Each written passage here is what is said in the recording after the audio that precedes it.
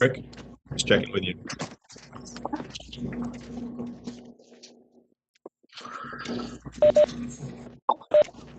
Thanks, Rick. Appreciate it.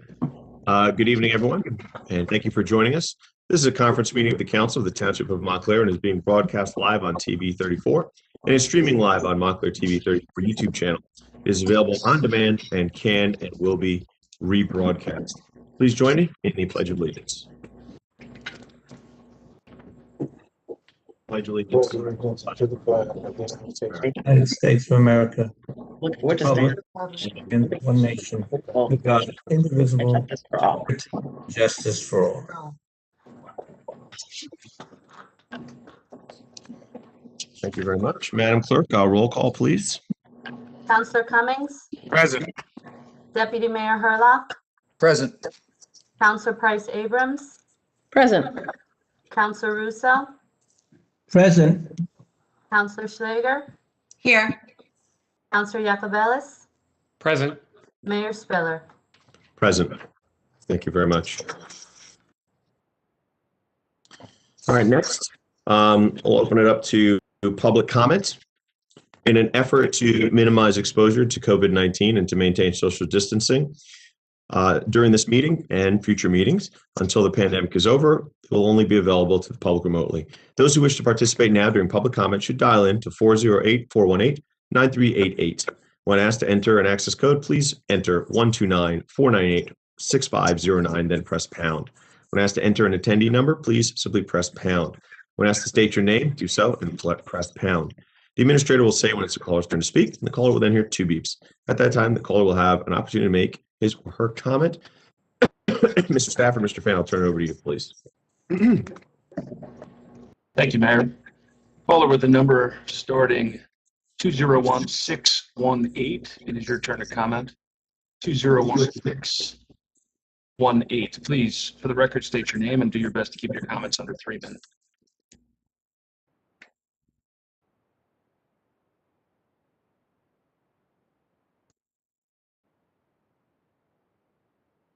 Caller with the number starting 201618. Caller with the number starting 862.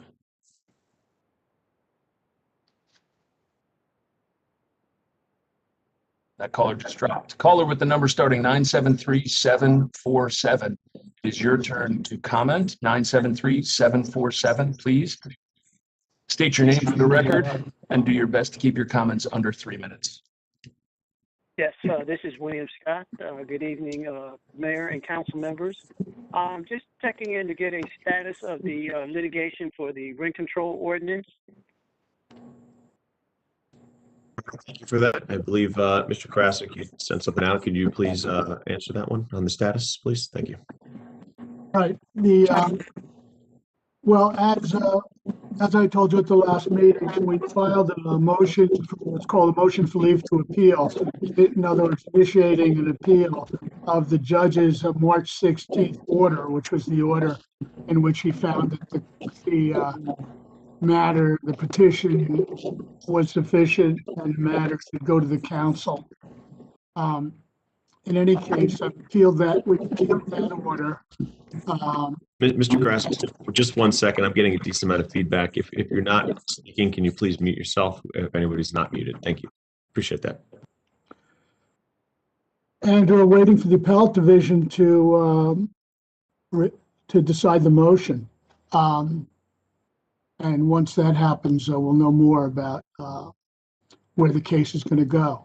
As of right now, there's an order that's going to lead to an election if the court doesn't intervene further. So that's the current status.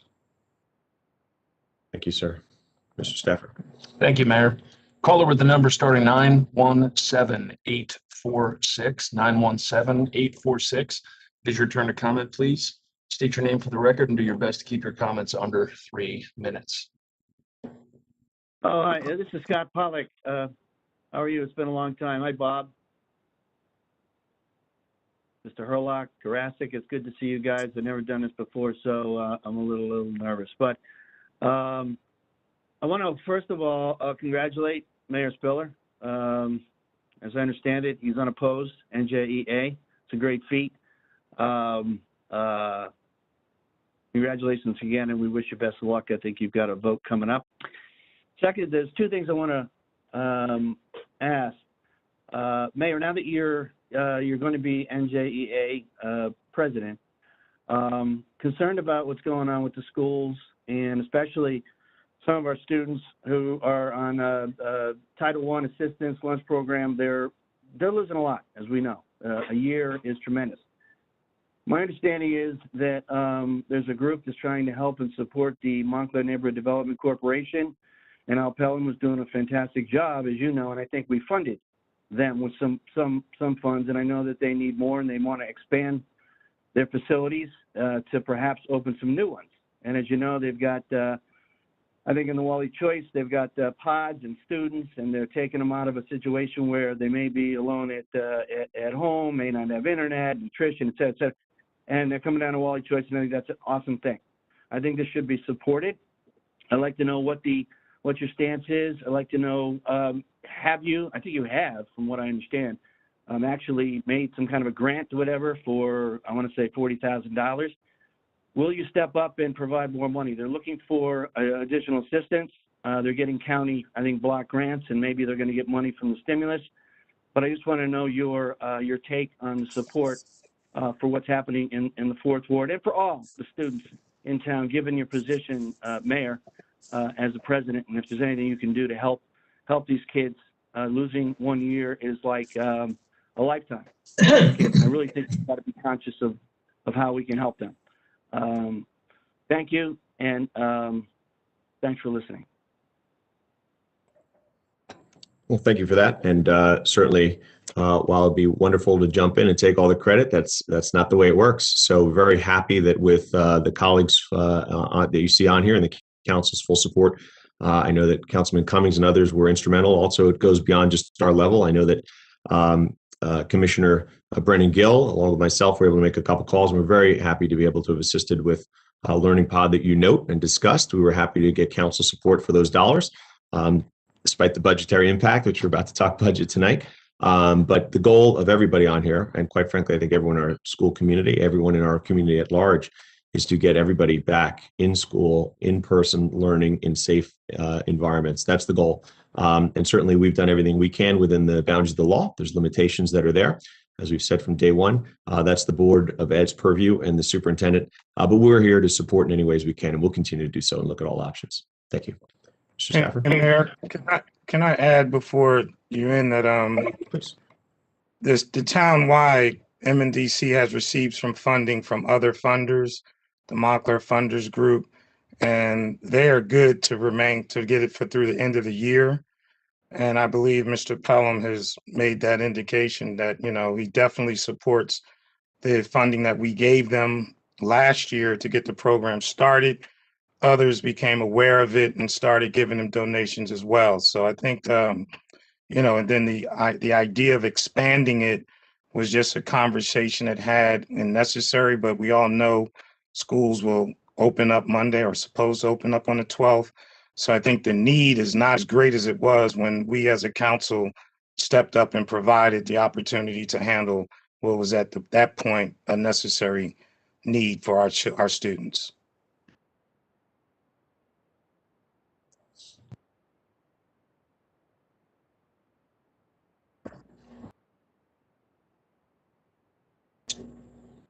So caller with the number starting 973-699. It is your turn to comment.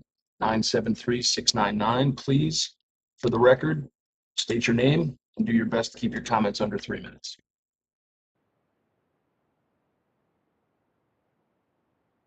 See, that caller just hung up.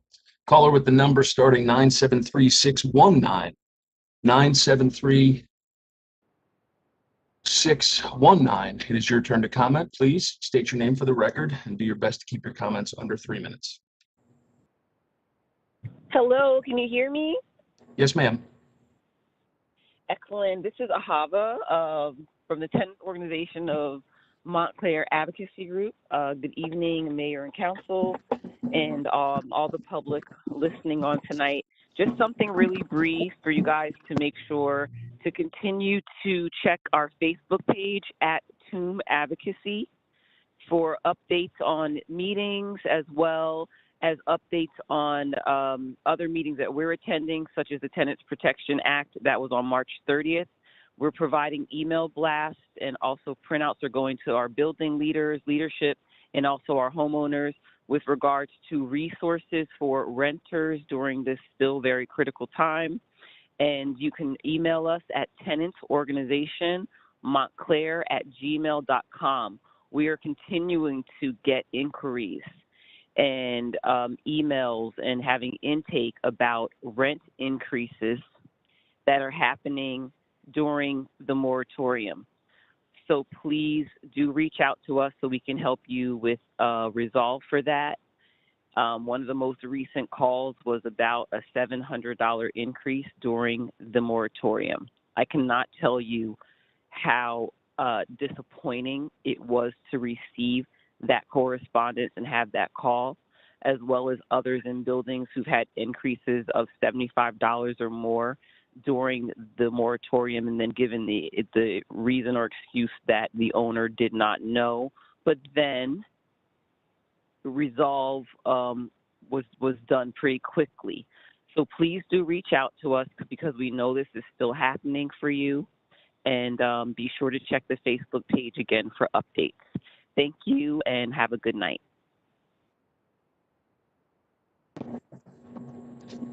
Thank you. Caller with the number starting 973-868. 973-868. It is your turn to comment. Please, for the record, state your name and do your best to keep your comments under 3 minutes. Hey, how's it going? My name is Evan Diddig. I live on Forest Avenue. My house backs up to the skateboard park. I'm just calling to voice my support for the skate park. I think it is such a necessary and beneficial asset to the community. I'd love to see a concrete skate park. I skate there almost every single day, and I work with the kids in the neighborhood teaching skateboard lessons. I just wanted to voice my support and just say that Montclair definitely needs a concrete skate park, and hoping that we can get something within the next year or sooner. Thank you.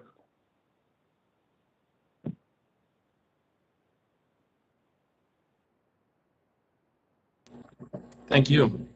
Caller with the number starting 973-477. It's your turn to comment. 973-477. Please do your best to keep your comments under 3 minutes and state your name for the record. Hi, my name is Alan Smith. I also live on Forest Street at 148 Forest Street. My house is positioned directly behind the skate park. So I'm, privy to it pretty much all the time. That being said, the basketball court that's right next door to the skate park has been active all hours of the day and night for like the 20 years that I've been living here. I've always considered it an oasis for the teenagers in the neighborhood. I think the skate park just expanded that.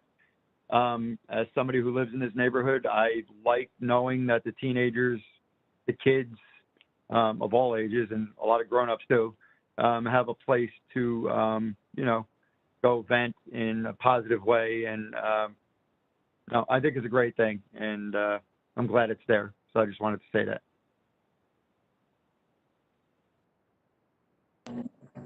Thank you. Caller with the number starting 862-267. 862-267. It is your turn to comment. Please, Hi. your name for the Good record. evening.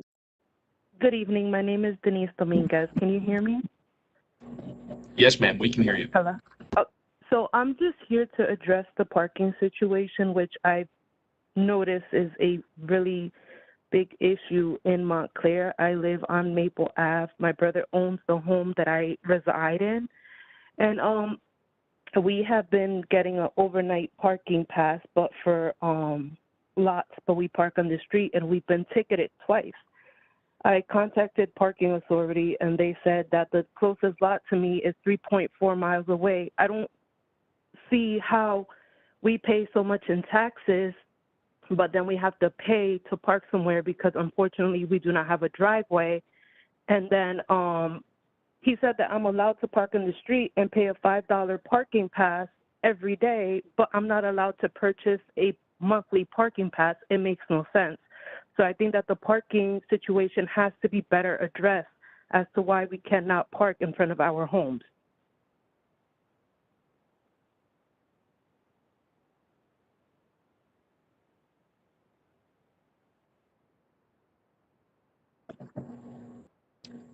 Thank you. What I would ask Ms. Dominguez is that you call the Montclair Parking Utility, or if you would email me, my email address is tstafford@montclairnjusa.org, and I'll be happy to put you in touch with Mr. Germano, our superintendent, to ensure that you have accurate information. I dare say that the closest parking lot to your residence is not 3+ miles away. So what I'd like to do is hook you up with the appropriate information. If we were in the municipal building in person at this meeting, I would meet you off to the side and get your number so that you don't say it out loud at a public virtual meeting. So please email me, and I will make sure that Mr. Germano contacts you as promptly as possible.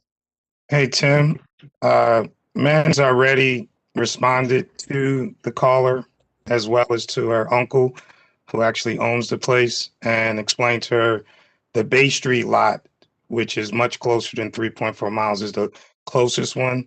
I've responded to her explaining that the S permit, there are only 15 streets in the township that has that, and that I would be looking into the process of what it takes to get overnight parking and how we do that, explain that to her. But Manny's given her information already, and they're aware of the parking situation on Maple Avenue, which is they've got in permits, which does not allow for overnight on the street, but allows them overnight into the municipal lots, which Bay Street is the closest. However, the caller is concerned in that she has a young child and is not very comfortable having to walk at night or early in the morning to get her car. So it's a legitimate concern, but it also goes into the street. So really she can email you, but Manny's already given her the proper information. I certainly appreciate knowing that, by all means. Next would be caller number with the number starting 973641. 973641. Please, for the record, state your name and do your best to keep your comments 3 minutes. Sure. My name is Alan Berkowitz. I'm also calling in support of the skate park. It was nice to hear that other gentleman who is such a good sport about it. But it's been a godsend for my son during this pandemic, and he'll be graduating high school soon and moving on. And I'm sure a permanent park would be something that would be great for a lot of future kids. So I hope we can find a way to make that happen. That's it. Thank you. And also thank you so much for getting that temporary park. Appreciate the support. Thank you. Caller with the number starting 973771. 973771, please, for the record, state your name and do your best to keep your comments under 3 minutes. Hi, I'm William McCarty, and I'd also like to say that I'd like to see a permanent park soon. I've been skateboarding for 16 years, and the course has been getting me through like the pandemic. And I'd like to see a permanent park soon, so we really have a permanent place to know like this is where we can go.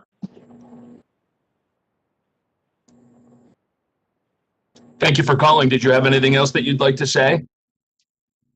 No, thank you.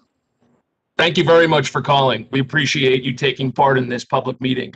It's very important, and it's a testament to you that you took the time and that you had the fortitude to speak in front of the governing body in your township. That's admirable. So good for you, and have a nice evening. And he did a good job, Mr. Stafford. Good advocacy and lobbying. Good job. Caller with the number starting 646573. 646-573. It's your turn to comment. Please, for the record, state your name and do your best to keep your comments under 3 minutes.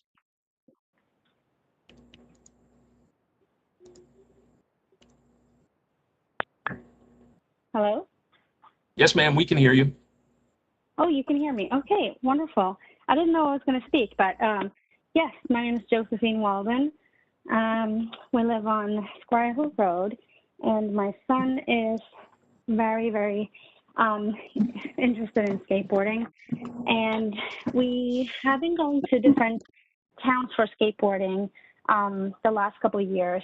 And so we are super excited about the temporary skate park. We were wondering what the plans look like for the permanent skate park, as it has so many benefits to our kids and friendships and just building self-esteem and all great things. So we just wondered where we're standing with that. Thank you.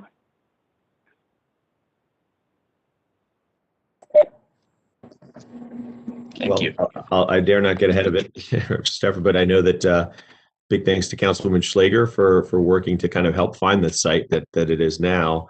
I know that there's always a look at what could be done to make that more permanent. And of course, with that significant financial impact on how that gets done, I know there's been some conversations around public-private partnership, meaning fundraising dollars, and maybe some matching dollars from the town or some combination. But I think a lot of things need to be figured out, finalized in terms of final location, best fit location, costs, how that's paid for, et cetera. I don't think any of the decisions have been made to date.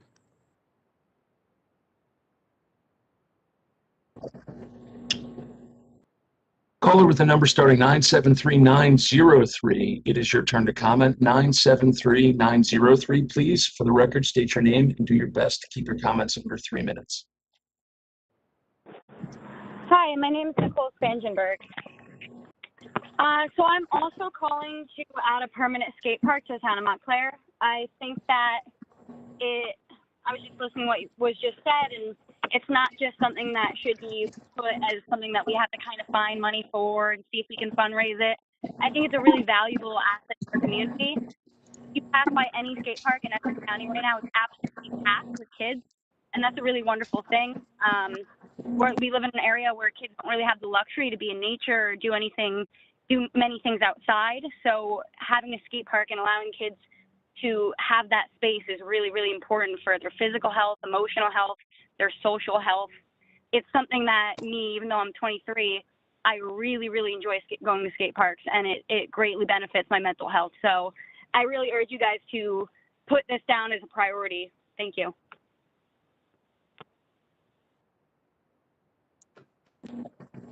Thank you. Caller with the number starting 973-917.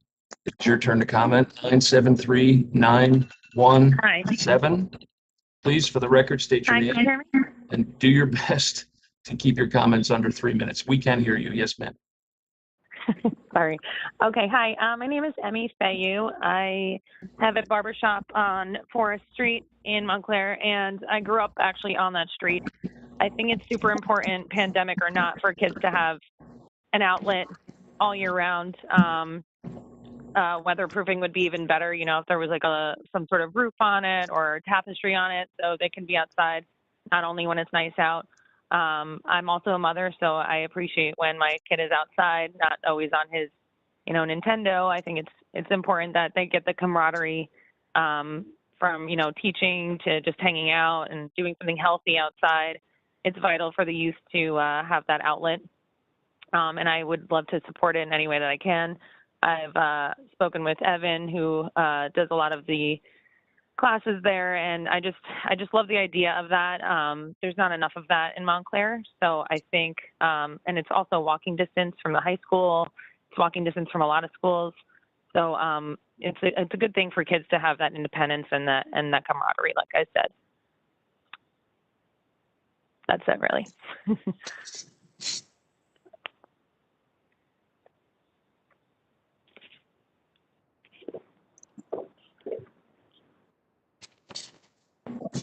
Thank you. Mayor, there are no more callers in the queue.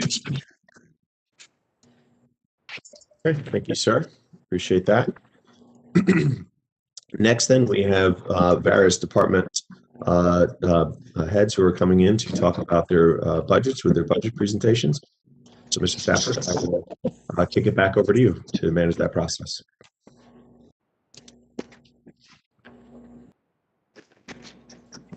Thanks, Mayor. As you know, given the governing body's participation in the budget process, it's fair to say that hundreds of collective hours go into forecasting, developing, and striking the budget. This is so notwithstanding that the spending increase is so little and that there is not much proverbial fat to chew on our budget. An enormous amount of work is done starting in the fall by Chief Financial Officer Rao, Financial Consultant Mr. Beneke, and Comptroller Chris Macaluso. These months of hard work result in where we are today, and it would be patently unfair if I did not thank them personally at this meeting, acknowledging their hard work and diligent effort. Of course, as you know, our department heads are intricately involved in all phases of budgeting as well. And I would like to thank all of our department heads for their work and their process. 6 of the municipality's largest budget cost centers are virtually present this evening to address you. And at this point, I will turn the microphone over to Chief Financial Officer Rao, as well as Mr. Beneke and Mr. Macaluso, for them to present. Good evening. Good evening, Mayor, and good evening, councilors. This is my 6th budget since I started with the township. Unlike any year, this has been the most difficult budget, most difficult task. The effect of COVID was enormous all through 2020, and it continues to be huge. Annually, we start the budget discussions with the departments in the late summer, early fall. This year is totally different. Before we even posted our 2020 budget in March of 2020, right after COVID started, we started thinking about the 2021 budget and beyond. While dealing with this developing situation every day with the plummeting revenues and all, we were formulating the plans for 2021 and beyond. Every decision we made, every resolution we put forth in front of the council, everything we thought through with the impact of not only 2020, 2021 and beyond. So this has been an enormously difficult year. So that said, I would like to share my screen. Oh, why can't I share my screen, Tony? You can now, Mark. Okay.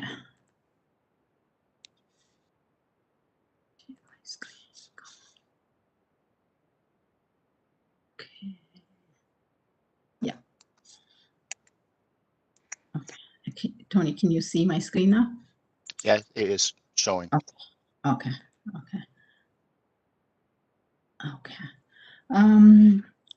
So with that said, I will start the presentation along with our financial advisor, Mr. Beneke, and our comptroller, Mr. Macaluso. So this the total budget for 2021 is proposed at $93,795,524.09. In 2020, this budget was $93,716,638. This increase is close to $80,000. It's just near $80,000, $78,886. This increase is less than 0.1%. This increase is mostly, the revenue loss is the biggest impact that we faced because of COVID. This is the revenues the township lost in the current fund alone is $3 million. as you can see in the I'll show in the following slides, the township lost, like in the general fund, this loss of over $3 million in the current fund is like a 20% drop in the non-tax revenue. Revenues like construction revenues, municipal court revenues, food license permit fees, recreation revenues, all this. This has caused a significant, I should say, the difficulty in formulating this budget. Because of this revenue loss, the township has to make up for approximately this loss to balance this budget. So how did we make up for this loss? To make up this loss, we increased $1.5 million that we are anticipating from the surplus. Last year, we took about $7.5 million from our surplus, but this year we are taking $9,450,000 to make up for this loss. The difference, that another $1.5 million that we still need to balance the budget, that is where that we are going to make up with the increase in the municipal taxes. This municipal tax increase that we are proposing is 2.48%. This is mainly, if you look at that $9.4 million of surplus that we are anticipating, that means the municipality, the Montclair, has to restore that revenues, that fund balance that we are using for this budget. This is a year after year you have to restore, so that there will be no peaks in the budget, in the tax, in the effect on the tax rate.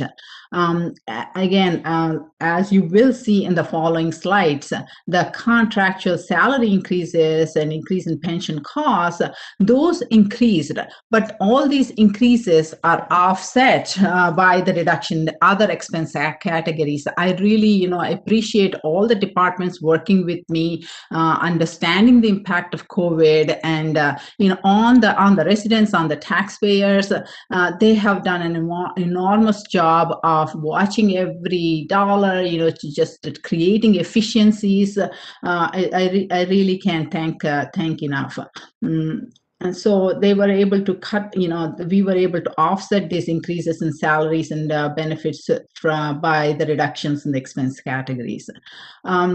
Again, the reduction in the debt service, we have done aggressive refinancing measures. We, in 2020, you all saw that we were able to do a very successful bond sale, very successful. In fact, at that time, it is the lowest in interest rate in the state at that period. Mr. Beneke will go more into details of all this debt reduction and how it's impacting.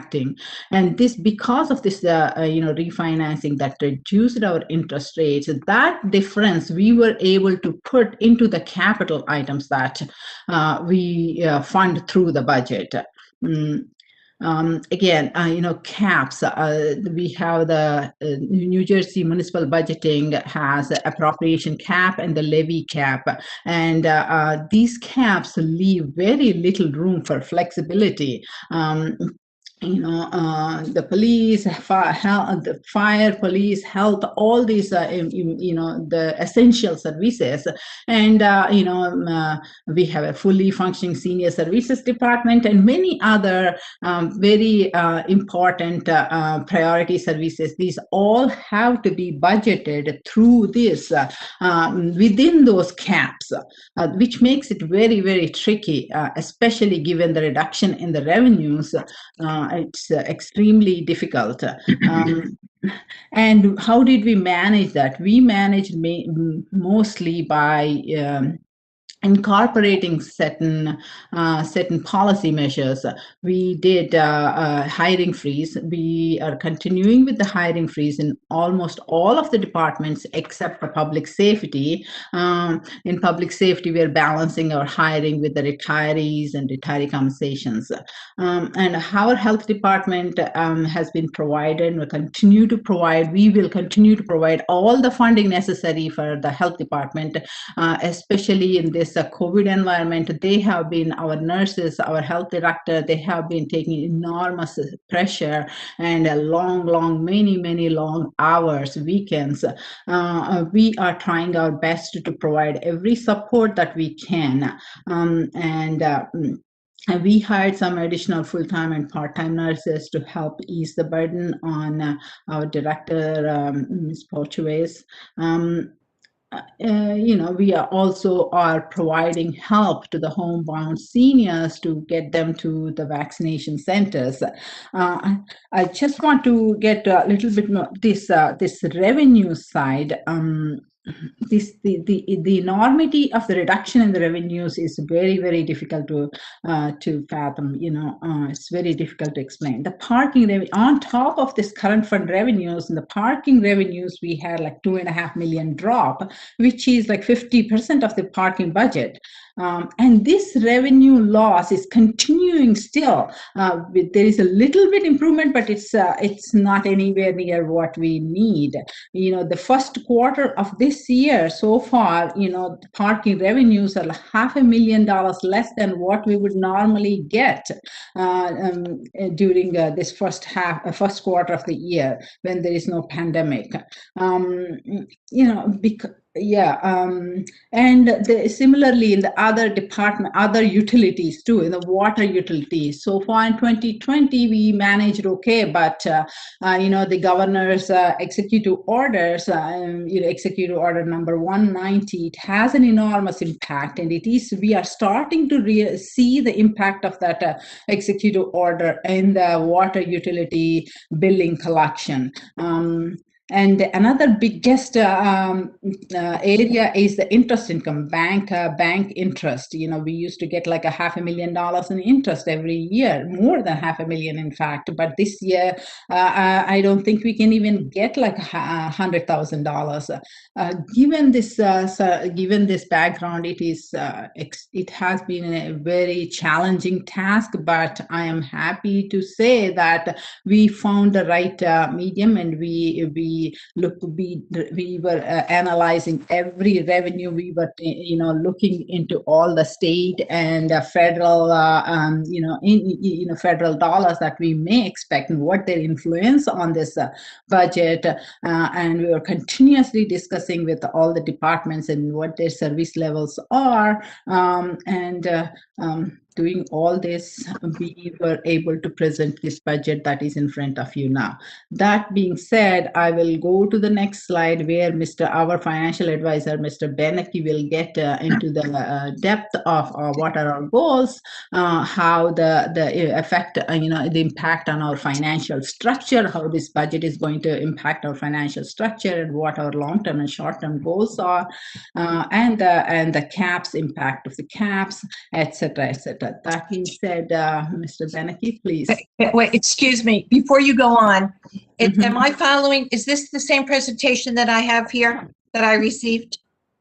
Most of it, yes. Just a little bit tweaks, maybe a shortened it. Yes, that is it. Because the page that's up on the screen now is not in here. Okay. That's right. It says page.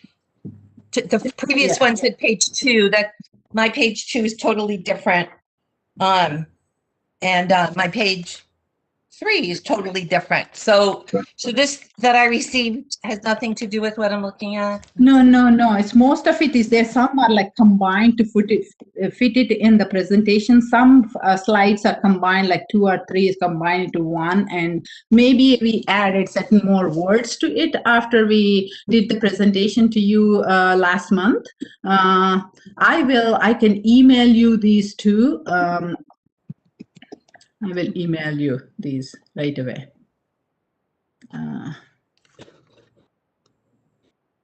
Counselor, I will email you right away. But Mr. Beneke, can you? Sure. Bob, I'm sorry, Bob, but before you start, the prior page mentioned the reserves of $9 million.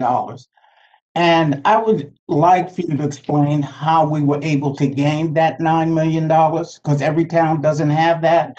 And what would have been the consequence to the budget this year if that was not available to use as a surplus? excellent question, Brian. You want me to, Bob, you want me to? I think it should be expanded upon because it was kind of glossed over and it's poo-pooed, and it's like not every other town was in the fiscal position we were in. So I'd like for everybody to know what it took to get to the position where we were able to have a reserve to utilize. And again, what would have been the consequences on this budget if that reserve wasn't there? Okay, let me try explaining, and Mr. Beneke will help me also. This is just because of our fiscal discipline in the last many years that we were able to accumulate this kind of revenue. The reason for developing these revenues are to in this kind of situations, it's like a go-to place, like a last resort that we can depend on without hurting any services or without impacting the taxpayers heavily. That is the whole purpose of this accumulating these revenues. And this accumulation is not easy. It is a lot of fiscal discipline and a fiscal policy that we put in place, and we are continuing in that path. And for example, in this budget, we are taking $9,450,000. That is like 13 tax points. If we didn't have that, imagine what situation we would have been current now. So like Brian, as you said, Mr. Scantlebury, as you said, this is really a big achievement for the township to accumulate these kind of revenues. Okay. That being said, I'm very blessed to have these policies in place, and that's and the discipline we are continuing to follow. We hope that we will continue to get back to the reserves before the pre-pandemic levels, so that the future is going to be smooth. Thank you, Master. You're welcome. I didn't mean to interrupt, Bob, but I just thought that should have been mentioned. Well, that wasn't an interruption at all. That was a very good point and deserved amplification. Can you hear me okay, Maja? Everybody hear me okay? Yes. Okay. Yes. For those of you out there who don't know me, my name is Bob Beneke, Beneke Economics. Our office is near Wayne, so we're pretty local.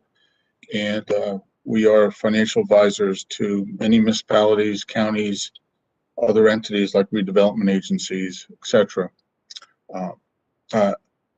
We have a great team that's put together, but rather than going through that, we do have a new slide for you, Councilor Schlager, and let me just go through some of the foundations and some of the goals that we have. Last year, in the midst of the pandemic, actually was September 1st or so, we had a re-rating for an October bond sale. We thought long and hard about this as we went through the spring of last year and into the early summer, and we actually caught the dip of the market just right. We actually had the lowest on record long-term bond sale, lowest interest rate on long-term bond sales that anybody knows in the history of the state of New Jersey. Our long-term bonds were actually below 0.9% for 10 years or greater, 0.9%. Today, if you look at the 10-year T-bill, you're looking at 1.7%. Back then, it was just under 1%. So we were right in that sweet spot of the dip. It was both planning and, of course, luck of just the normal dip of the Treasury schedule. In any event, S&P was especially interested in our program, in our management. I just thought we bear some going back to that for a quick moment. S&P noted that we entered the national recession triggered by COVID. Now, keep in mind, this was 6 months after COVID and the pandemic really took hold. Following consecutive years of surplus, getting to Brian's point, that have boosted its reserves, that's our reserves. Strong management quickly implemented a number of expenditure-saving actions to offset lower revenues caused by state-mandated stay-at-home measures, limiting budgeted pressure in the near term.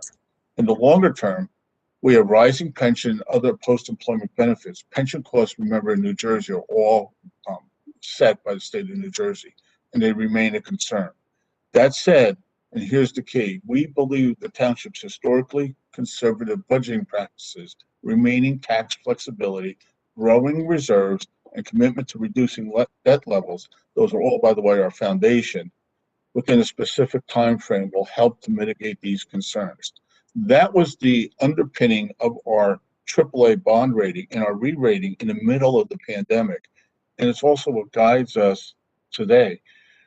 Ms. Rao mentioned, and Mr. Stafford mentioned, everybody involved, the department heads, of course, Chris Macalusa, the controller, who does a great job day to day, but the entire team that's been put together, of course, Mr. Scantlebury, every day thinks about this stuff, and it's really a pleasure to work alongside these folks. We have a couple of other goals. We want to make sure that we invest in the capital infrastructure. You know what they are: water lines, parking, parks, and roads. And we need to do that while reducing debt. If we take a year off from our capital program, we may reduce debt more, but we're going to swing back up, and we'll talk about that in a second. Second, we don't want to reduce services. As everyone on this call and everyone on this line knows, we have very healthy property taxes in New Jersey, and we want to make sure that we keep our services at excellent levels and keep that AAA service level going as well. We want to continue the policies to develop the local economy by expanding the rateable base. This includes, of course, having good community benefits as a result of any development. And then we have to build back, and this is to both Mr. Scantlebury and Ms. Rao's point, we want to build back the reserves. In the general fund over the past 5 years, we've continually increased our reserve balances. At the end of 2019, we had about $17 million in fund balance, slightly less. At the end of last year, we reduced that amount by $1 million to about $15.9 million. But we're writing us a check. We're using that money to the tune of $9.45 million. That means we're using $1.5 million this year to cover 2 tax points. If Ms. Rao doesn't return to 9.45 next year, we have to make sure that we can cover our bases, because if we don't return to that within the next year or two, we will have a 2 or 3 point tax rate automatically increasing because of that $1.5 million or more in reduced surplus. Let me just go through those numbers again. We ended up last year, 2020, with about $16 million. We're using about $9.5 million. That's $6.5 million. Last year, 2020, guess what? We used $6.5 million. If we don't return at least $2 or $3 million, call it $3 million to surplus this year, we're going to have an automatic tax rate increase of 2 points next year. That's on top of inflation. That's on top of any other cost increases that we may see, including rising pension costs, which is one of the drivers of this budget. So again, to be clear, we're using $9.5 million of our reserves this year, where last year we see a clawback of about $1.5 million. In other words, last year we used $1.5 million less, and that's important. It's an important point. So the next slide, then we go through and get into. Mr. Beneke, Yes. I'm sorry. Yeah, excuse me. So I heard you say it twice, but I still didn't follow why it would automatically push us. Okay, let's go Said through it again. twice, but I didn't understand Sure. the No, it's a why. great point. It's an important point, and this goes back to Mr. Scantlebury's point. We have $16 million in surplus at the end of 2020. We're using 9.5. We're using That means 9.5 to balance this year's budget, is what you're to saying. use it as revenues. We write ourselves a check for $9.5 million, literally. We take money and we write it to ourselves so the taxpayers don't have to write us that check. And when you say 9.5, it's really the 9.450, that's the number? Correct, yeah. Yeah, I'm just rounding so that we could. Things we're looking at, just so I can actually follow. Okay. Sure, yeah, that's right. So we're spending that to have less impact. And if we don't Go ahead. If That we leave- don't that leave- restore more that- to the fund balance, then what? That leaves us with 6.5 remaining right now, today. Mhm. We have 16, we're using 9.5, that's $6.5 million today that we have. If we don't generate $3 million, we have to make that up in the tax rate. Because You'll only have $6.5 million to put into the budget to write yourself in that check next year. on the assumption that we don't know that the economy is going to kick back enough to otherwise generate it. Well, it's not just the economy. I mean, that's an important part of it, but our reserves are built up by things like, we've talked about accumulated absences, snowstorms. We've gotten into the weeds on some of these other things, but our reserves are a potpourri of issues that from year to year shift and change, just like a business. And we have to make sure that our earnings are at least $9.45 million at the end of this year when we're starting with 6.5 million. So we're running a business that we took our profits down intentionally to hold our price level. And if we don't return to our profitable basis, we're going to have to go into our retained earnings, or we're going to have to raise our prices next year. That's the private sector analogy. So to avoid that price increase next year, we've hedged, and we've put $9.45 million of that money, those earnings, into our budget, but we then have to come back next year with that same amount. And that's no small feat right now. Not just the pandemic, it's also we have inflationary pressures, we have pressures in the cash markets. Maja, a little bit later on, will show you some interest income issues. She mentioned that previously. So we have all these things working with us, and we also have a rising pension and health insurance costs that are driven by the state. Go ahead, Maja. Ms. Brown. Now we have the 2021 proposed budget tax status. And this budget proposes a 2.48% municipal tax rate increase. Each council member, and the new council members, and Ms. Price Abrams just brought up a great point, has brought to us, both the new council members, the old council members, if you want to call them that, and the mayor have brought to us various points over the last couple of months, and they've been great points. For example, Mr. Cummings has asked us to do some comparisons. We've surveyed over 10 municipalities, and most municipalities are not in as good of a shape as us and are not ready to introduce their budgets. So we've looked at places like Garfield and like Morristown and like Livingston, etc. The two, South Orange and Teaneck, have gone into their preliminary budget, and they're proposing in Teaneck about a 2.5% increase in their taxes, and in South Orange about a 3.6% increase. Again, it's preliminary. It's a little bit less mature than where we are because of the former government and the team that we have in place.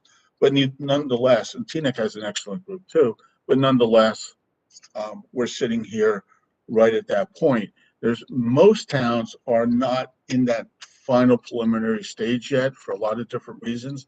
One of which is that they're debating how much in surplus, if they have any, are they going to be using next year. And another is how they're going to be able to fit their spending into the revenue gaps that they may have. In any event, if you look about 2/3 of the way down, you have the municipal tax rate. We show you from 2017 to 2021.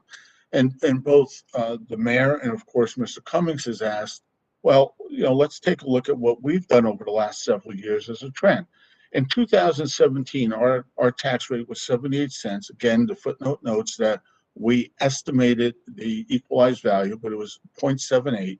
Today, 2021, we're estimating our municipal tax rate at 0.802. That's 2.2 cents. And that's approximately, over the 4 full year period, approximately a 2.8% increase, or 0.7 of 1%. In other words, 0.7 of 1% increase since 2017. If next year we don't have the 9.45% I'm sorry, $9.45 million to restore as surplus. If you go up to the municipal tax levy, that then will pierce $60 million. And that's one of the goals that we have, is not to hit that $60 million for several years yet, a few years anyway, depending upon inflation. And we would have to restore, and the state would force us to restore that surplus. And I won't go into the implications on the financial rating. So we wanted to show you those trends. We wanted to mention some of the comparisons that we got at the request of Mr. Cummings and of course the mayor. If we go to the next slide real quick, the appropriation summary, again, just on the theme of trying to build our team, Mr. Yacovellis has drilled down on many questions. Ms. Rao has responded. We've tried to structure the budget and tried to drill down on these questions to the best degree possible. If you look at the fourth line down, you'll see the pension for PFRS. That's going up slightly less than 600,000 or 9%, and that's a state number. And if we had a more normal year, and that went up, let's say $250,000 instead of almost $580,000, we would have had a half a tax point reduction in our increase. In other words, we would have been much ahead of the game and had about a 1 to 1.25% increase in the taxes. Our total employee compensation is going up 1.74%. I know many of you, including Councilor Schlager, have impressed upon us the importance of maintaining even keel with personnel costs. It's great feedback. We're trying our best. And I know Mr. Stafford has especially impressed upon all the department heads that we have to keep things like overtime low, things like replacement costs low, having a gap of employment, the hiring freeze, and the like. Just below the employee compensation, you have operating expenses, which in New Jersey are called other expenses. Those are going down 1.81%. And they're going down because of those things I just mentioned, and inflation hasn't impacted our operating costs yet. On the library side, the library is receiving $3 million, but they are receiving their full tax levy amount, plus they're receiving approximately, I think it's $280,000 more, $300,000 more.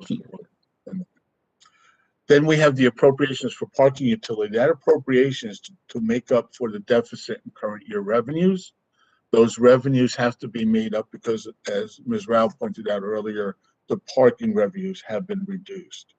One thing I wanted to note from the bottom, if you go 2 and 3 lines up, you'll see debt service. Debt service is being reduced in a combination of approximately $1.8 million, $814,000 for general, and $971,000 for debt service for schools, including a deferred charge, which is a pay-as-you-go substitute for debt service.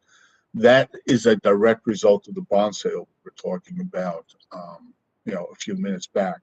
The RUT, or the Reserve Fund Collected Taxes, we talked a little bit about this, and again, it was great feedback from Mr. Herlock, the deputy mayor, as he gets into his discussions, of course, with Ms. Price Abrams and others with the Board of School Estimate, and Ms. Schlager, that we have a requirement in New Jersey to fund the schools and fund the county at 100%, and yet we receive less than 100% in our taxes. We did very well this year, but even 2% on a $200 million tax component is still just slightly under $4 million. We're about 1.5%. So I just wanted to give you some flavor and structure as you ask these very probing and good questions.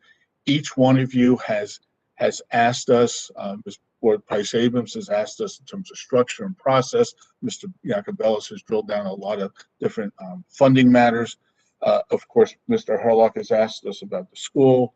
And to give you a sense of some of the other issues that have been brought up, Mr. Cummings, of course, with the comparisons and some of the trends, and Ms. Schlager with the personnel. And, Mr. Russo made a couple of very good points as to making sure that we don't go back to when he was mayor 20 years ago with the reserves being exhausted for tax appeals. It's very important, and that's what we're trying to show with the use of surplus. If we do jump back 20 years ago, where we did have a lot of tax appeals and we used those reserves one time, we had to spend, obviously, we weren't here, our team, but the collective township had to spend 10 years digging out from under that. So everyone has asked us these great questions and put it into a nice box, and I expect you'll continue to ask those questions, and that's great. And that's what we want, because that causes us to get excited, because we want to hear as many questions and as many things as possible. And of course, the mayor just puts it all together, and he says, yeah, it goes back to us. What about this question? What about that question? Let's balance things out. The deputy mayor wants to balance things out as well with respect to capital, etc. So when we go to the next slide, you'll see, I think it's slide 6, you'll see the budget revenue summary. And again, it shows that we're using $1,500,000 more this year in our reserves than last year. That's 2 tax points. The state aid is the same. Our fees and permits are down $2 million. That's one of the big hits we took on the revenues of the $3 million that Ms. Rao mentioned. The uniform construction code fees are going down $430,000. We have some grant slippage this year for a lot of different reasons of $546,000. And then our total tax levy is going up, our municipal levy, by $1.5 million. And notice what we did. We kept our costs flat, no change in the budget. We increased our anticipated surplus, the top line went $1.5 million, and we increased the taxes by $1.5 million. But if we don't do that, next year, if we can't generate the surplus, we will be in a position where we'll have to make up the 1.5, perhaps more, and deal with these cost increases like the pension bill. And keep in mind, the state is talking about fully funding the pension yet again.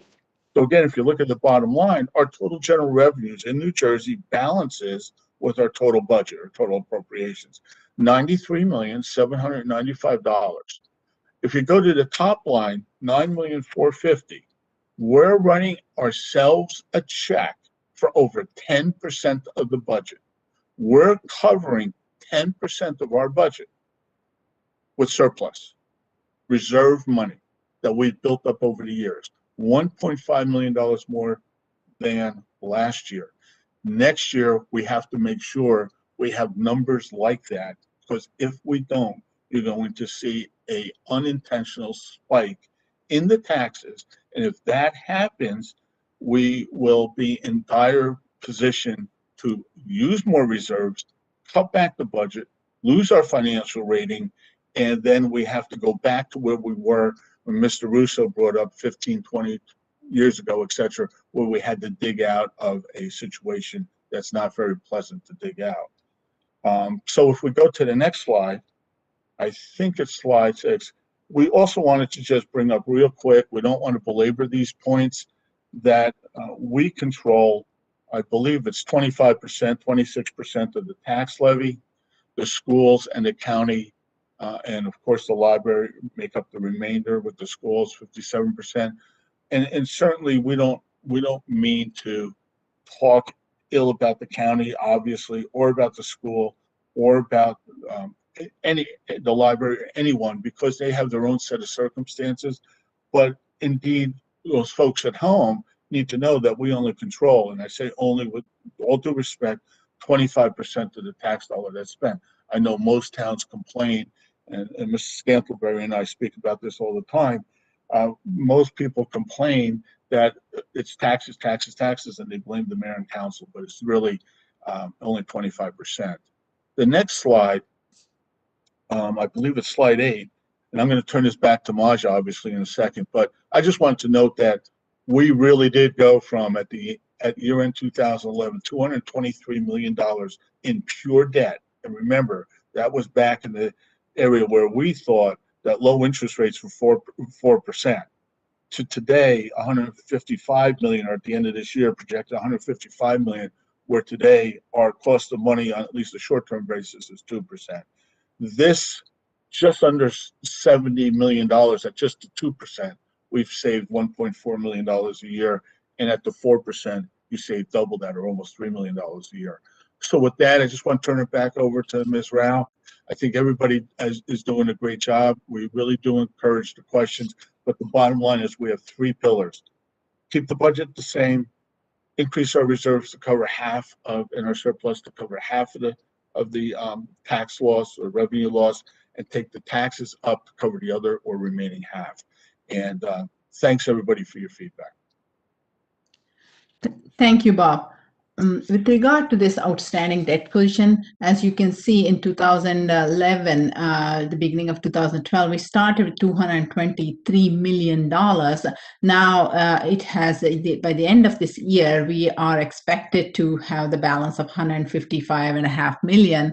This is, once again, this is all because of the sound financial policies and procedures the council has put in place, and we continue to follow these policies. And back in 2017, July of 2017, at that time, the mayor and council, most of them are here now, they adopted this two important resolutions. One of that is the debt reduction policy. According to that policy, we are not allowed to, I should say the other way, every year we should reduce at least $2 million in debt. That is the basis of that resolution, and we continue that, and we have seen the results of that policy right in front here. Because of our AAA has a lot to do with this reduction of the debt balance, and the AAA has a big impact on our interest rates, which resulted in significant reduction in interest costs, which the savings of which we are able to use in many other areas, especially in the capital projects. So that's why the having good financial policies and procedures are very important. And it should be long term. It's not that is the reason, even with this COVID, we are not like a roof is not falling off. We would like to continue the same way so that there will be the least impact on the residents and the taxpayers. With that, we are done, and I just want to touch base on the American Recovery Act, as many of you councillors have questioned me about this American Recovery Act funds. Township is anticipated to get $3 million. Again, this is not, as of today, we have not received anything officially as to what we will be getting and how much we will be getting and when we will be getting. Actually, even the Treasury hasn't, as of now, the Treasury hasn't even come up with the guidelines as to what we can do with that and how we can use what we cannot use it for, etc. The one thing that was told to us by the state, by the DLGS in recent webinars and some other instructions is that actually they are also waiting for the complete instructions from the Treasury, but they said these cannot be used to reduce the taxes. That is one thing. And then with that, this is it. The goal, as Mr. Banaki very clearly explained, that we want to avoid the fiscal imbalances by minimizing this reliance on one-time revenues with this American Recovery Act revenues or any other such kind of revenues. These are only one time. We cannot just use these one-time revenues to reduce the taxes or to do in the operating services, because this is structurally imbalanced. This causes structural imbalances, and we would not want to get into that situation. With that, I thank the mayor. Ms. Rao, can you just go back to slide 1 real quick? Mm-hmm. Just want to point out one very quick, the next slide too, I'm sorry. The next is one important issue that's always in the back of our mind. If you look at number 6, the caps. The first budget cap in New Jersey was implemented by legislation in 1976, but in 2010, the state enacted what's called the 2% tax levy cap. It was 11 years ago. prior to 11 years ago and prior to that cap, municipal budget processes were somewhat different. Remember, there's 565 towns in New Jersey. There's about 240 of those towns, give or take, are what's called borough forms of government. And they run a little bit differently than the other 340 or so towns. Those other 340 towns are all over the place, from Walsh Act towns to special charters to Faulkner Act, which we have. Most of those towns, once the tax levy cap came in, the budgets are static budgets. There's not much flexibility or discretion in these budgets. Can you take capital items out? Yes, but then you have to double up the next year. Can you do some other things? Sure, like we did with debt service. We planned for years for that bond sale. We hit the numbers right, so we saved $1.7 million, or the exact number. But I just wanted to point out that 10, 15, 20 years ago, budgeting in these 340 towns were totally different than it is today. And, just for the record, and just so everyone knows on this call, and Ms. Rao and Ms. Macaluso and Mr. Stafford, I wrote the book on municipal finance in New Jersey, and this is one of the things that we lead with, is the budget caps. So I just wanted to point that out because it's really an important process factor. Thanks. Mr. Beneke, excuse me. Something I guess Ms. Rao had said a few moments ago, but you sort of just touched again on when you caught the dip and you bought the bonds at the lowest rate there. So that's, for myself and for others who might be listening, when we talk about the AAA bond rating and what the rate was, what would the rate have been, if you even know, if we weren't AAA bond rated? It would be 20 basis points higher, so it would be about 1%. And it's hard to gauge this because AAA on these dips in the interest rate, and those who are out there who are hearing me, who are in the business, will bear this out. AAA is always the most attractive. So in the pandemic, we could get on a given day the 0.8% that we got or the 0.9% that we got, but that day a AA or even a AA plus could have gotten 1.5%, 60 basis points more, because AAA is such a, I don't want to say revered, that's overstating it, but it's such a desired investment, because it's such a strong investment that it can be traded in the retail markets, and it can be exchanged, and it can be placed on the books of banks, hedge funds, other financial institutions. They very much like AAA ratings. But the rule of thumb is about 20 basis points from AAA to AA and 25 basis points from AA to A, because there's a lot of intermediate scales there. So we would be about 45 to 50 basis points, or about 0.5% lower than an A-rated app. Thank you.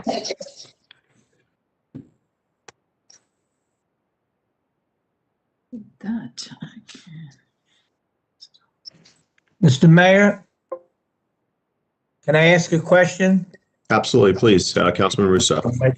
I know Bob Beneke brought out how I was mayor 20 years ago. It's a long time. But one of the things that happened then, and I pointed out in our sessions, was not just that there were a lot of tax appeals, but there was underfunding of things. For example, I will go, not naming, but a previous mayor, wanted to cut some funding for schools, and it came back to haunt us, because if we cut healthcare, which was by $700,000, as soon as I became mayor, we had to restore it. That's a whole tax point, isn't it, Bob? About $710,000. It's a tax point. So we can't underfund things. One thing I want to say is that when Brian Scantlebury brought out the history, and he knows the history goes back to 1992 with me, we started to have an intergovernmental services agreement with Glenridge, and we had a revenue stream. We had about 900,000 at the time. Glenridge saved a couple of million, and we gained a 900,000 revenue. So I want to see us do more regional service and more contracts with other towns, and maybe expand what we do, because that's the only way we're going to really save in the future, is to combine and consolidate.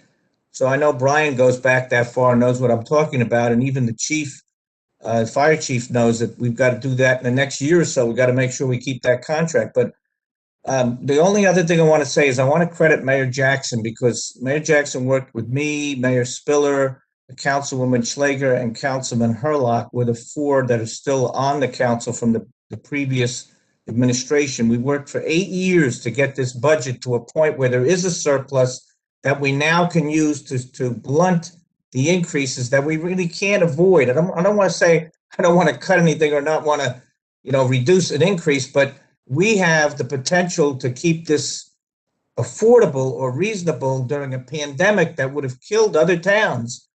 So we have the fortunate, surplus, as Bob Beneke and Maja said, that comes from the foresight, and I want to credit primarily Mayor Jackson and my colleagues for that. Thank you, Mayor. Certainly. Thank you, sir. Appreciate that.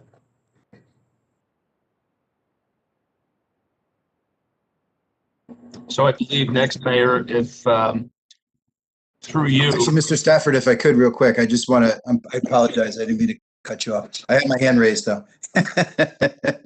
I'm sorry. I didn't see that with the hand up, then I apologize. That's all right. No problem. I'm being orderly. I also just want to say thank you to Mr. Beneke, Ms. Rao, Mr. Stafford, Mr. Scantlebury, really all the members, having the privilege of being on the Finance Committee for the last 9 years now, and the work that we've done to be able to get to this point is nothing short of a miracle. And I would be remiss if I didn't thank you all for your assistance, your guidance as we work through this. And, now we're in a good place in an unfortunate, unprecedented time that none of us could have anticipated. So thank you for the presentation, and thank you for the hard work. Thank you, Mr. Mayor. You bet. Thank you, Mr. Deputy Mayor. And, certainly I'm sure we will have time for accolades at the end as well. But, you brought it up, and certainly others have noted it. We appreciate a lot of the praise that came our way as you guys were presenting. We appreciate that. But as the Deputy Mayor noted, it's a two-way street, it's a team atmosphere. So we do thank you. Thank everybody involved for the important questions, for the guiding questions, and for your work, as the Deputy Mayor noted, and as the Councilman noted, Russo, for years now. That debt reduction number, the increase in services and dollars we've been able to provide, the streets that we've been able to pave, the infrastructure work we've been able to do. It is a real testament, even during tough times when we had Superstorm Sandy and other pieces.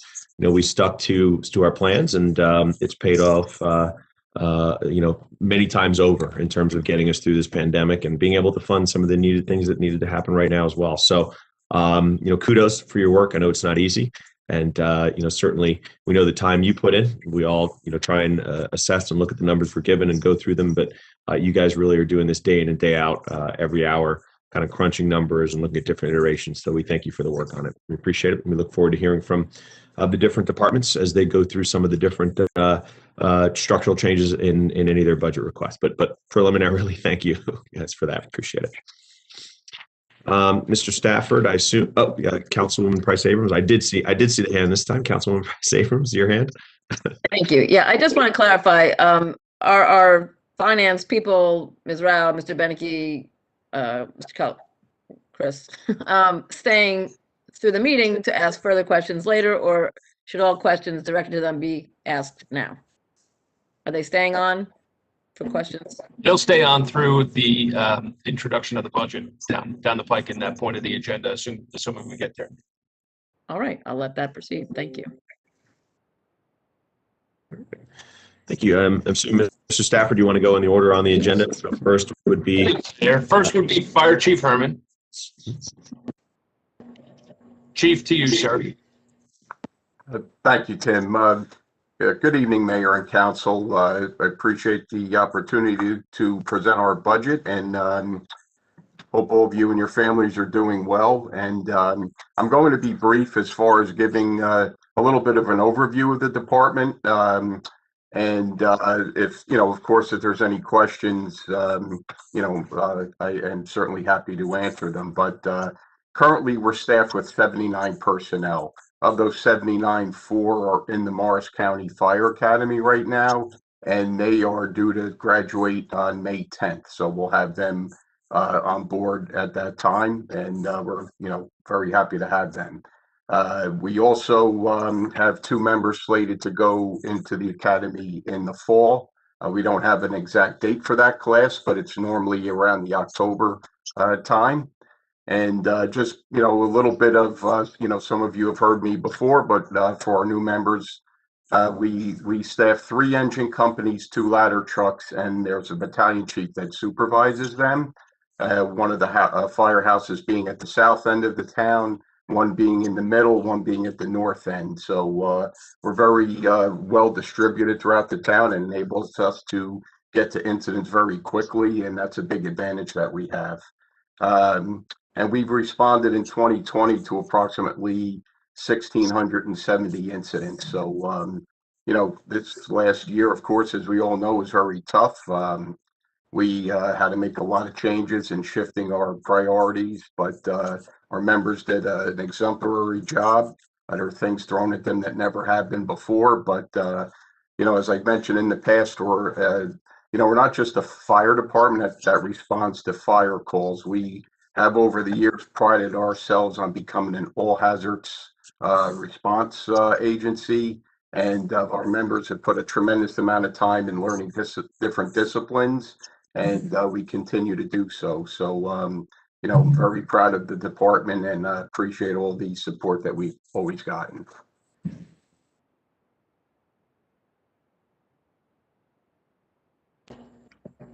Thank you, Chief. Mayor, through you, if anyone has any questions for the chief, now would be the time. I would have one, Mr. Stafford, Mr. Mayor, if I may. Thank you, Chief Herman. Thank you and the men and women under your command as well for an outstanding job during very trying times. The one area that I'd like to just ask a little bit about is the code enforcement area. And this was an issue when we first came into office back in 2012. We have a lot of the code enforcement violations, whether it be leaf blowers, which we just spent a lot of time on recently, or other things usually happen on the weekends. And I know we had a concerted effort to make sure there was money in the budget so that you all had staff available during those off hours. Is that still the case? And do you feel that we're covered adequately when it comes to the code enforcement department, which I know is under your purview as the fire department? Yeah, certainly, sir. We do have a good complement of personnel in that office. They do a tremendous job, and we've been able to distribute them in a way where we have personnel during the week. We also have personnel in the evenings, and we do also have personnel available on the weekends. And a good number of them are available if a problem arises, say at an off time, that it's just a phone call and they'll respond in to take care of the issue.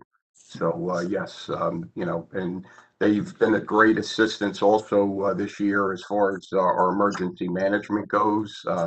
They've done a tremendous job in assisting with those tasks. As we know, as I said, our priorities have certainly shifted, but yes, we continue to provide that coverage, and and we'll continue to do so. Great. Thank you, Chief Herman, and thank you again to you and the men and women under your command for an exemplary job in very tough times. Thank you, Mr. Mayor. Yeah, thank you, Deputy Mayor. Chief, do you mind unsharing your screen just so I can see people raise hands? I just can't. I don't see the complement of the group, so it's tough to see who's looking to speak. I didn't know I was sharing. Whoever's sharing the screen then of your. I think that's Mr. Fan. He'll take care of that, Mayor. All right, great. Well, while he's doing that, is there anyone else? I can't see on the screen. So if there's anyone else who. Yeah, Mayor, thank you. Councilwoman Press. Thanks. Honestly, Councilor Hurlock's question just raised one. So I don't think I've appreciated during my tenure that it is under the fire department that code enforcement exists. So could we understand more about how many personnel are, in other words, not the firefighters per se who are going out to do code enforcement? You have other staff to do that. Is that wasn't detailed in your 79 personnel, I assume, right? No, correct. I was speaking specifically about firefighters. The personnel in the code enforcement office they just fall under us. We manage that department. So Is that going to be presented elsewhere? Excuse me, I'm sorry, manager, is that part of this or that's part of something else? It's under the umbrella of supervision of the fire department, so it's what Chief Ehrman was talking about generally, although the personnel structure he cited was active firefighters, not civilians in the fire department or code enforcement. I believe, and Chief, correct me if I'm wrong, I believe we have 4 code enforcement officers that are full-time and 4 that are part-time that are available and do work nights, and they're available for weekends or for emergencies. And also we bring them in for enforcement purposes on instances like storms, whether it be rain or snow, to ensure that folks are following the code. And we also have 1 administrative clerical in that office as well, who's full-time. Okay, thank you. Councilman Jacobellis. Thanks, Mayor, and thank you, Chief. I hope you're doing well.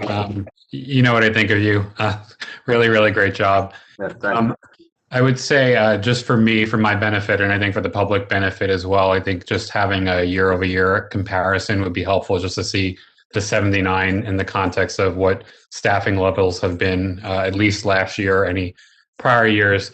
And then also, I think just having some dollars associated with some of those other numbers would be helpful just in terms of having a little bit more of a comprehensive budget overview. Thank you.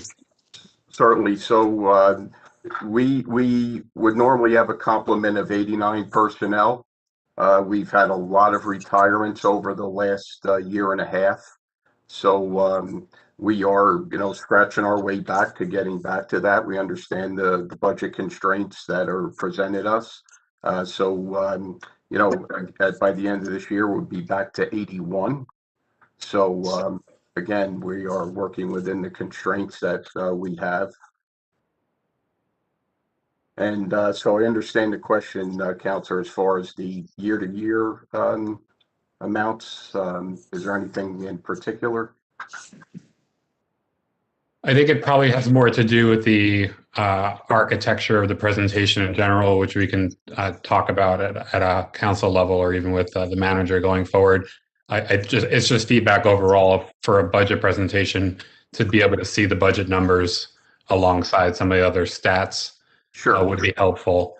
And then, just again, that year-over-year comparison, just to give the public context of how many firefighters we had in 2020 at this time, 2021 at this time. So thank you for answering that. Sure. And then the feedback is more in general, I think, for just the budget presentation piece.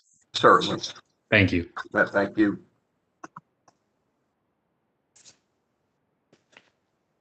Okay, seeing no other hands. Mr. Stafford.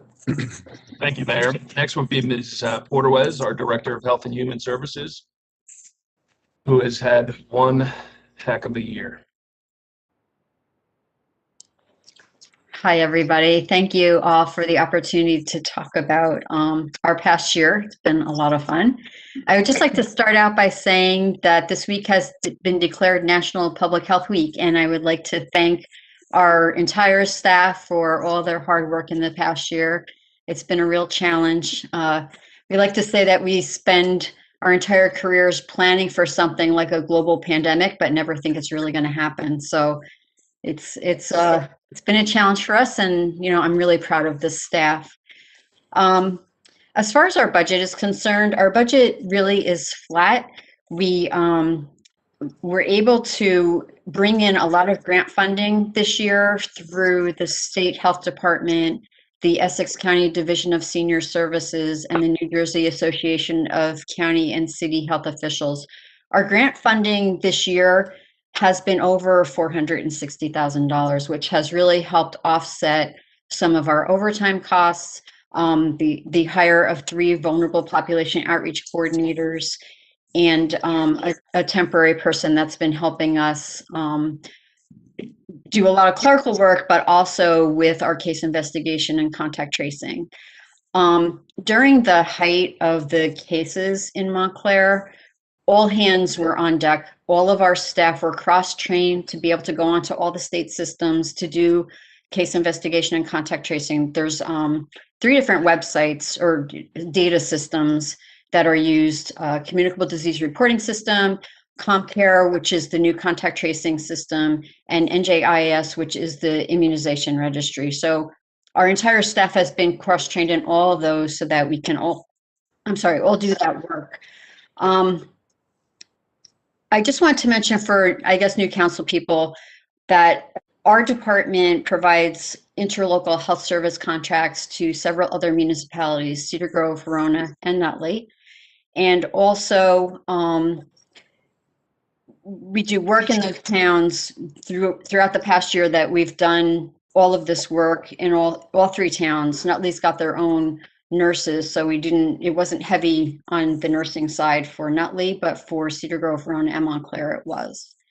So as far as case investigations and contact tracing for COVID, in Montclair we had 1321 cases throughout the end of the year through December 31st, for a total of 2,881.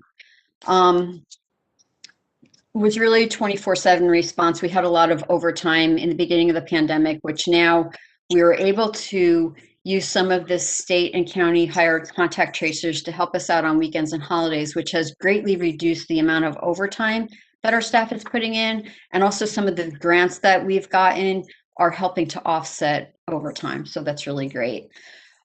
Before the pandemic hit, we did some case management, some lead case management. We had 30 children over the course of the year. We were able to do 53 blood pressure screenings.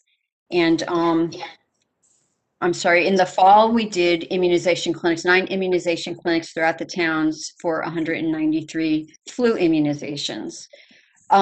This happened in 2021, our COVID vaccination program. We just started this, but as of Monday, we were able to vaccinate 564 or provide 564 doses. Some of them were second doses for people. So what we've been doing is going into some of the buildings in town that have a high percentage of seniors, such as Bel Air House, Rockcliffe, 5 Roosevelt, and bringing the vaccine to those communities. A lot of it was Moderna, so we had to go in for a second vaccination. But now we're getting some J&J vaccine. We can go in, give them 1 vaccination, they're done. And also through this program, we've been going into homebound residences. So people that aren't able to easily get out to the county or into a building lobby, going straight into their apartments or houses and doing homebound vaccination. So I think that's been greatly appreciated by the residents of our community. So the other thing about our department is we have many different divisions under our department. So I'm just going to try and go quickly through them and just mention a couple things about each one. So that was nursing. For the Division of Senior Services, Lifelong Montclair, I just want to mention pretty quickly, we suspended in-person activities and programs at Edgemont Park House. March 9th, the building closed, and quickly we were able to move to virtual programming. So the registration system changed over in October. We don't really have the records for how many participants we had in the beginning of the year, but just to give you an idea of the virtual participation, we had 8,461 participants for virtual programs, including Mill and Edgemont, in the 3-month period since the registration changed, so October, November, December.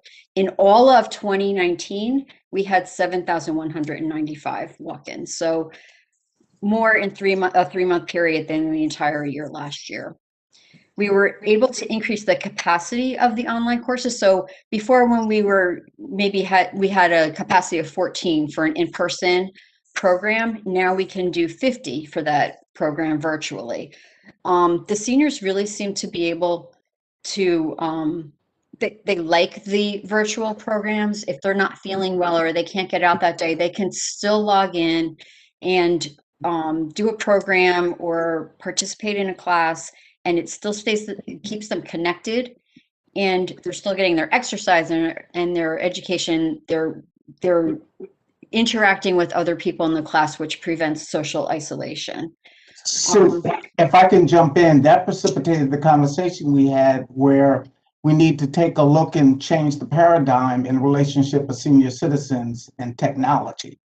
Right. So Yeah, we did get, we're able to get a couple of grants. So one of the grants that we got from Essex County Division of Senior Services helped offset a program where we partnered with the library and Connections at Home to bring computers into the older residents' homes that didn't have computers or didn't have Wi-Fi, so that they could log on to these programs. And the library provided tech support, and we have high school students, intergenerational tech support for the seniors so that they could still participate in these programs.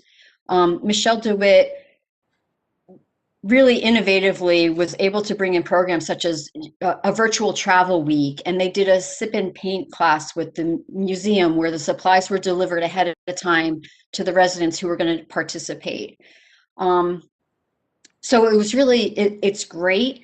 And I think even in the future, when we are able to reopen the building, a big portion of it is going to remain virtual, or we'll do both. We'll do in-person and virtual so that more and more seniors can participate. I just wanted to mention that pretty early also the senior bus was suspended because of COVID to avoid people being jammed in a bus together. Instead, we moved to provide the Ride for Life services so that the seniors could take Lyft and Uber rides instead of getting onto a bus, and still go to the places that were pre-approved through Easy Ride, through MediLink, and also to their medical appointments. So there really wasn't a lapse in transportation services. It just changed. Thank you. So I spoke about the grant where we were able to access tech programs. One of the other programs was called Senior Center in a Box, and that was also in partnership with the library, where they put together care packages with books and DVDs and movies and puzzles and games and things like that, and delivered it to the seniors so that they could stay connected and they could have things to do while they were quarantined, while they were remaining safely at home. One of the really impressive programs that Katie put together was this food distributions. So with different partnerships with the local food businesses and restaurants, the Kiwanis and Tony's Kitchen, they were able to deliver it was both groceries and prepared food items, and they're up to 500 food distributions a week. And this is at capacity right now. This has been going on since the beginning of the pandemic. So this is a really impressive program that's been going on. One of the other divisions of our department is environmental health.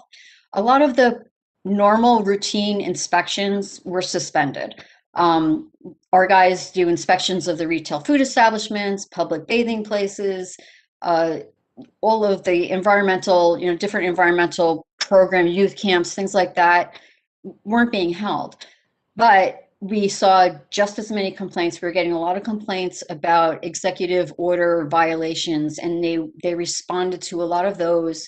They helped interpret for the different buildings what the executive orders meant and how to implement social distancing and mask wearing in places like the senior apartment buildings and businesses, the restaurants that were still trying to remain open to provide food for the community had a lot of questions. So they were calling our environmental health inspectors to find out how can we stay open and still be safe. Our workers are safe working next to each other at a grill, and they were really instrumental in helping the businesses remain open and stay safe.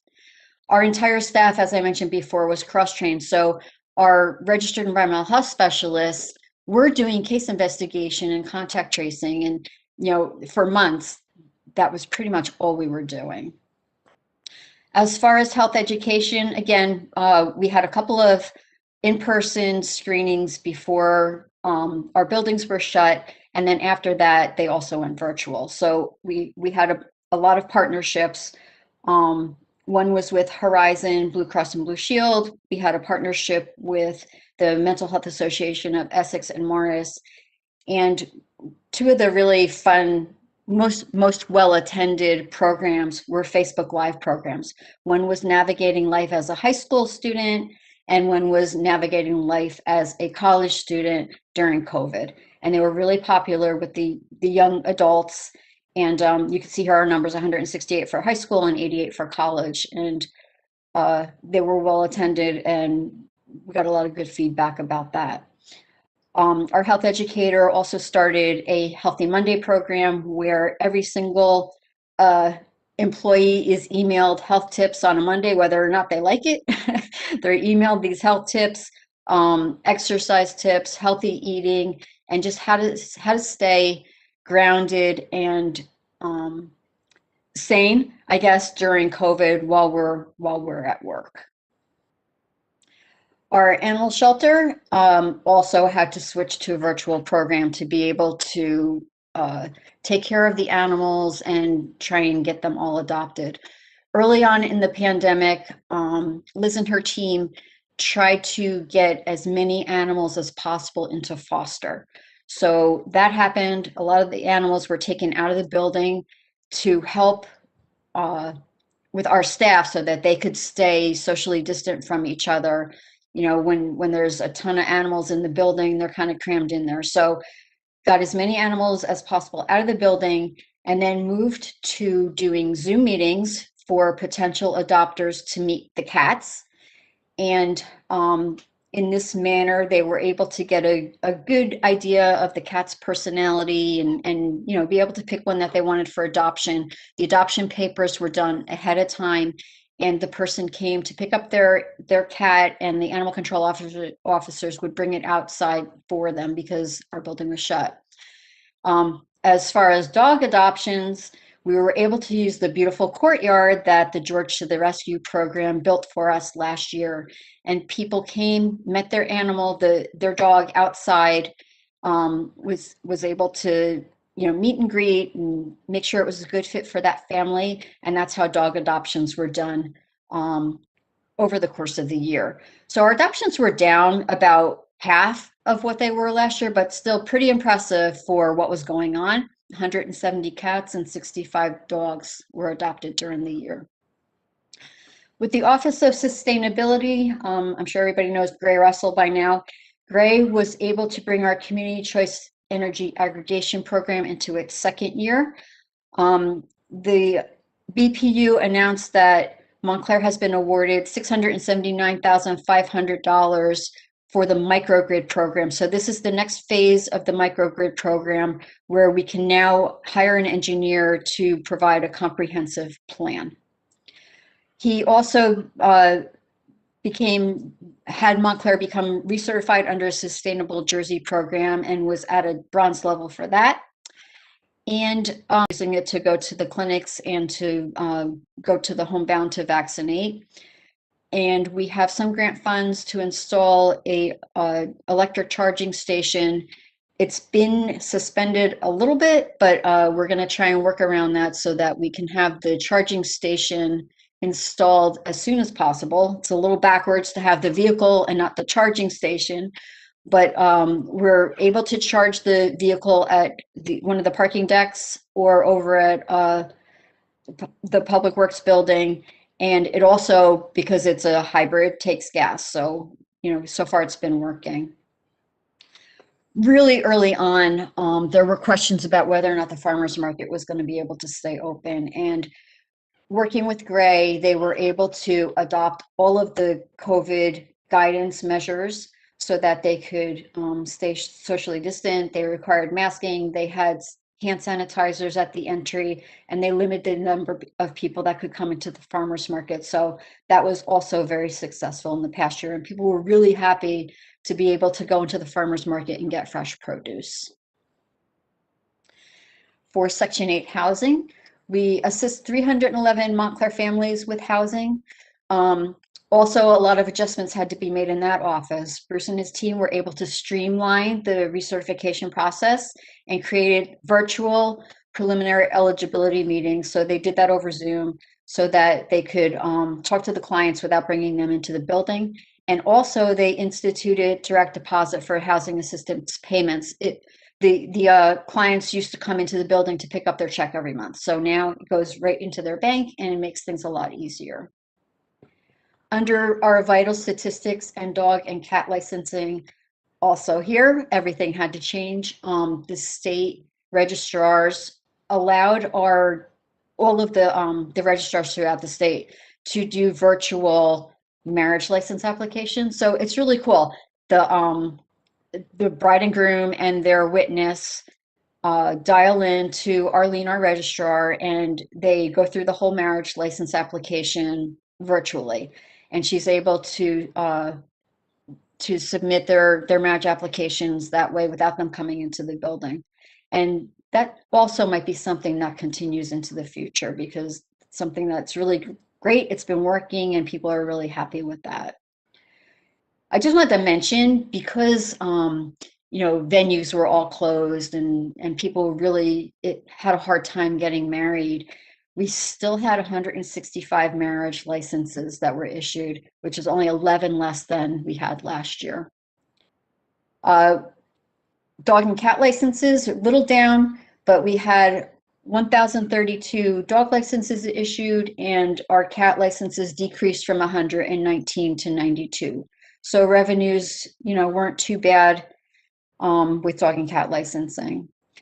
And the other big thing that happened to us this year, again, was that Montclair was designated in 2020 as a healthy town by the New Jersey Healthcare Quality Institute. This is our 3rd year in a row, and it's a huge accomplishment. And it was only made possible because of the combined efforts of the Mayor's Wellness Committee and their ability to continue to provide services and programs innovatively during COVID, when we couldn't get together in person. And when they finally did starting to get together, they had to stay socially distanced and wear masks. People running, trying to stay 6 feet apart from each other, and all the other programs that were going on. We included in our application this year all of the work that our municipal departments were able to do. So the health department, health education, recreation, as well as some of our private partners like Fleet Feet and the New Jersey Bike and Walk Coalition. So I think that everybody worked really hard to try and get people to continue to get outside and do healthy behaviors by exercising and trying to eat well. And I'm really happy that we were able to do that and have this designation for the 3rd year in a row. And that's all I have.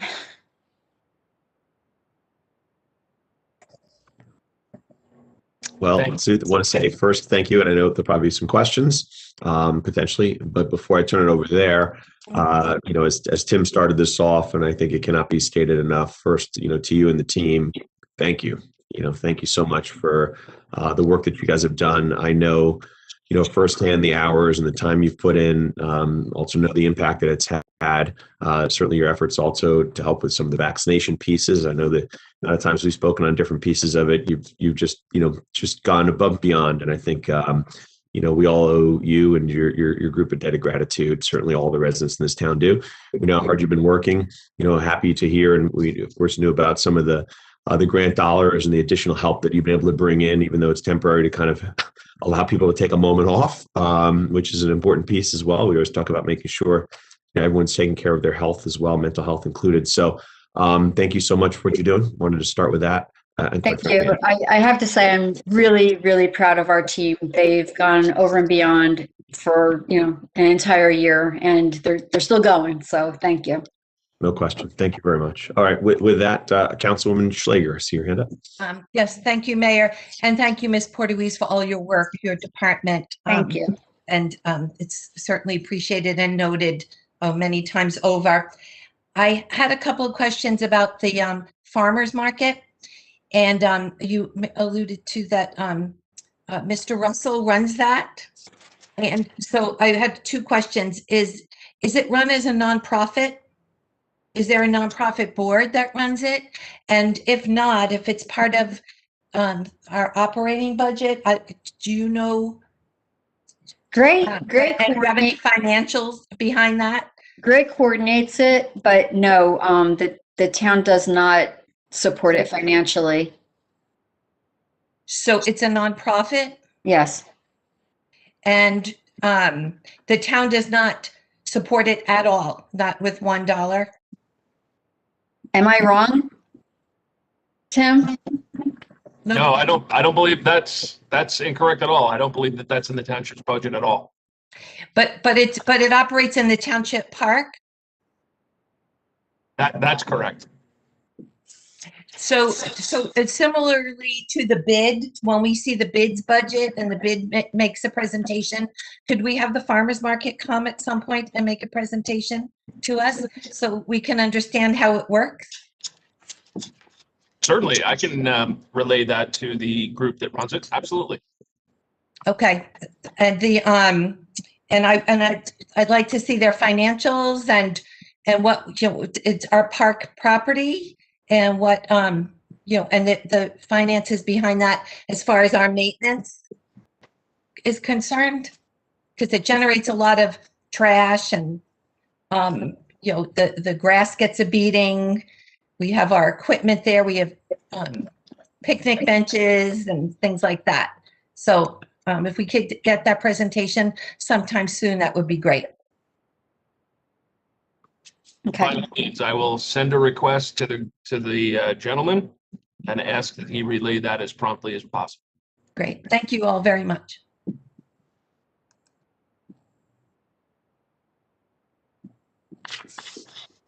Councilman Yakabels and then Councilwoman Price Abrams.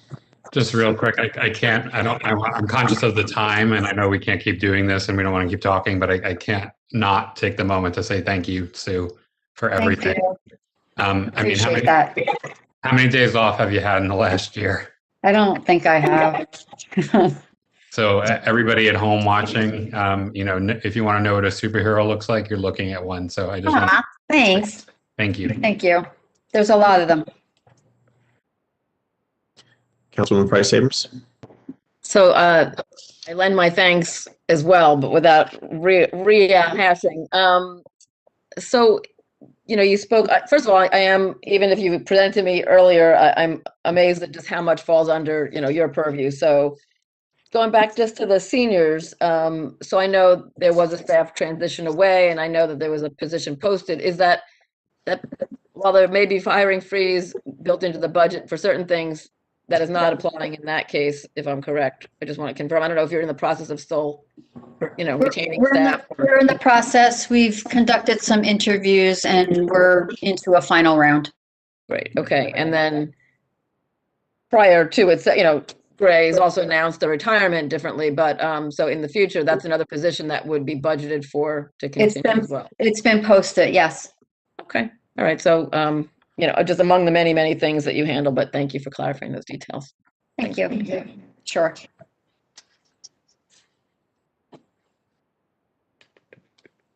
All right, Councilman Russo, is that your? Yeah, just a follow-up question to Sue. I agree with everybody's accolades, and I saw you twice working at the Kmart helping on Saturday.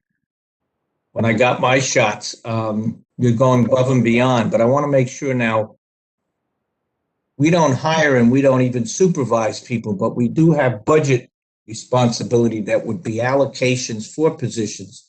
So when a senior citizen coordinator position is filled, there is partially grant money, isn't there, for these positions, even for the environmental sustainability officer? So is this something that you have, when you advertise for it, do you have the money beyond what we appropriate, or you need more from us, or can you count on the grants you've gotten over the years? That's what I'm trying to figure out. It's sort of a hybrid, isn't it, where grant money is supplemented over the years? I've heard Ray and others say, that their salaries are partially paid by grants. Can you still count on those grants? There's the most recent grant funding we received went towards nurse salaries.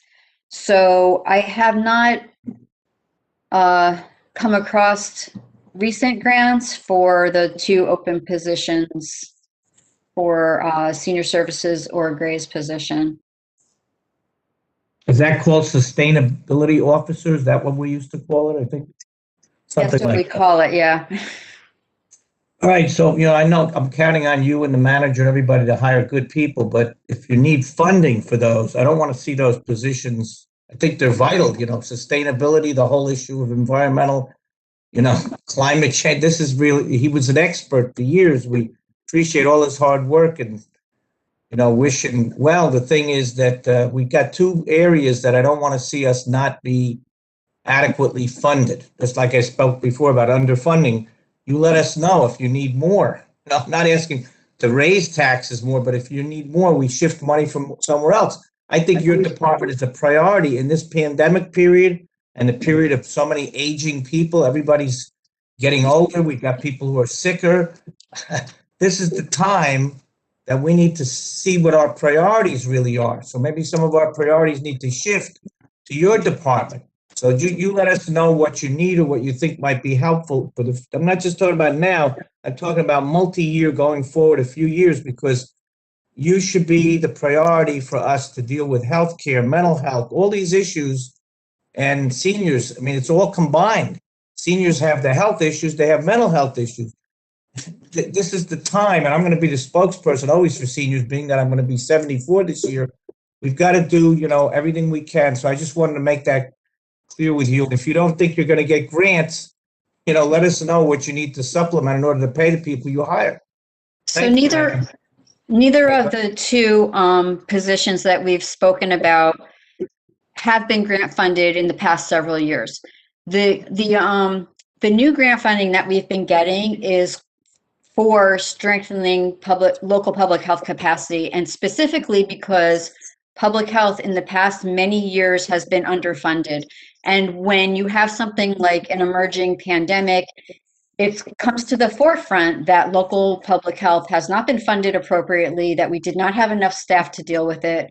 And that's why we're getting these state, and a lot of this money is coming from CDC. That's why we're getting these, and they're pretty large grants right now. So the grant for the Vulnerable Populations Coordinator, they're anticipating that going another 2 years. And we've been getting extra money from Division of Senior Services above what we were getting for our visiting nurse program. So 2 rounds of $50,000 each for that. So we're getting a lot of grant money for strengthening public health because of the very reason that you're saying. It's been underfunded in the past. And, I anticipate it going on for a couple more years. And after that, maybe we will need more support from the council, but for right now, it's a lot of money, and I think we're doing pretty good. Okay, good. Thank you. That's good to hear. Okay. Thank you, Mayor. Welcome. Any other questions? All right, Mr. Stafford. Thanks, everybody. Thank you. Mayor, next will be Mr. Abzarni, our Director of Utilities. Gary, to you, sir. Good evening. I'm Gary Abzarni. I'm the Director of the Utility Department. And we're going to start off with the Water Department. And what is Montclair Water?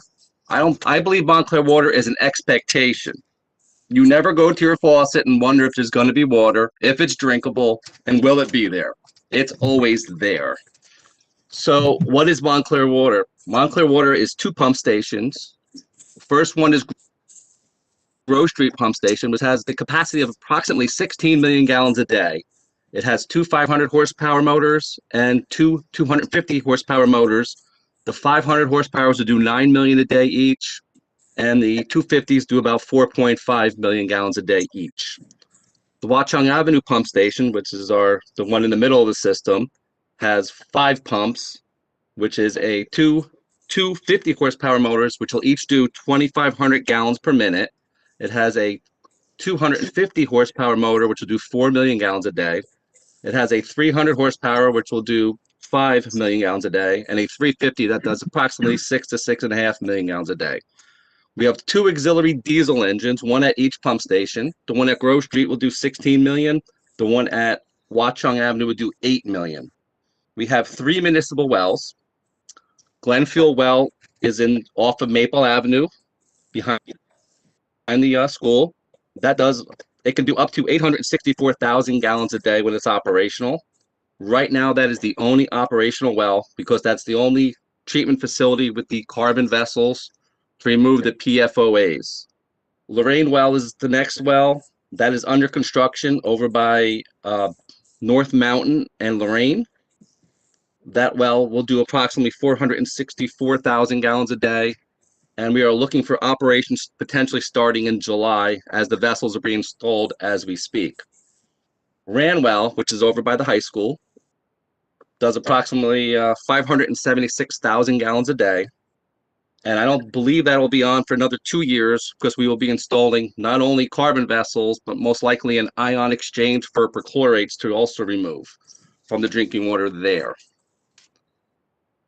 We purchased electricity because electricity is a large number in our budget. At Grove Street, we purchased it at 13,000 volts. We own our own transformers, which bring it down to 480 volts for a savings because high voltage at 13,000 is much cheaper than buying it at 480 volts. At Watchung Avenue pump station, we upgraded so it is available to buy at 13,000, but right now it's only at 4,000 volts. PSE&G was potentially to upgrade it this year, but I'm guessing they are behind in their schedule. So right now we're purchasing it at 4,000 volts and bringing it down to 480 with the dual tap transformer. So planning ahead, so this way, when it does go up to 13,000 volts, we will switch the lugs on the transformers, upgrade, or actually transfer over the breakers to 13,000 volts, and we will be good to go when they do their upgrades. This way, we don't have to take apart the pump stations. We have a SCADA system, which monitors tank levels, pressures, variable drive frequencies, flows, amperages. We trend certain well parameters when they're on. It also alerts us, meaning texts us every 4 hours, certain parameters. It'll alarm us if a pump goes down, if there's a system parameter that is missing or having an issue. This way we can be somewhat proactive in any potential issues that occur in the municipal water system. Now on my slide here, we're going to the Water Quality Accountability Act, so what that is basically an unfunded mandate to refurbish the water infrastructure, meaning new water mains, tanks, pumping stations, treatment processes. They also put new regulations on new contaminants. So we have to do additional treatments and additional sampling, one of which we have to do every 2 weeks.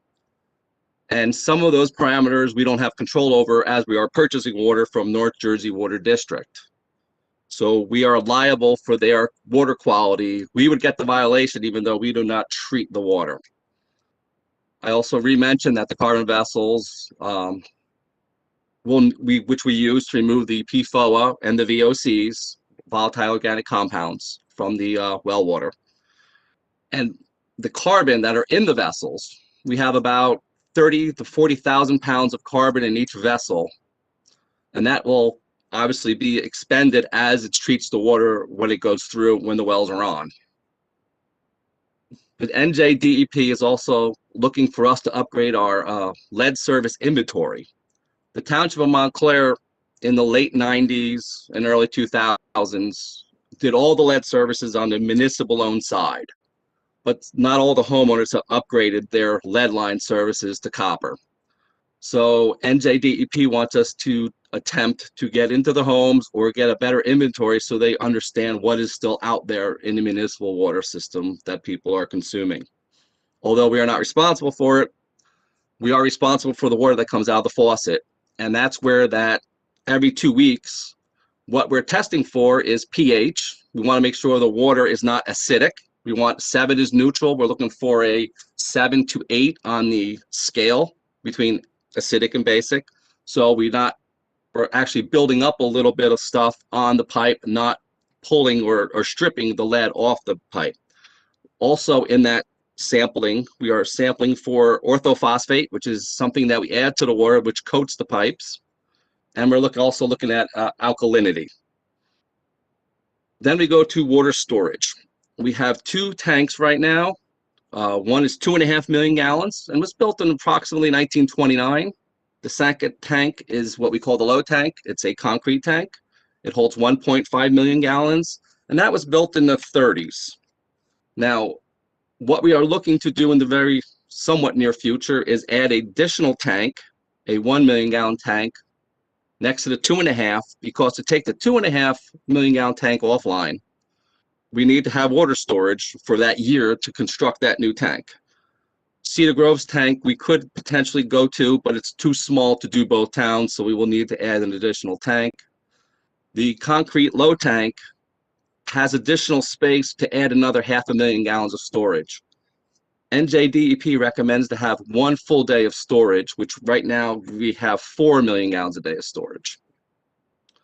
Emergency power. Our auxiliary diesel engines right now are getting older, becoming obsolete. They will need to be replaced for the 2 pump stations, which I mentioned previously, the 16 million gallon a day pump and the 8 million gallon a day pump. The municipal wells also right now do not have generators. The new Lorraine well will have a generator with its construction that's going on right now. What NJDEP is looking to do is require alternative power when they include it in firm capacity. So firm capacity basically is what you have available to supply the town of drinking water. Right now, how it works is they take the largest well, we have 3, and they take that as it being offline, so they use the 2 smaller wells for us for firm capacity. If one of them didn't have a generator, they would take the other one offline and we would lose potential firm capacity, which is not something we want to do, so we are planning for that in the near future. Now we can go to sewer. Sanitary sewers. So right now we have been doing cleaning and lining. What that is we put a monolithic liner in the existing pipe, or the host pipe. And what that does is stop what we call I&I, inflow and infiltration. So groundwater going into the municipal sanitary sewer system, any type of leaks, rain, potentially something attached, just going into there and increasing the, taking away capacity of the sanitary sewer with either groundwater or rainwater. So the pipe is reconditioned, should have about a 100-year life on it, and it actually increases the capacity of the flow because it's a monolithic. There are no more, bumps and stuff because it's a continuous liner going through it. So it allows it to actually flow more.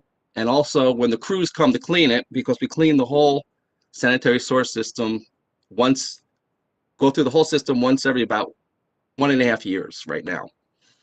We have 1 sanitary sewer pumping station. It's small. It does approximately 20,000 gallons a day.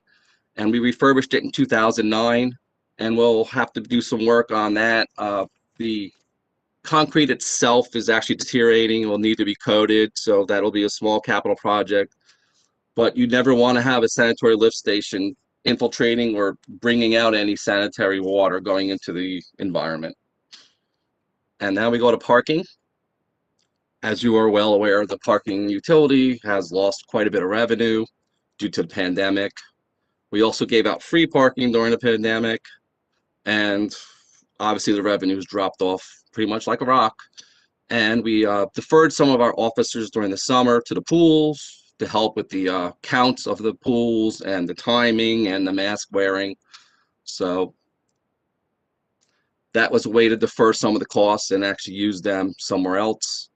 The decks were obviously empty during the pandemic. A few times I went through, we had about 5 or 6 cars in a 300 slot deck. So we sent the people, some of our employees in there. We started painting everything because there's never been a better time to clean and paint and do some repairs in a deck when it's empty. And previously it was never empty enough to do all this painting. And we were actually able to paint quite quickly because there were no cars in the deck. So we had no problems with dripping paint on any vehicles or anything nearby. It was empty. And any questions about water, sewer, or parking? All right, thanks for clearing out my screen. Any questions for Gary? Councilwoman Price Abrams. Thank you for that. I did learn a bit just there, but I'm curious if the microgrid that I know is this initiative, I'm not sure if it's final or close to or in process. Does that relate to any of the backup for the power for any of your utility functions, or that doesn't really relate because it's not regional enough? I know it's I very don't- narrow. I can answer that to a degree. It's not contemplated to be a backup power for the water utility.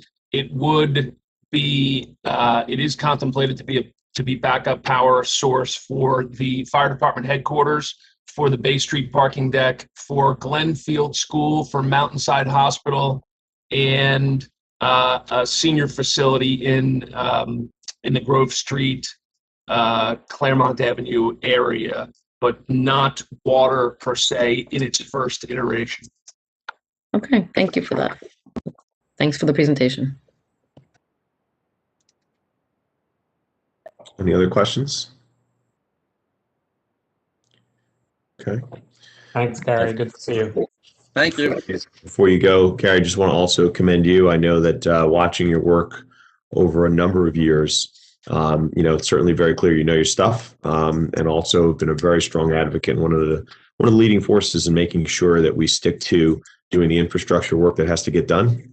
You probably have some of the least sexy part of the job, right? You're dealing with sewers and some of these other things and water lines and other pieces, but we know well what happens when you neglect those pieces for decades and decades. And you've really been a key piece in helping us to get back on track, making sure we're doing the work. And by the way, not just saying it because it's a nice thing, a good thing to do. Over time, it is a way more cost-effective thing to do than constantly replacing ruptured water lines and other lines at 3 a.m. with the costs associated and digging up streets, et cetera. So kudos to you for the work you're doing. Much appreciated. And it's really nice to have your expertise on board. So appreciate that. Thank you very much. Great. Mr. Stafford. Thank you, Mayor. Next would be Mr. Wood, our Director of Community Services. Mr. Wood, to you, sir. Good evening. I know it's going to be a late night, so I'm going to very quickly describe the organization and duties of the Department of Community Services. Please be aware that our budget request for this year is basically flat. The only increases are really associated with the contractual salary increases. Community Services at full complement is a staff of 88.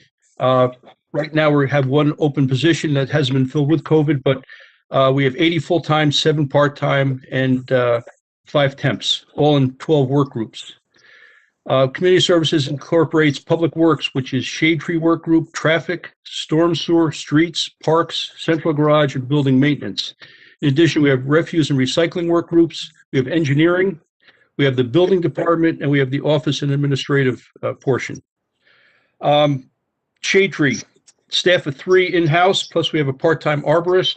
We also go out to bid for the spring and fall tree plantings, and we have a contractor on board for bulk tree removals.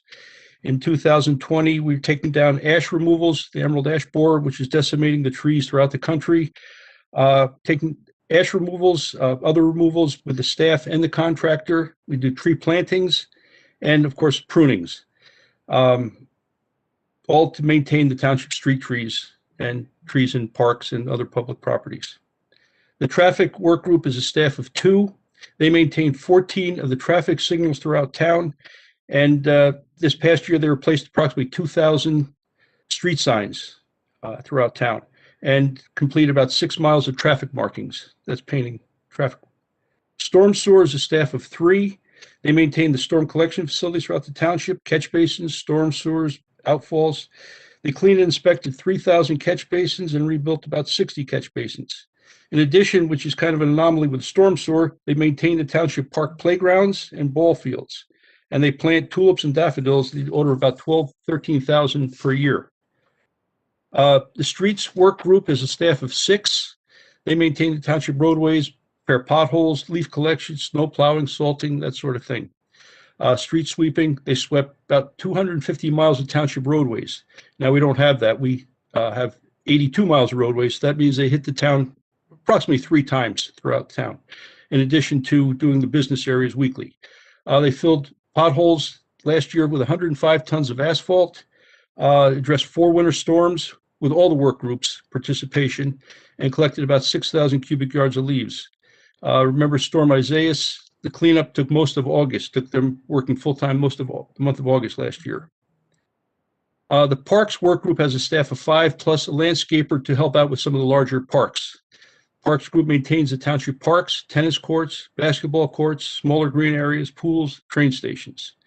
We have 10 larger parks, 12 tennis courts, 5 basketball courts, 18 smaller park green areas and pathways, and 3 train stations. In addition, they participate in all winter storm events, maintaining the pathways and sidewalks in parks and among public properties. Refuse has a staff of 19, and they do twice per week curbside collection of residential household waste and bulk waste twice per month. Last year, with COVID, as expected, the quantities were up about 3% for the residential waste, and bulk waste was up 19%, the volumes, just because people were around and generating more waste. Recycling does the curbside collection, commingled, and paper cardboard recyclables once per week, and operates the recycling drop-off on Saturdays. Last year, they collected, as expected, more recycling than the previous year. It's up about 6% from 2019. The central garage is a staff of 4. They maintain all the township's vehicles with the exception of police and fire. They maintained a fleet of approximately 200 vehicles and equipment, including large and small snowplows, snow blowers, refuse recycling packers, mason dump trucks, pickup trucks, loaders, backhoes, bucket trucks, chipper trucks, chippers, mowers, large and small, trimmers, paint machines, pumps, and other miscellaneous equipment.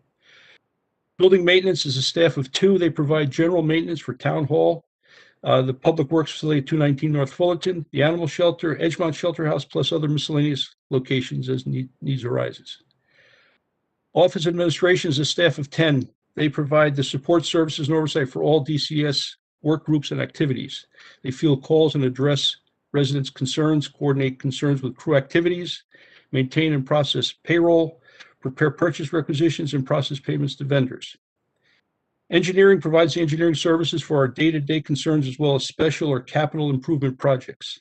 An outside consultant with 1 in-office staff member on site 3 days a week takes care of this. They address the day-to-day engineering concerns. In addition, they do take care of our capital projects, our larger projects, our traffic studies, and that sort of thing. The building UCC, Uniform Construction Code, has a staff of 8 full-time and 7 part-time. They provide plan review, permitting, and inspection for minor and major private residential and commercial construction projects. With the pandemic last year, the number of permits is down by about 36%, and revenues are down almost 50% with the reduction in work. Last year, the Department of Community Services operations continued throughout the pandemic without any interruptions. During that time, we paved we coordinated the paving of approximately 11.6 miles of roadway, completed approximately 9.9 miles of curbing. Be aware that the town has 352 streets and 82 miles of roadway, which I think I mentioned earlier. Major projects completed the Tourist Park Ball Field Playground and Path Project, did the drainage improvements at Dykes Lane curbing, Watchung Park and Crane Park walkways replacement with the colored stamped concrete. I tried to be quick and short. If any questions, please let me know. And that's all I got to say right now. Mr. Mayor. I see Councilman Cummings. Hey, Steve, thanks for the presentation. Just a quick question, Mr. Wood, and that's regarding street sweeping. Is there a schedule for the street sweeper? Because I've had several residents in different areas of Fourth Ward ask about the timing of the street sweeper. No, there's no schedule. They just go through the town. There's too many interruptions to have a dedicated schedule for it. So they go through town, then start over again. There's areas where they can't get in and do the proper job with parked cars and things like that, so it doesn't look like they get there. But we get throughout town at least 3 times a year, the overall town. Thank you. Any other questions? Councilwoman Price Abrams. Good evening.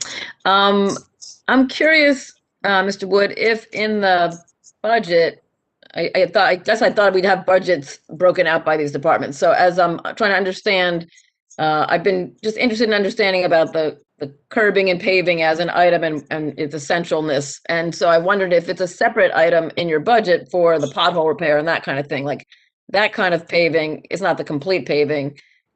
Just make sure the roadways are safe. That's a different item. So I'm just checking with you about the budget for that.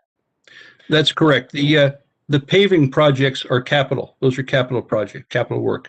Okay. The potholes are operational, the operation budget. Thanks. Okay. And you have obviously what you think you need in that. Yes, yes. Thank you. I see Councilwoman Schlager. Yes, thank you, Mayor. And thank you, Mr. Wood, for all your efforts and your department. I know it's been difficult for your department as well during this time, during this pandemic this past year. And I commend you for everything that you've done. Is there, I don't think I've ever seen one in the past, but perhaps going forward, would we be able to get a tree report of where trees are going, what streets they've been planted? These are for new trees, for new plantings. What streets got what parks received what trees. And the only reason why I'm really asking is that I and the Friends of Edgemont Park have asked for additional trees in the park, and and it's been difficult to ascertain exactly what's going in, what has gone in. We lost a lot of trees in the park over the years from storms. So maybe we could get a more detailed tree report going forward. Absolutely. What time frame would you like for something like that? The last year or two? What's been put in and where? Yes. So is there spring planting and fall planting? Generally, there are. Last year, we only had the spring planting was delayed because the entire contractor's staff was down with COVID. So it was pushed off to the fall. That's why we had less trees planted last year. They did it in the fall. We increased the amount over the original contract. It was 250 trees. We planted 285. That was the most we could do with that contract without, change orders and things like that. But yes, we have locations. They're not just put in randomly. There are locations for all the trees. So we could generate that list for you. Yes. And we could tell you I couldn't off the top tell you how many went into Edgemont, but I know trees went to Edgemont. It's never enough though. The question is we put trees in, but everybody wants more, but I could tell you the numbers for the past couple of years. If that would be very helpful. Thank you very much. Certainly. Okay.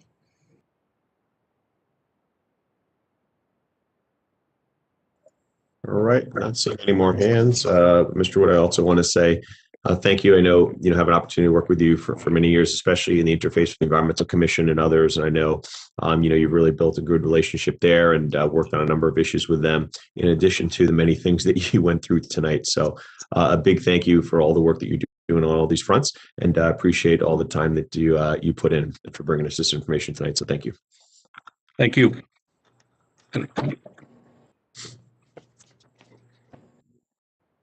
Next, Mayor, would be Mr. Fan with regard to information. Mr. Fan, to you, sir.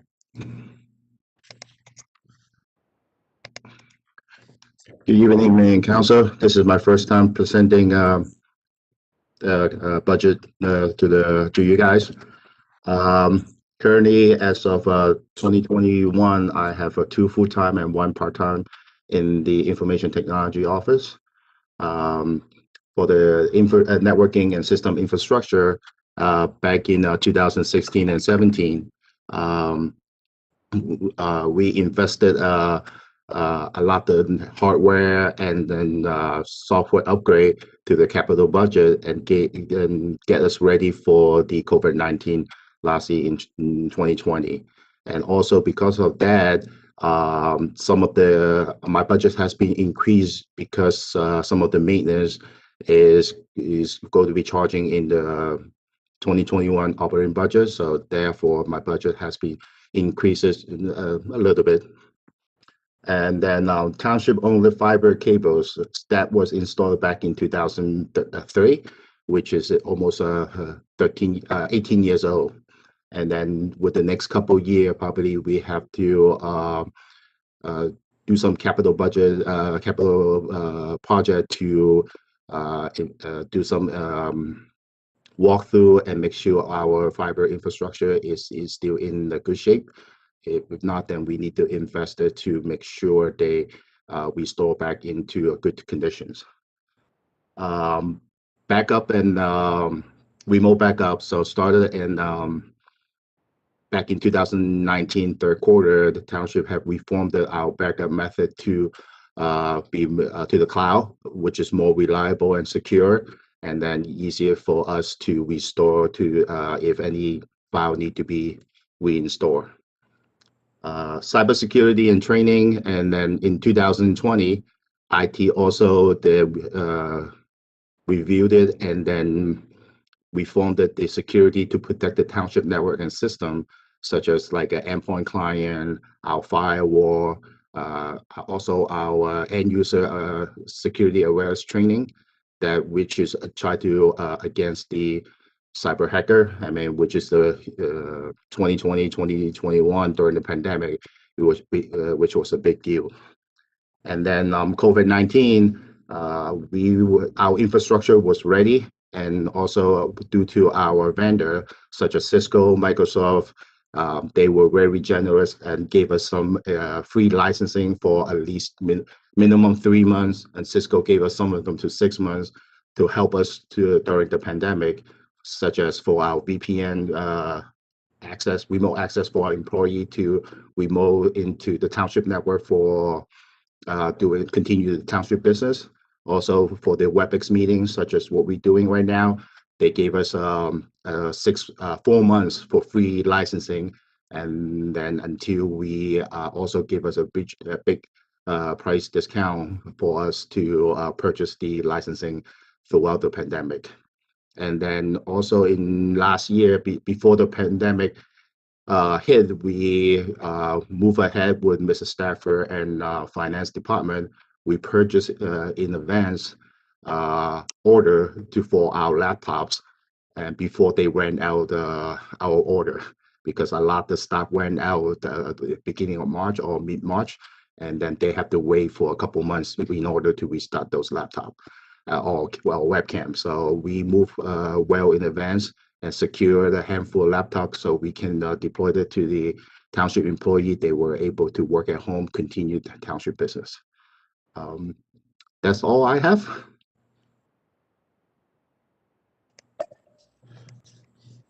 Well, Mr. Fan, thank you for that. Appreciate it. And certainly, I guess a simple start would have been, hey, if you don't get the funding, you're going to cut off all these meetings. But you know, that I don't know, might get you funding or might not. But that said, in all seriousness, thanks for the work you're doing. I know that you know, you've obviously worked you know, over the years to make sure we've got infrastructure in place to make sure we're hardwired in certain places as needed. You know, you're working on the camera systems and upgrades, which always seems like every second there's something there, and a lot of other pieces that, but quite frankly, have been really put to the test during this pandemic. So your ability to be flexible on this and make sure that we were where we needed to be so that our technology infrastructure could handle the strain of where we moved to, certainly should be commended there. So appreciate that. Any questions for Mr. Fan?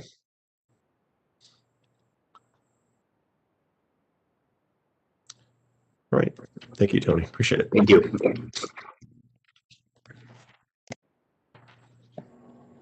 Mayor, next would be our Chief Conforti, Police Chief, who I believe, if I'm seeing his screen correctly, is joined by Deputy Chief Will Young, as well as I believe Lieutenant Dean Berardi, who assists the chief with respect to the police department's budget. Chief, if I misstated there, please correct me, but otherwise to you, sir. No, that's correct. I have both them. They both helped prepare the budget. They're both here with me today. Before I begin, I just want to thank, obviously, the entire council, mayor, and everyone for your assistance during this difficult budget process. And I would, I'm going to do my best to stay under 5 minutes, because I'm sure there's a lot of questions. I did prepare something to go over. I'm going to read it, and then we'll go from there. But again, all the time that went into the budget, especially Ms. Rao, I know it was a difficult time, and I appreciate everything you did alone, Mr. Stafford. So I'll read off this, highlighting points from last year, and hopefully whatever questions you have, we'll go from there. This past year has been a challenging one for the police department and law enforcement in general. From its onset, Montclair was greatly affected by the pandemic caused by the coronavirus, and we are still facing challenges with it on an operational level. Some of the changes included accepting reports over the telephone for non-emergencies, accident reports were made available online, and a waiting room was constructed for people who required immediate assistance when a report needed to be taken in person in an effort to limit contact between individuals. We also coordinated with OEM to ensure that portable facilities for personal care were placed in areas where our homeless frequent, since many businesses were closed. We attended daily virtual statewide COVID-19 briefings and assisted in the opening of COVID test sites and worked with the county on setting up and monitoring the vaccination site in West Orange. Throughout the year, we carried out our duties by responding to numerous COVID-related calls, along with the everyday service calls, while trying to balance public safety and public health. I would like to take this time to also thank all the residents who donated masks, gloves, and sanitizers when supplies were low, and the many that supported us with kind letters, thanked us in person, and even went out of their way to drop off food. I cannot say it enough how at a time, if you recall back in March, April last year, it was difficult to get supplies in here. And police department was no different. And we had residents come out and give us just that, masks, gloves, sanitizers. And it really bought us time to get us through those difficult times. Even I believe Councilman Herlock, you provided us with some masks, which helped us get through, I believe, the month of April. So I always said that the strength of this town is the people in this town, and they did rally behind us. And I do truly appreciate that. I just want to thank them while I'm on here. I hope they're listening. Law enforcement also saw challenges this past year beyond the coronavirus. The death of George Floyd resulted in many protests and gatherings around the country, including Montclair. We denounced the incident and do not and will not tolerate any form of brutality or racially motivated policing. The department is clear that it does not stand for these methods of policing and discuss these issues with our community leaders. We also experienced several other rallies involving the presidential election, mail-in voting, schools, and assisted in numerous mutual aid requests to surrounding jurisdictions who had similar gatherings. We met with several organizers, prepared plans, provided a medical staging area due to the heat, and performed traffic and security functions to ensure the safety of those participating in these events. Although the pandemic somewhat hindered our ability to continue some of our community programs, we continue to focus on better serving the homeless, those suffering from mental health issues, and assisting people who are struggling with drug addiction. Our community service unit, under the supervision of Lieutenant Tyrone Williams, has been exploring a partnership with the Mental Health Association of Morris and Essex County to facilitate services concerning the homeless. We participate in several food drives and are always looking to help those in need. In addition, our Vice Control Unit, under the supervision of Sergeant Cunningham, continue to assist people suffering from drug addiction and form partnerships with organizations that have led to successful interventions. While many departments were forced to re-examine their policies, our policies have been continuously reviewed and modified to reflect the best practices of law enforcement and maintained in accordance with evolving laws, directives, guidelines, and accreditation standards. This year, we will be applying for re-accreditation with the New Jersey Association of Chiefs of Police, and whom consultants will assist in developing a policy for body cameras that the officers will be equipped with in 2021. We have had dashboard cameras for decades and have consistently stated that we welcome the acquisition of body cameras and feel that it will continue to foster public trust and transparency. We will always strive to be a professional, competent, and service-oriented organization and consistently meet the standards that the community expects and deserves. I'd like to recognize all the committed and hardworking men and women at the police department who keep this community safe, and it's an honor to serve as chief and my privilege to work with all of you. With that, I'll take any questions regarding the budget that you have. Okay, thank you very much. I'm just going to give a second for my screen to clear out so I can see any hands as they may go up. But while I wait for that, Chief, thank you very much for the information there. Okay, I can now see everybody. So questions for the Chief? Deputy Mayor Herlock. Great. Thank you very much, Mr. Mayor.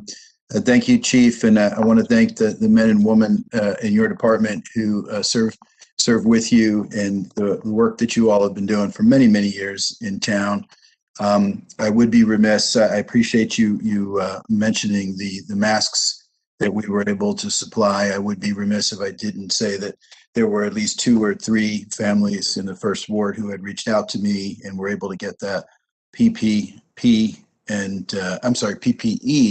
and get that over to you. And I appreciate Deputy Chief Will Young was actually the gentleman who came over and got that from me. So thank you all, and thank you again for your service. I really do appreciate it. Thank you. Any other questions for the chief? I see Councilman Yakubowski. Hey, Chief, how are you? All Good right. to see you. Good, thank you. Good. Just wanted to ask you, just in terms of number of officers, number of civilian employees, how many you have, how many vacancies there are, what's the comparison to last year? Okay, right now we have 111 officers. Last year, throughout the year, went down at times. And we're down to 107. Now we're at 111. We have 16 dispatchers that we're authorized for. Right now, we're down to, I believe, 11 dispatchers. We're in the process of doing background checks on 5 dispatchers. We have, I believe, 51 crossing guards, and we have another 7 civilians that work within the police department. Thank you.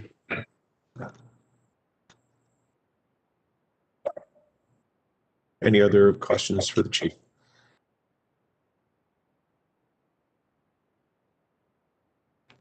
Okay, so for that, Chief, I'll also just say, thank you again for the information here.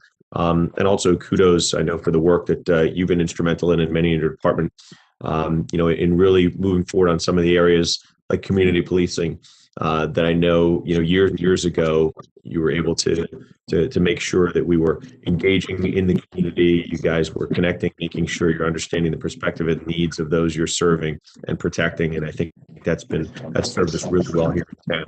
And really, you were a key part of it. Of course, we were happy to support the council with the dollars needed to do that. But I think really have made sure that we were well positioned in understanding the issues and making sure that you were, again, responsive to the needs of our community. So a big thank you to you and all the men and women who serve. So thank you. Thank you, Mayor. I appreciate the support on everything. Okay, thank you. Is that it? Yeah, thanks, Chief. Mayor, that's our last presentation tonight. So if there are any other questions from Ms. Rao or Mr. Beneke or Mr. Macaluso, now would be an appropriate time through you, of course. Great. So I'll open it up to general questions. Obviously, we still have all of the department heads on, as I can see on my screen, at least I think. So if there's anything that popped up again in your mind, or more generally for anyone else, as Mr. Stafford just noted, now's the time. So please raise your hand if you have a question. Councilwoman Schlager. Thank you, Mayor. Just one quick question for clarification. Is the Recreation Department under Community Services? No. No, ma'am. That's its own freestanding department.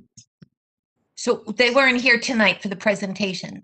That's correct. We didn't bring every department. We haven't brought the Recreation Department in the X amount of years, the 6.5 years that I've been here. We bring the big cost centers. I didn't bring planning or other departments as well. But planning is under Mr. Wood's department, no? No, ma'am. Oh, it's not? It's its own department. Yes, ma'am. Oh, okay. So we won't be hearing from them. This is it. Okay. I was just curious. Okay. Thank you. Councilman Russo. Yes, to back up what Councilor Schlager said, if those, I know they're not within other departments or they're smaller, but they're still agencies of our government which require money. Let's take, for example, planning. So we're not going to hear from them. Do we have some written materials that we can, review of theirs? I think we do, but I'm not sure. I want to confirm that, as Councilor Schlager said, recreational, that's in the packet from what I recall. Is it? This is a question for Ms. Beneke, Ms. Rao, Beneke, and manager. Mr. Stafford, you're muted too. Thank you.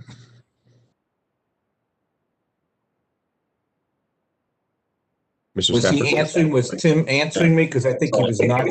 I was shaking my head. It is in the documents that you've seen. I can ask Ms. Rao to point it out specifically. It's okay. As long as it's in there, but I would like to hear from everybody at some point.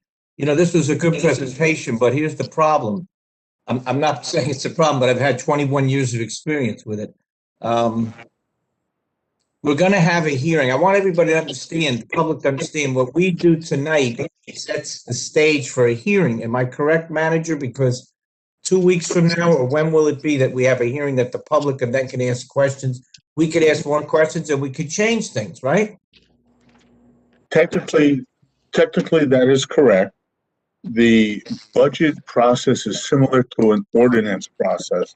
It's not called or termed an ordinance, although some towns actually put them on an agenda similar to an ordinance. So you have introduction, you have a 28-day waiting period, and then you have a scheduled adoption with a public hearing similar to an ordinance.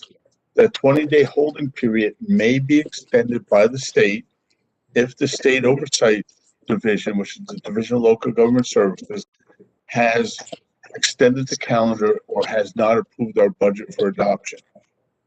The calendar has been extended this year, as we talked about previously, without getting into technicalities, but it's very similar to an ordinance process. So it's introduction and then adoption after a public hearing. Now, you said 20 days and you said 28. Is it 28 or 20? 28 days. So another month before we'd actually have a public hearing? I believe the public hearing is scheduled for May 4th. May 4th. Okay. So at that point, public questions could be asked, and we can answer questions, or you folks will answer the questions. If somebody has a question about a specific department budget, that's my concern. They want to ask about a police funding issue. They want to ask about a public works or, health senior issue.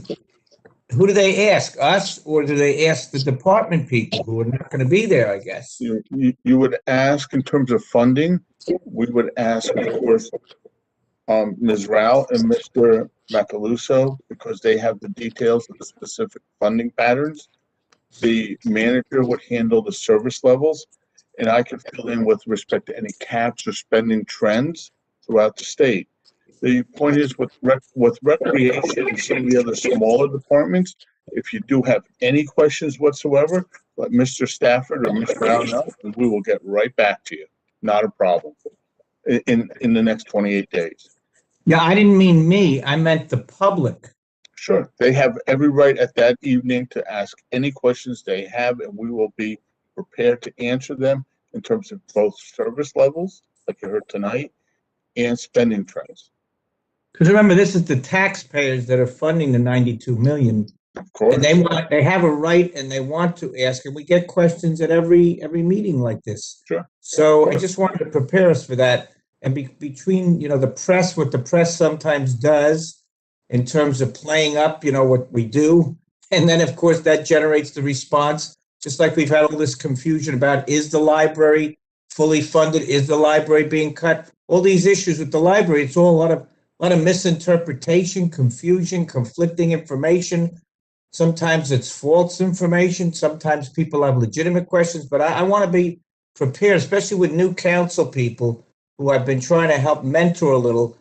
Maybe my perspective is too far back, but as you pointed out, Bob, what I saw years ago was mistakes made and with problems that were created. Now, we've had a good period of 8 years, and again, I credit Mayor Jackson and my colleagues of helping prepare for a problem which we never thought we'd have.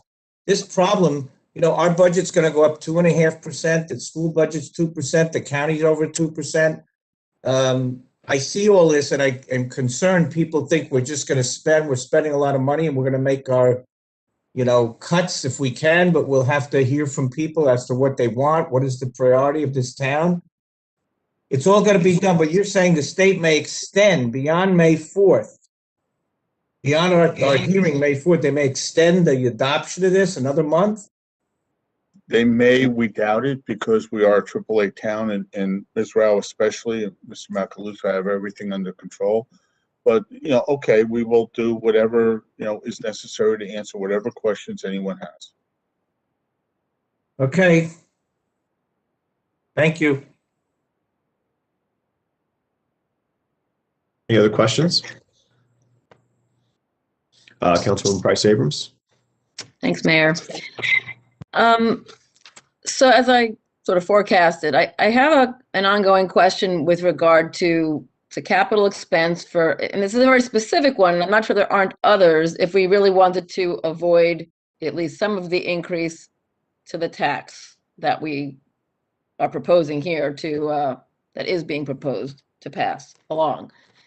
So the one example that I'm most focused on has to do with the curbing and paving.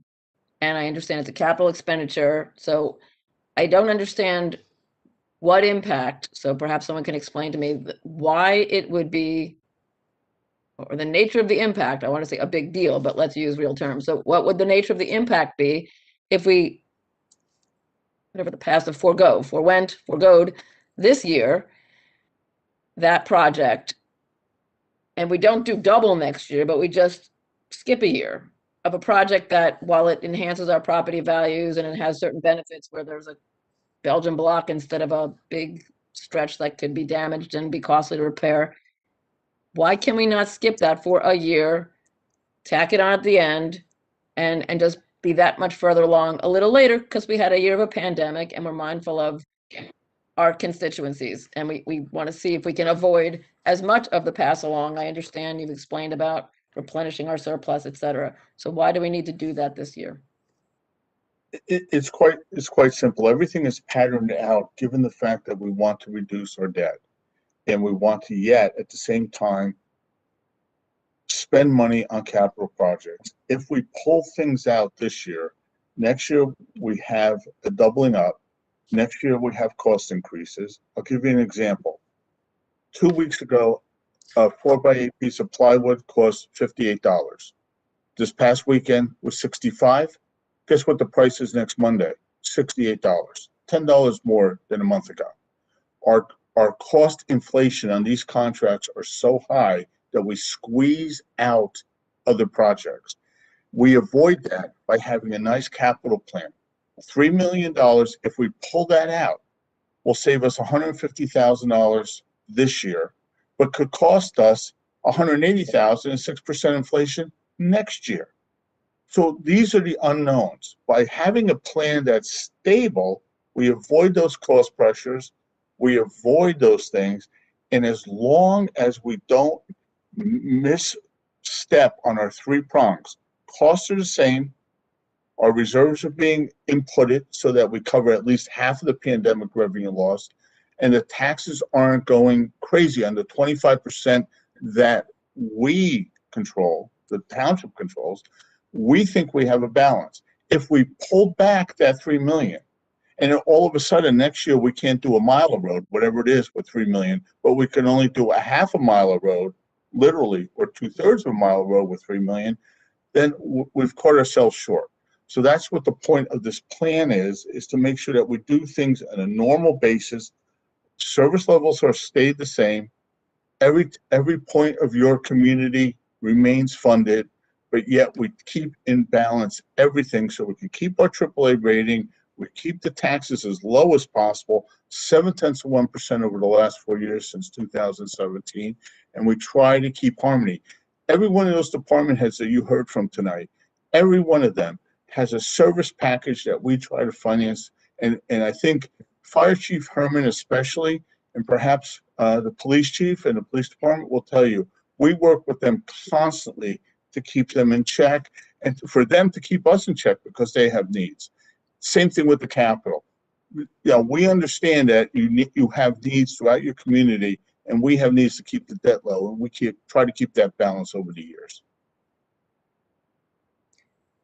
I guess thank you. I think, I don't know, you suggested a certain amount of inflationary pressure on the cost of, again, I'm talking about the curbing and paving, for example. Asphalt and concrete is going through the roof. Going through the roof. Are we contracted for a fixed rate? Have we contracted over the years that we would have a rate that's set because we had done it in a 5 or whatever year way? How many years has this been? This has been about 6 or 7 years of a firm capital program. We can't contract more than a project or annual basis, although the county and the state contracts do allow for some flexibility. My only point is our flexibility is in our ability to get things done year in and year out. If we don't, we fall back and spilling or keeping things or kicking things into next year. It's just fraught with danger on so many different levels, because it'll catch up to you as cost increases spike next year.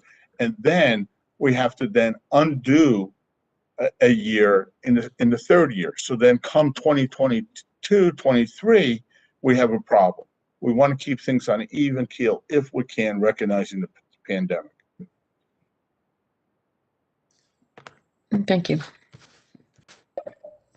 Thank you for that. I think excellent questions, and I think Mr. Beneke answered it very well. And just note that you do see that in real practical terms, as we stepped into this as council people 8 years ago, right? You saw the debt, and that is partially because when you delay these things and the costs rise and you can do less, that next catch-up time gets harder and harder and harder, and people would borrow for it or just not do it. So, thankfully we've put an end to that practice, but it's enticing at times, but it does have that multiplier impact on us. Mr. Yakubas. Thanks, Mayor. And I completely understand Mr. Beneke, so thank you for explaining that. I think it's also a little bit of a values question for us, though, as well. Paving, I think, makes sense to everybody. Curbing can be seen, I think, maybe as potentially excess. It strikes me as a little tone deaf to be putting in, these $5 per brick granite stones as we have a 7.2% unemployment rate. So I'm thinking and trying to sort of manage a little bit to the optics of it as well, not just the economics. So that is, I think we need to continue that dialogue a little bit, because I don't know that it's necessarily a deferral of that expense versus a potential reduction, a decision to, not do something, for example. So that's something I think we should continue the dialogue on. I think the public would benefit from a little bit more of an explanation of, and again, there's a sort of what's been said by federal officials, what's been said by state officials in terms of, one, the American Rescue Plan, what Montclair will receive from that, and on the state front, the police body cameras and the reimbursement model for that. So I think just a little bit of an explanation of how that's going to work in terms of when those dollars are received, and understanding that, especially on the rescue plan front, that we are not allowed to reduce taxes using that. I read that very clearly in the law, but we are allowed to offset lost revenue, which you would suspect would prevent us from having to raise taxes to some extent. So I wonder if you could just explain a little bit more for the public's benefit, what we would do with those dollars once they're received, both on the police body camera reimbursement front and on the American Rescue Plan dollars, and what impact that could potentially have on the budget overall. So before I turn it over to Ms. Rao, because she's much more familiar with this and Mr. Macaluso than I am as it impacts Montclair. Going back to the concrete cement versus the Belgian block, you're 100% correct. We don't get into value judgments. However, I must say that when you install Belgian block and a plow or an accident or a heave because of a freeze and thaw cycle brings up the Belgian block, and you have to replace 3 Belgian blocks as opposed to 20 feet of sidewalk or curbing, it should be cheaper. That's one. But those are value judgments. You're 100% right, Mr. Yakubels, Councilor Yakubels, 100% right. In terms of our revenue loss, keep in mind the first spot we go to is the parking utility with the revenue losses. That's over $2 million. Hypothetically, and I'll let Ms. Rao go into this, we're getting $3 million. We need $2.2 to $2.3 million for last year of that money, so it can't go to taxes. So I'll just let Ms. Rao then complete the circle on that. Yeah, thank you, Mr. Beneke. Thank you, Mr. Councilor Yacovelis, for this question. Yes, with regard to the American Recovery Act funds, we are expected to get about $3 million, but these funds are not expected to come before June, July, that period. Once they come, at this point, the parking utility is in the most difficult situation currently, and we will take those funds in to offset the revenue loss that happened in 2020 and continuing to happen this year. So majority of those funds will go into to keep the parking utility safe and operating safely. That is our current plan at this.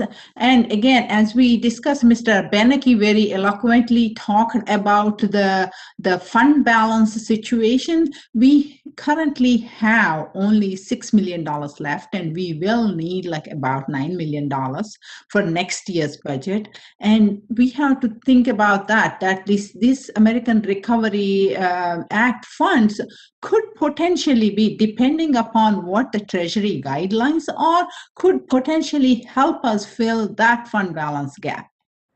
And with regard to police body cameras, again, that the grant goes at a certain timelines.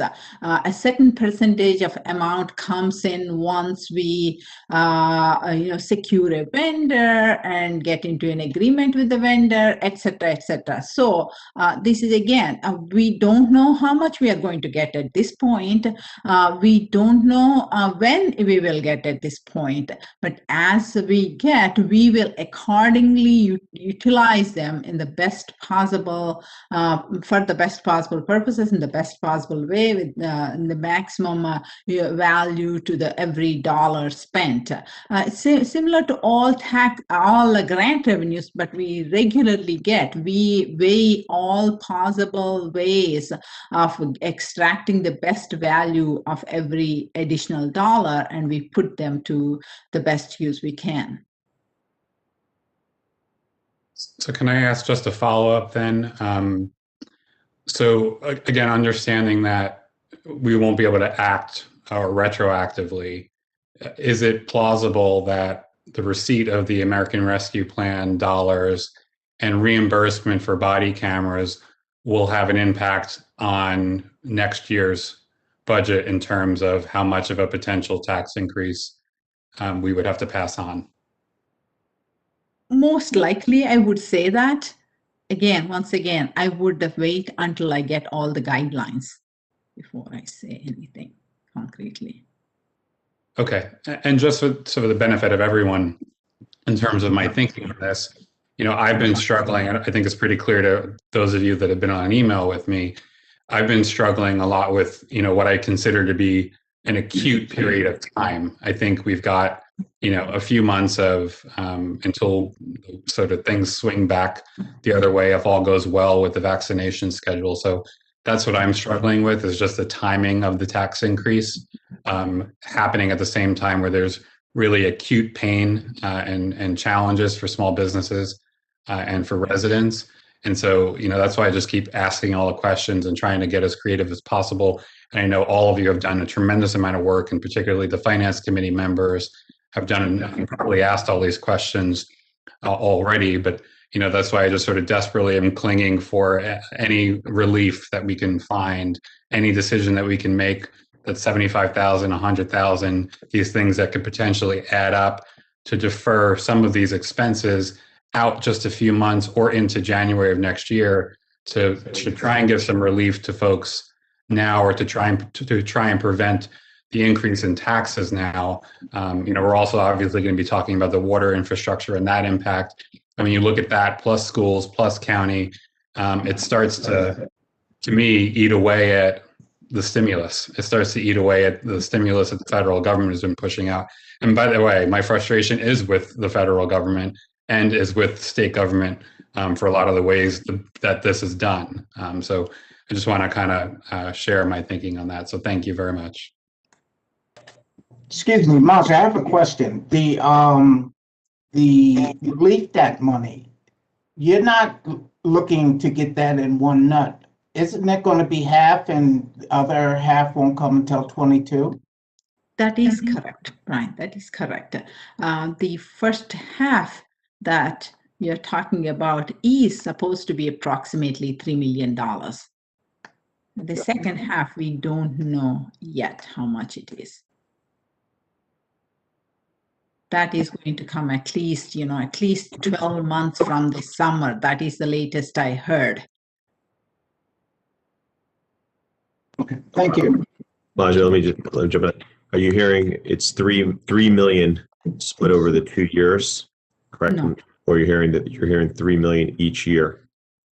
I am hearing 3 million each year, but again, this is all like guesswork. Even the state does not have that numbers. That's optimistic, I think. Yeah. Well, the press has those numbers apparently, which, that is what that is. The press has reported that Montclair is getting 3.8 spread over the 2 years. So Exactly. I think the councilman's correct. And in the conversations I've had with our congressional delegate, it's three point something spread over 2 years. So that is not 3 a year, as far as my understanding. And the schools are 6 over 2 years as well. Those are the general numbers. So just looking at those numbers, as Mr. Beneke noted before, we've got to cover 2.5 million off the bat for next year just to build up the reserves, not to have a 2-point tax piece to start. So you start to do the math on that real quick, and you see, that split doesn't even get us to that number. But and I would also note, I think Councilman Yacobelis makes some excellent points.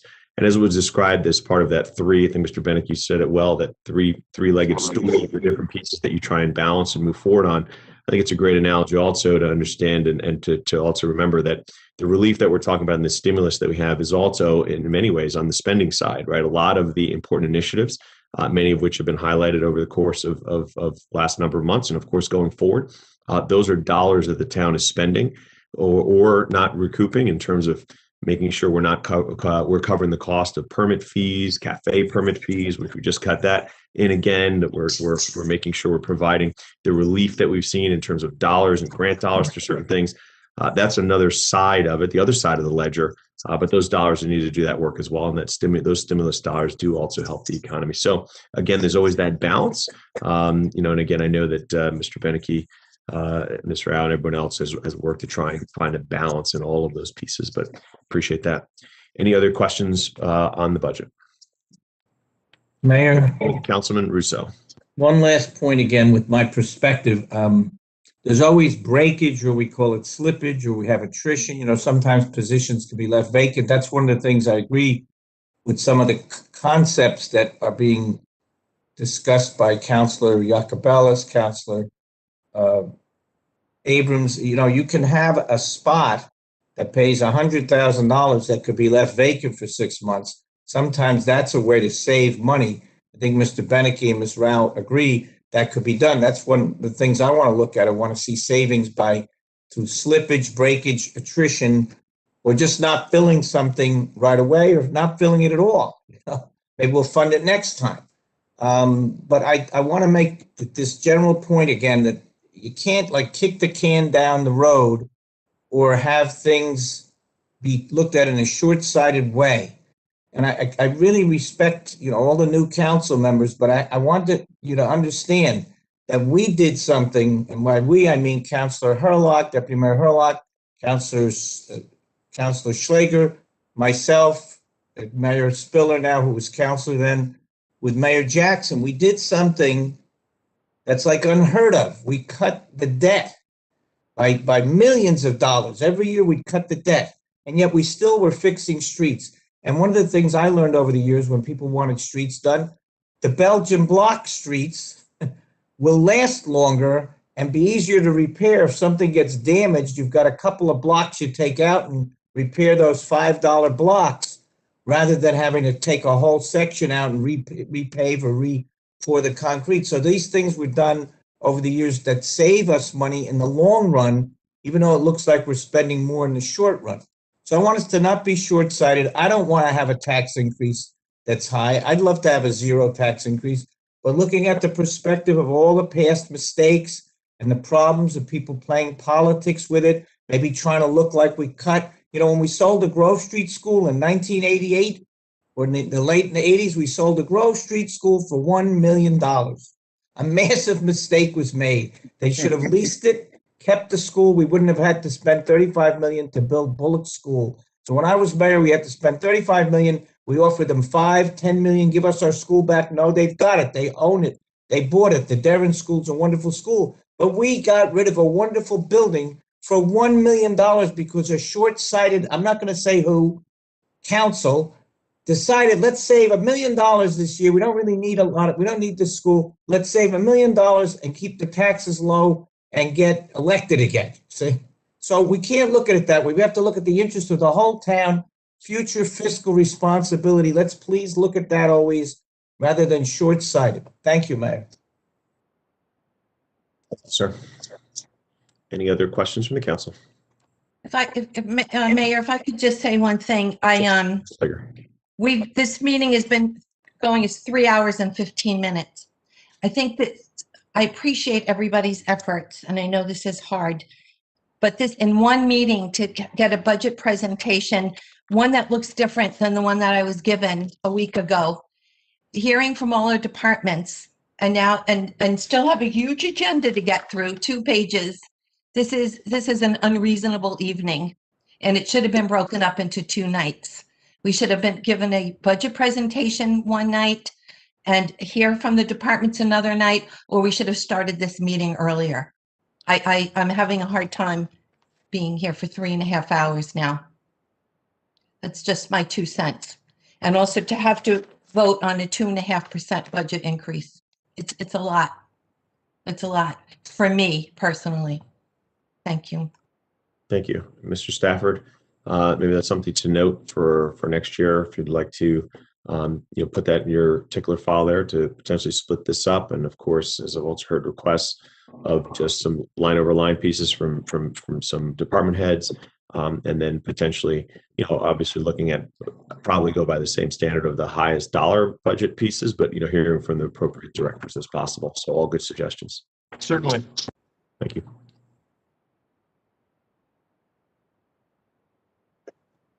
Okay, last call for question.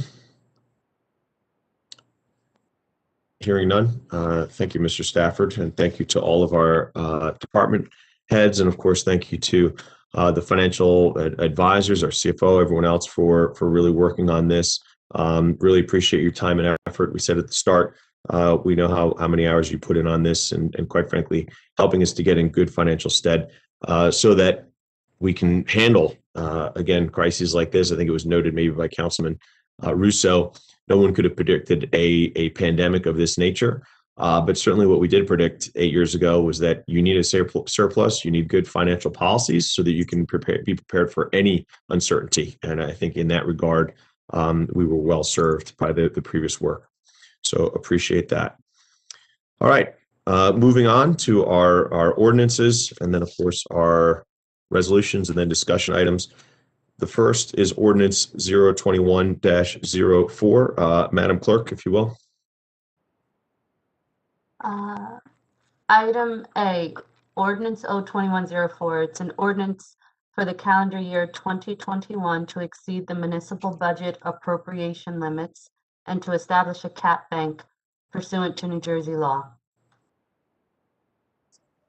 Okay, thank you very much. And I so move. Second. It's moved and seconded. Any questions, concerns, comments? Seeing none, Madam Clerk. Councilor Cummings? Yes. Deputy Mayor Hurlock? Yes. Councilor Price Abrams? I'm going to abstain at this time. Councilor Russo?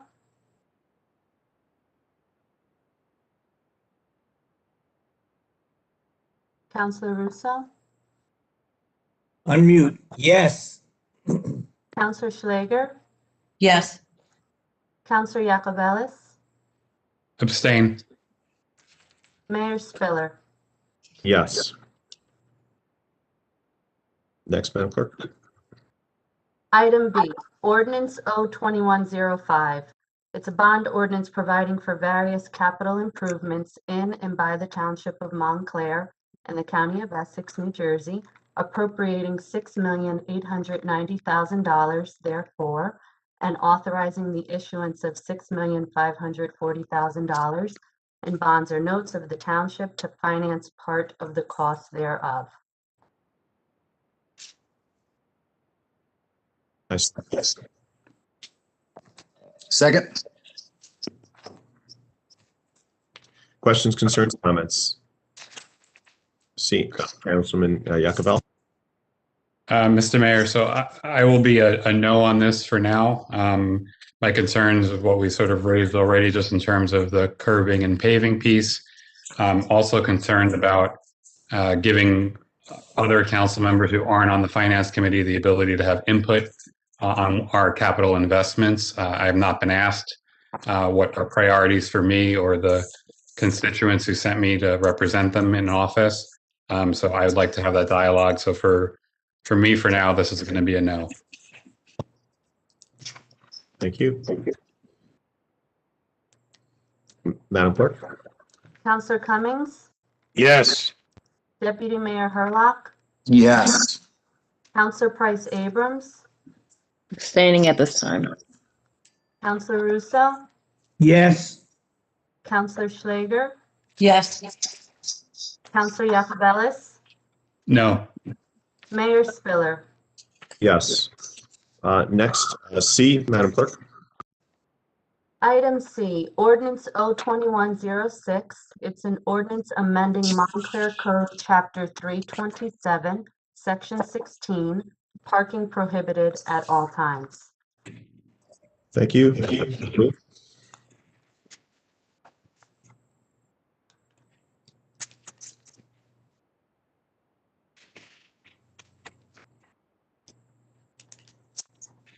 All right. There's no second. We will skip this item. Is there a second? I'll second it. Moved and seconded. Questions, concerns, comments?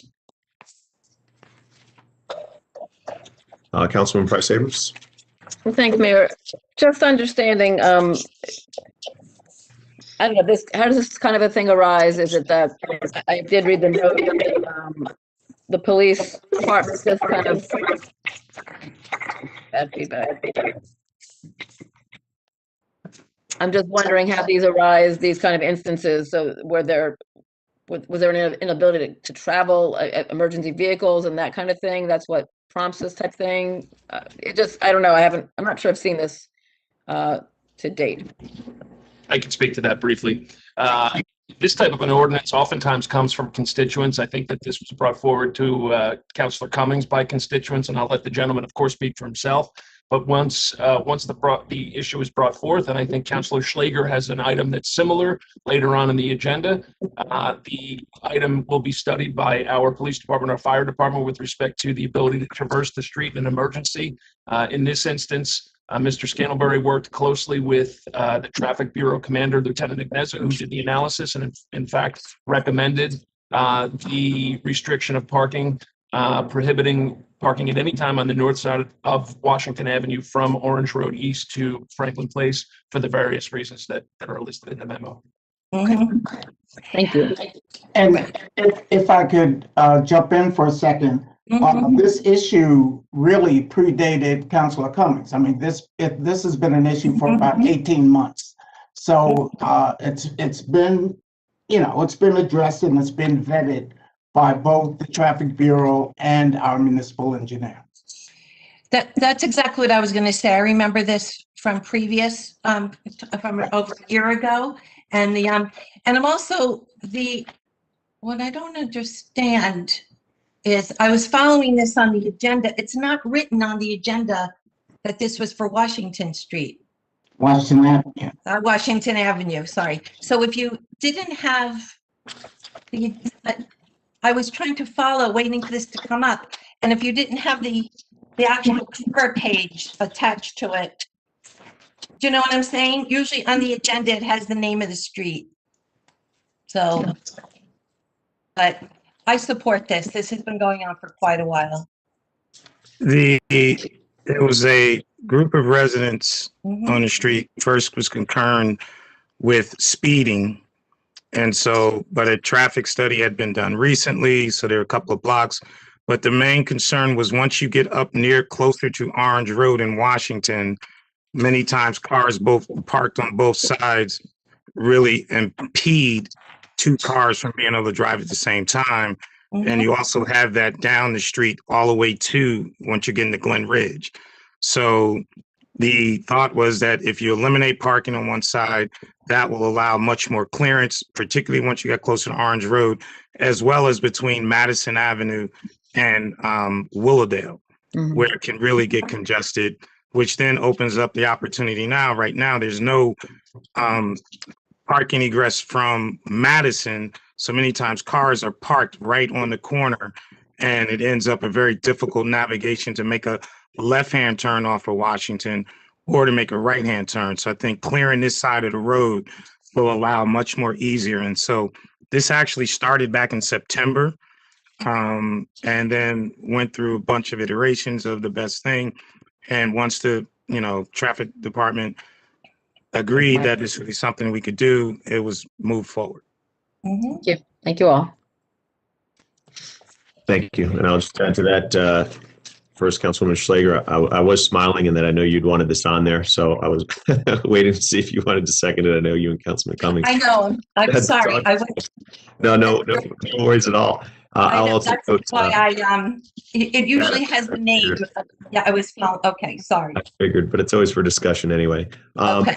Just want to note you also to Councilwoman Price Abrams, what often happens too is as an issue is brought forward, as Councilman Cummings noted, when it's brought to the police department, sometimes, and again, when residents bring issues forward, if they assess a street and there's a public safety component, all of a sudden that trumps a lot of the conversation, right? And if they deem that it's a dangerous, obstructed view, if there's a challenging turn, and a lot of the pieces that Councilman Cummings notes, that kind of leapfrogs the original, whatever it was, as he noted, was the initial concern, right? Speeding or whatever else that supersedes.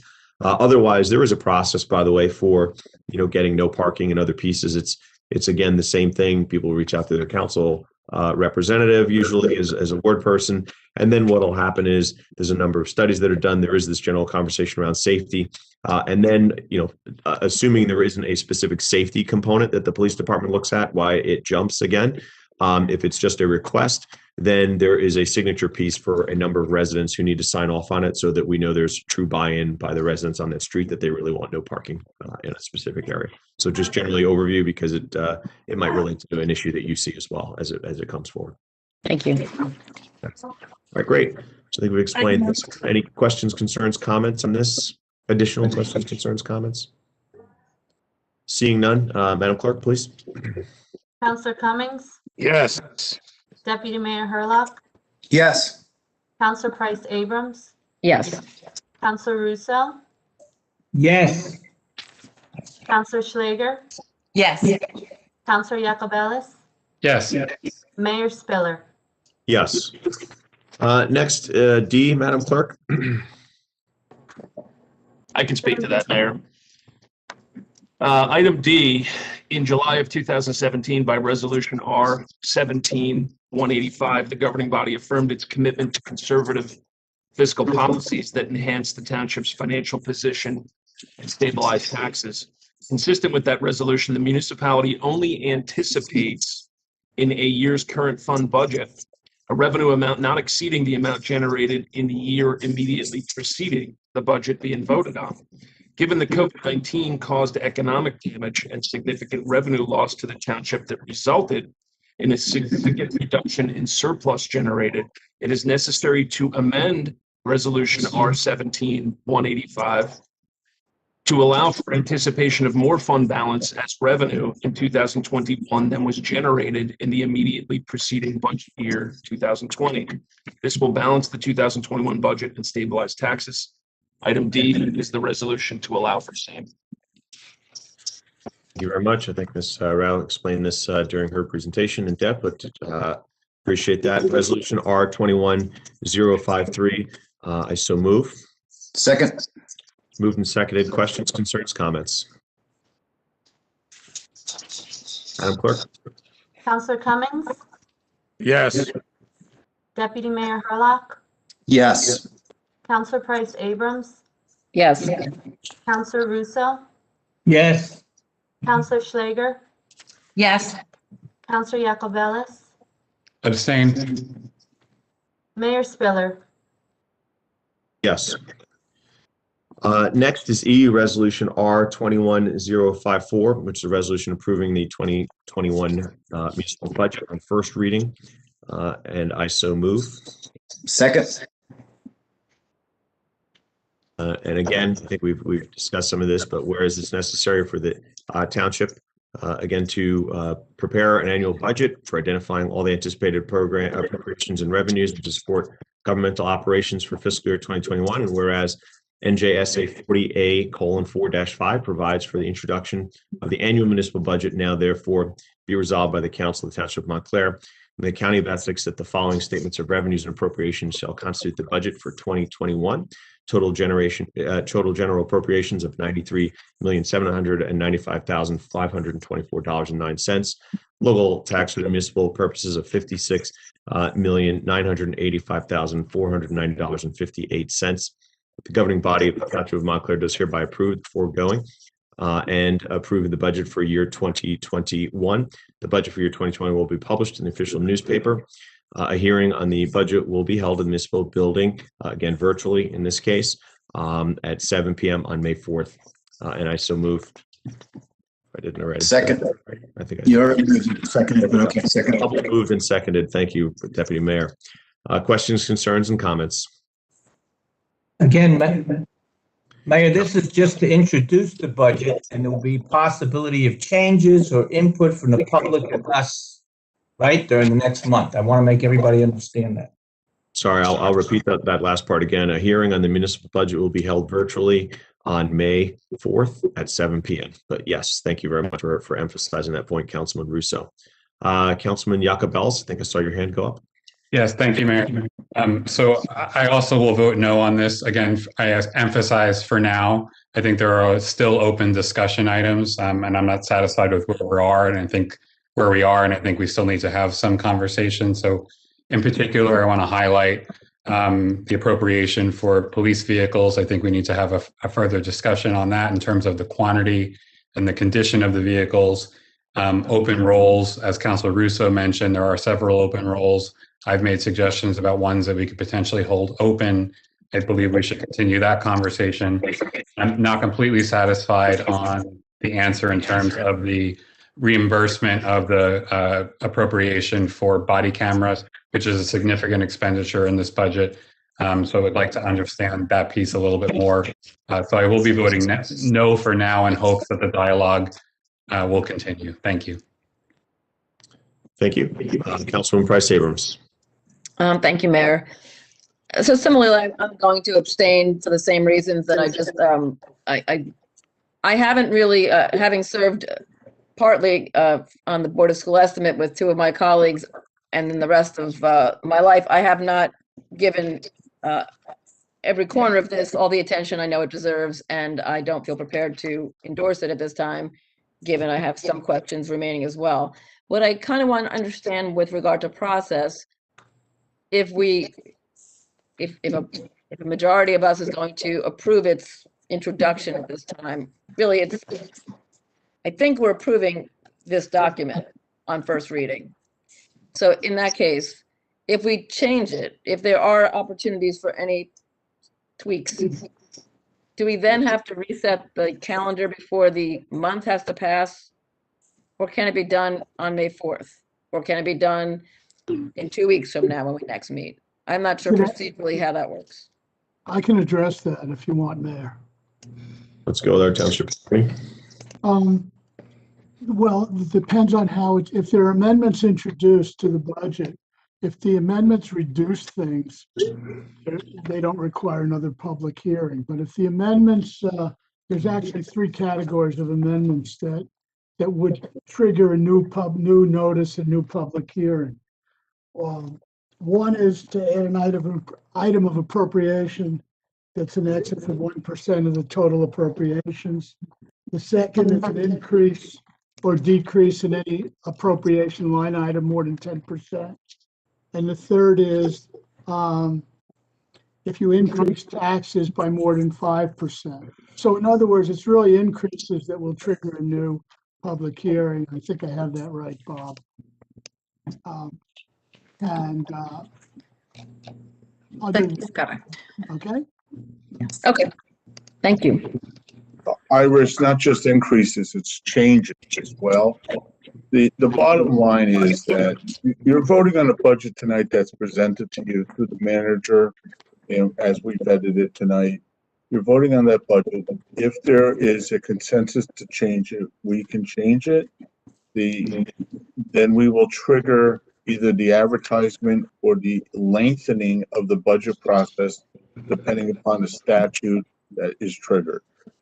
Typically, most significant budget modifications require republication and a public hearing on that amendment at least in about 3 to 7 days after the meeting. So, distilling it down, the short answer is insignificant, de minimis modifications can be made without any pause or cause. However, if it's more significant, it does elongate the budget calendar. What does he disagree with? Thank you. Mr. Kraftsik, if you can mute your device. Oh, I'm sorry. It was just, thanks. Thank you. Any other questions, concerns, comments? Mayor, just one thing from Mr. Stafford. Mr. Stafford, how long have we had the hiring freeze on effective? What was the question? I beg your pardon, what did you ask? No, my question was, how long have we been in the hiring freeze? Mm-hmm.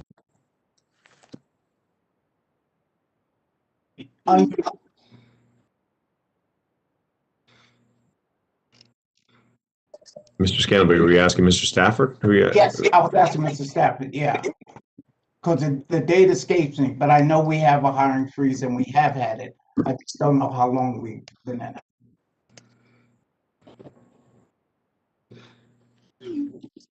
Mr. Stafford, Mr. Scannell, expecting that to you. I'm sorry, I answered. I thought everyone heard me. It was April 9th of 2020. Okay. I thought you were thinking. Gotta love the beauty of technology. We thought you were giving that one a lot of thought there, Mr. Stafford. So that's 1 year, April 9th, 2020? That's correct. That's when it started.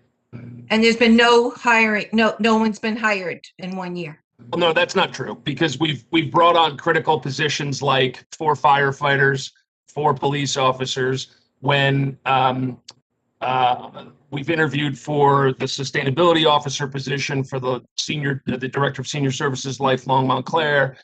We've definitely brought on temporary employees to handle trash and refuse and recycling to ensure the effective direction of public services. But that's generally the criteria. If we can do without it, we've done without it. If not, and if it's been determined critical on a case-by-case analysis, we have brought people on. So the hiring freeze is still in effect at this moment, and it would get unfrozen with the new budget? No, the hiring freeze is still in effect, and it would remain in effect until we can tolerate not having it in effect. So that would be up to the council? No, that's an administrative function. Okay. Let's just be clear that the police and the fire department, who may still be on the line, I see both chiefs may still be on, they will attest to the fact that we worked long and hard to develop a transition to their new hires, and we put them off for almost a year. And that was with the 4 hires in each department. In addition, we had the nursing and also the temporary employees that we tried to meld into and mold into the operation to save more money. So it's a pretty strict hiring freeze throughout. And we also, do not forget, we have those contracts in place which froze the lower steps of the salary guide and provided only, and I say only in quotes, a 1% increase on the guides. So we have really tamped down our personnel costs. It's 1.74% this year. And when the final numbers are in, it may take us 3 or 4 years to get to those final numbers. When PERC releases them, when the state releases them, we're going to be right up there with the lower personnel costs of those 50 or so towns. This is key to people at home. that have a full-time paid fire department. Remember, there's 565 towns in New Jersey. Only about 50 have a paid full-time fire department. And some have hybrids like South Orange and Ridgewood and Dover. But by and large, 515 towns are volunteer fire departments or mutual aid fire departments. And that's what really drives a large percentage of the budget. And by the way, we do save money at home on our insurance. We have a great fire department. It's just to keep that in the back of our minds when we start comparing things. Mayor, Councilman Russo? I have to emphasize something else. I am concerned about things like, say, the clerk's budget. You know, we hired somebody there temporarily. I think we've hired people in manager's office. We have a freeze, but as you said, where there's essential openings that need to be filled, we've done it. But something like the clerk's office, we didn't have her come before us. She's right here now, but I don't know. She's told me in the past, you know, we've got 2 vacancies right there. She needs help. So if you need help, you know, I think we need to provide it. But here's what I wanted to say. The people at home need to know this. And the new council people, we have the best record of employee contracts of any community in the state. What we talked about last year was how we got 7-year contracts, up to 7-year contracts for almost all our municipal employees, because the manager negotiated this. I have to give him credit for negotiating 7-year contracts. That's the average for all of our employees. That's really unheard of. The employees want that. They want stability. They want some continuity. We need that to be able to predict when it comes to revenue and spending. But I think people need to know that our manager and the management staff cooperating with the department heads has gotten, you know, CWA union, the PBA union, the AFSCME people, all the different unions that work in our town government. They've agreed to do something to give the town stability and continuity and predictability. That's really unusual. It's not something that most other towns have. I think Mr. Beneke would agree because he deals with other towns. So I think that's to be known and noted by our people, that we've done something that's also, again, looking to the future rather than just kicking the can down the street. Thank you. Mayor, could I correct something that I said, please? Please. I did. When I listened to Mr. Beneke, who actually was correct, it's not just an increase. And any item of appropriation, if you reduce it by 10%, in other words, if you take out an item of appropriation, then you are triggering a public hearing on that amendment and therefore extending the budget process. So I wasn't accurate the first time. I wanted to make sure it was out there. Well, that's why we have a team here, and Mr. Beneke was able to kind of shore you up on that one when he responded, but appreciate you officially correcting that record. So any other questions, concerns, comments? Madam Clerk? Thank you, Mayor. I want to note in the resolution that the advertisement date for the public hearing on the budget is the 22nd of April. So that's April 22, 2021. That date is missing on the resolution paper that you have before you.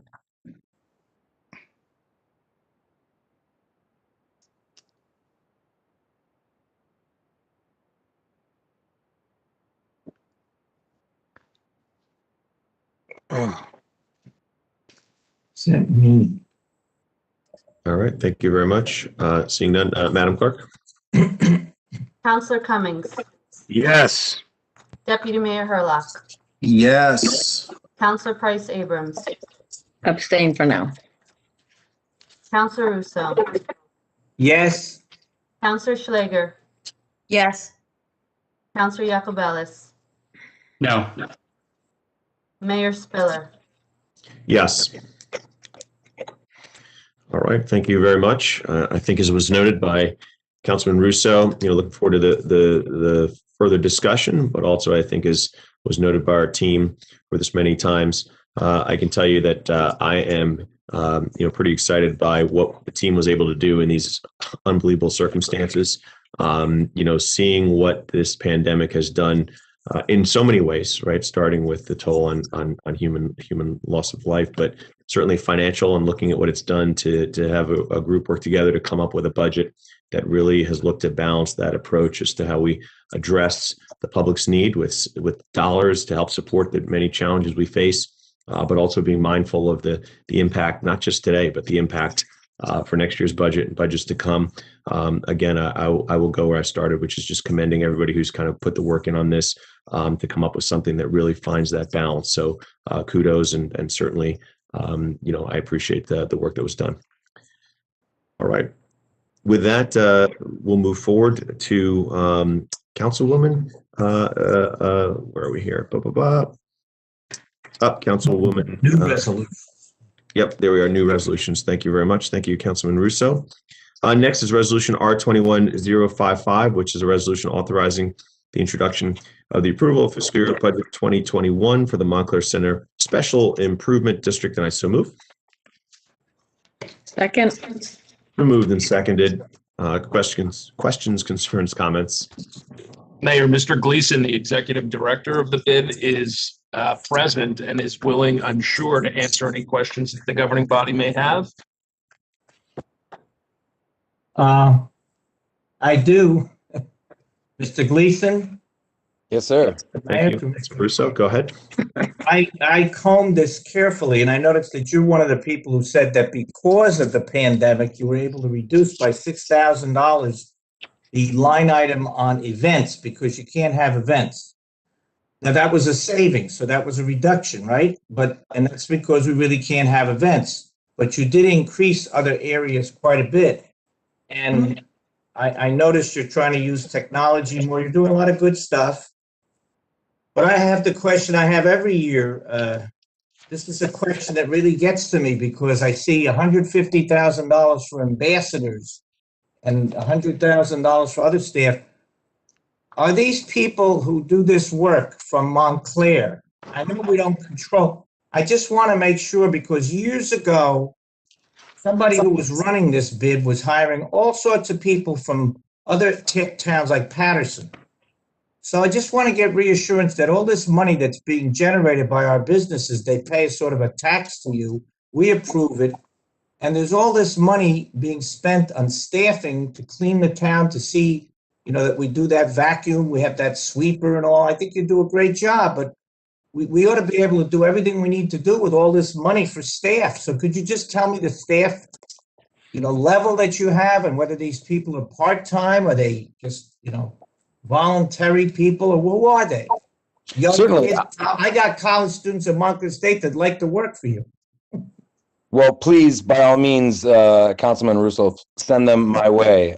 We'd like to be hiring some more, and hiring local is great. I'm happy to say that our entire ambassador staff, which is basically our operations staff, are all residents of Montclair and proud residents of Montclair. I do have an office staff as well of 4, including myself. One of us is a Montclair resident. The other 3 live in Bloomfield. Oh, gee, they're really lucky in Bloomfield, aren't they? I used to live in Bloomfield, so I have nothing against Bloomfield, but, if the local people here are looking for jobs, let's try and recruit and advertise for them. That's all I say. Well, I tell you what, Bob, if you guys are, if you want to go ahead and approve our budget, I will do my best to move on up to Montclair. Well, I don't mean you. I spend about 90 hours of my week in the district, so I essentially come to Bloomfield to sleep, if that's any consolation to you, sir. Sorry, I didn't want to be negative, but... No worries at all. Any other questions, concerns, or comments? Jason, I like your glasses for some reason. Mr. Scantlebury, I was thinking the same about you, but I didn't want to waste anybody else's time. But I'm glad you noted that. You got good taste. Thank you very much, sir. Likewise. I will avoid those perils, as I see there's a number of colleagues who are wearing glasses on this Zoom that were not complimented, but I think it's good. So just generally, I'll say that. Any other questions, concerns, or comments? May I make a comment? Sure. I just wanted to thank all of you and all the department heads, mayor, council, township employees. I get to work with you guys quite often, and we would not be able to do the great work that we are able to do without collaboration, assistance, and support from you all. So thank you for that. We appreciate really the partnership as it's developed there, Jason, and I know, having worked with you for a number of years and obviously in various capacities, but appreciate your tenacity, and certainly we found ways to kind of work through this pandemic that's unprecedented. So kudos on that front, and hopefully we give you more to be thankful about in a moment by passing this, but we'll see on that front. Councilwoman Price Abrams, I saw your hand. Well, thanks. And not to really prolong this meeting so much longer, but really to the extent that I serve as a member of the board by virtue of my service to the third ward, I just have had the opportunity to see Jason and the board, his board interact in particular, and just, I'm always amazed at how much contribution the bid itself makes to our township and the partnership with our administration and getting so many things done. So I just wanted to appreciate you and your board and the body. Thank you very much, Laura. Any other questions, concerns, comments? All right, seeing none, Madam Clerk. Councilor Cummings, Yes. Deputy Mayor Hurlock, Yes. Councilor Price Abrams, Yes. Councilor Russo, I'm mute. Was I on mute? Yes. Councilor Schlager, Yes. Councilor Yacobelis, Yes. Mayor Spiller. Yes, thank you. Next is Resolution R-21-056, which is a resolution appointing the position of Municipal Prosecutor for the year 2021 with Maite Gaeta, and I so move. Second. Moved and seconded. Questions, concerns, and comments? Seeing none, Madam Clerk. Councilor Cummings, Yes. Deputy Mayor Hurlock, Yes. Councilor Price Abrams, Yes. Councilor Russo, Yes. Councilor Schlager, Yes. Councilor Yacobelis, Yes. Mayor Spiller. Yes, thank you. Next is Resolution R-21-057, which is a resolution appointing the position of Assistant Municipal Prosecutor for 2021, and that would be Gina DeVito. I so move. Second. Moved and seconded. Questions, concerns, comments? Seeing none, Madam Clerk. Councilor Cummings, Yes. Deputy Mayor Hurlock, Yes. Councilor Price Abrams, Yes. Councilor Russo, Just clarification, is that assistant or substitute? I see two different wordings. It's both, Bob. The court generally has three sessions a week. Generally, Ms. Gaeta serves at 2, and Ms. DeVito, for various reasons, serves as 1. So she's the alternate or substitute prosecutor. Okay, thank you. It just, the two words were used interchangeably. Certainly. Two titles. Councilor Russo, Yes, I'm sorry. Councilor Schlager, Yes. Councilor Yacobelis, Yes. Mayor Spiller. Yes, thank you. Next is Resolution R-21-058, which is a resolution authorizing the Township of Montclair to participate within and accept grant funding through the Emergency Management Grant Fund grant program administered by the State of New Jersey Department of Law and Public Safety, and I so move. Second. Moved and seconded. Questions, concerns, comments? And this is accepting grant dollars, so I'm going to say we probably can just vote on this. All in favor, please say aye. Aye. Aye. Opposed? All right, I heard that. Abstentions? Thank you very much. Passes unanimously on that one. Next is Resolution R-21-059, which is a resolution authorizing the emergency purchase and repair of the fiber optic cable damage located between the water tower on Highland Avenue, provided by Millennium Communications Group, and I so move. Second. Moved and seconded. Questions, concerns, or comments? Seeing none, Madam Clerk. Councilor Cummings, Yes. Deputy Mayor Hurlock, Yes. Councilor Price Abrams, Yes. Councilor Russo, Yes. Counselor Schlager, Yes. Counselor Yacobelis, Yes. Mayor Spiller. Yes. Thank you. Councilwoman Schlager, would you do us the honors of item K, please? Yes. Thank you, Mayor. Whereas invoices against the Township of Montclair in favor of the following persons for the amounts set opposite their respective names have been received, duly audited, and found correct. Now therefore be it resolved by the Council of the Township of Montclair, the County of Essex, that said invoices be, they are hereby ordered paid, that checks be drawn by the Finance Department to the order of such persons for the amounts respectively and hereinafter stated on the schedule attached hereto and made a part hereof. This bill list is dated April 6th, the year of 2021, for the amount of $11,785,378.94, and I so move. And I have to whisper because everybody in my house is sleeping. Second. And I'll whisper too, so I don't want to wake them. I was just saying, Deputy Mayor, there's a little bit of a loud second. You got to keep it down, you know? I'm sorry. It's moved and seconded. Questions, concerns, or comments? All right, seeing none, Madam Clerk. Counselor Cummings, Yes. Deputy Mayor Hurlock, Yes. Counselor Brooks, Yes. Counselor Russo, Yes. Counselor Schlager, Yes. Counselor Yacobelis, Yes. Mayor Spiller. Yes, thank you. And Mr. Stafford, I know you've got details prepared for all of these. I'll just ask that in the interest of time, if you can explain them, of course, as thoroughly as needed, but of course, be mindful of the time as we go through all these. That's all. Certainly, I'll try to be as brief and succinct as I can. As succinct as you can. Yeah. Item number 1, following an appropriate bidding process, the township awarded a contract for parks maintenance services in 2019. The contract was for 1 year with township options to extend for 2.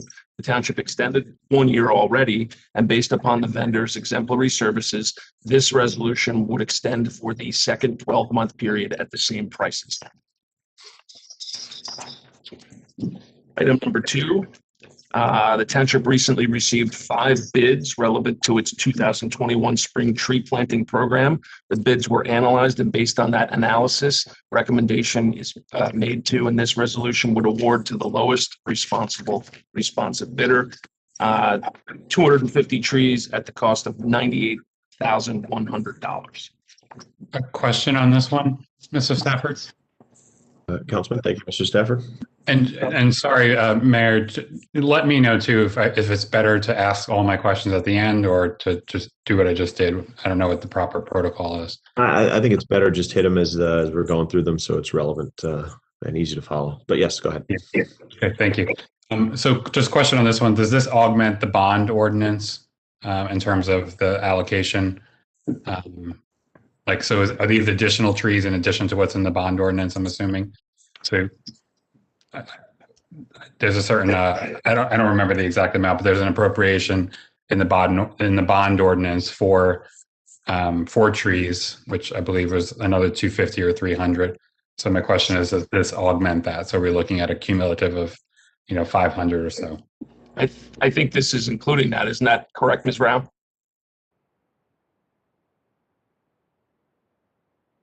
I think you may be on mute. Yeah, and we also have Mr. Wood on, remember, too, Mr. Stafford.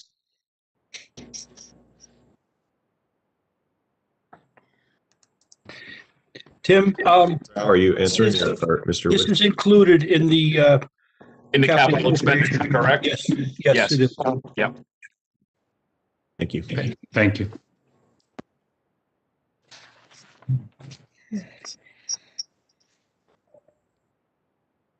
Mr. Stafford, I think you're muted again.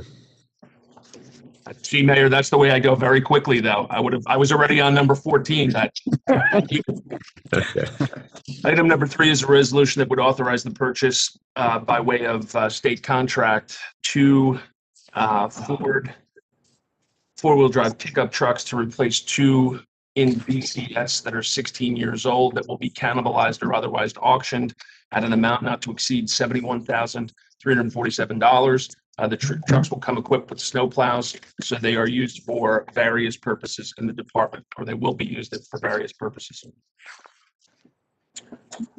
Item number 4 is a resolution that would authorize the purchase from Konica Minolta and through the Educational Services Commission of New Jersey Cooperative Purchasing Program, 24 copy machines at a cost not to exceed $118,450.80 for use by various departments. I just have a comment / question on this one as well. Just again, understanding the impact on the budget. And I think this is a great thing to do. And when I wore a procurement hat, I would have done the same thing.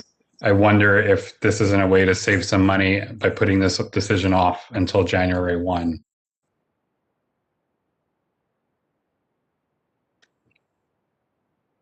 I would defer to the Chief Financial Officer that question.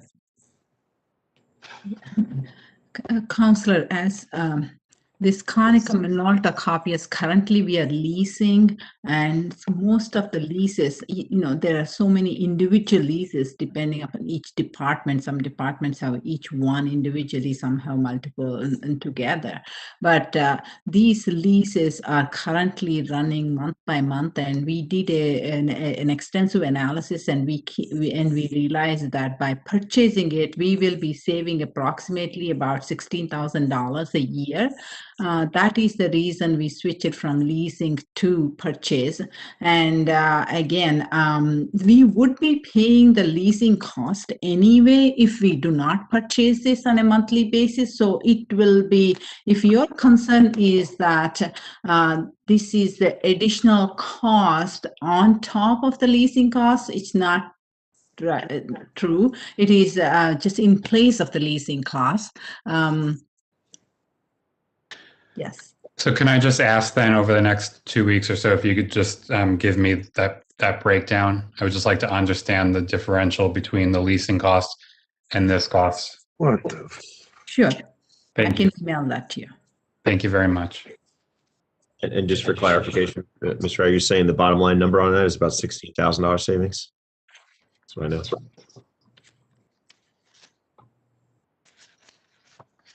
It looks like our screen is. I believe that was the number there, 16,400 something annually. Mr. Rao, is that- Yes. Okay, thank you. Next would be item number 5. The township put forth a request for proposals for grant writing services.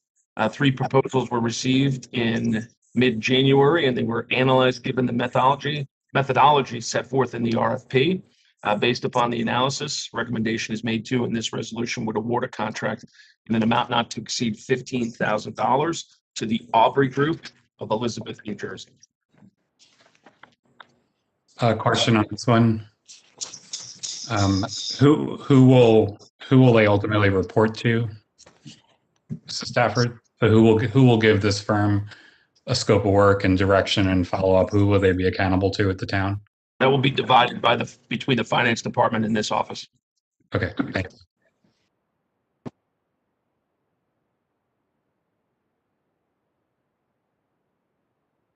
Stafford, I'm not sure if it's automatically happening to you here, but you're muted again. No, that's me, Mayor. It's my fault. I apologize. Item number 6 is an item that you see consistently on your agenda. Applicants for development projects who have deposited funds in escrow. Their projects have been determined to be substantially complete. This resolution would authorize and direct the CFO to issue checks to refund the amount to the applicable developers. Item number 7, in connection with Section 8, the township has a need to retain independent counsel to serve as the hearing officer when a need arises. The township received a proposal from Burr Legal Services to perform the function. The firm has provided the services in an efficient and effective manner for several years. Accordingly, recommendation is made to, and this resolution would award a professional services contract in an amount not to exceed $15,000 for calendar year 2021. Item number 8 is similar with respect to veterinary services for our animal shelter. For several years, the services have been provided by Animal Alliance. Based upon the provider's effective and efficient services, this resolution would authorize a professional services agreement with Animal Alliance in an amount not to exceed $26,000 for the period of 1 year. Item number 9 is a resolution that would authorize the award of a professional services agreement to the firm of Smith Marin Architecture and Interiors. As you know, as many of you know, the firm has provided architecture-related consulting services and design review assistance in the preparation of redevelopment plans and review of site plans associated with redevelopment areas. And this contract will be in an amount not to exceed $30,000 for calendar year 2021. I have a question on this one, Mr. Mayor. Please, Councilman Iacovellis. So my question is, the memo from Ms. Talley cites the work that IRA and Smith Marin have done in 2020 with regard to 65 Church Street and the Valley Road Fire Station. Is the contract for 2021 a continuation of that work, or are there new projects? And if there are new projects, what are those? The contract would be not exclusive to those 2 projects. It would be whatever the governing body or staff sees as necessary to have a review on in connection with the scope of services that's applicable. And are there any projects that have arisen that are driving the need to retain Mr. Smith? Yes, the firm has done work in 2021 already. I'd have to get you the project names. But what you should know is in many, if not most, development situations, the township is reimbursed for professionals' fees by the developer, and Smith Marin is no exception to that. So oftentimes the township is reimbursed by a developer for its fees. Thank you.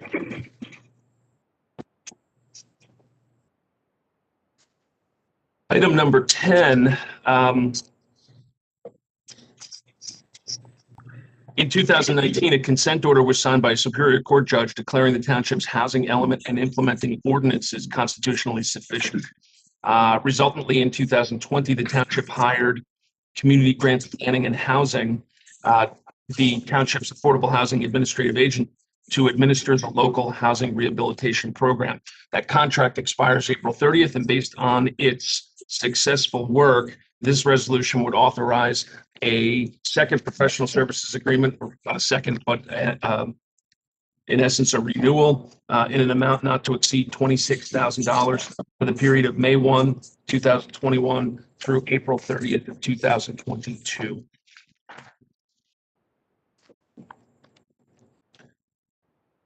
Item number 11, state statute requires that 30% of every housing trust fund be used for affordability assistance programs. The township's approved spending plan includes a first-time home buyers program and a rental assistance program. The rental assistance program currently provides a one-time assistance grant to pay the first 3 months rent, or $2,500, whichever is greater, to very low-income households renting deed-restricted apartments in town. The Housing Commission recently recommended that the program be expanded to include low-income households as well. And it is estimated that given affordable units expected to come online shortly, the expansion would cost an additional $20,843. The ordinance to amend was reviewed by the Economic Development Committee at its March 18th, 2021 meeting, and the EDC recommended same for the full governing body to consider. And just a comment on this for our colleagues' benefit. If you'll remember, as Mr. Stafford cited, we originally had changed the amount to the 2,500 or whatever is greater. By adding in the low designation, we're now going to include 8 additional families in town. And then there is a commitment that the Housing Commission has asked us for to look at the formula for moderate income as well going forward.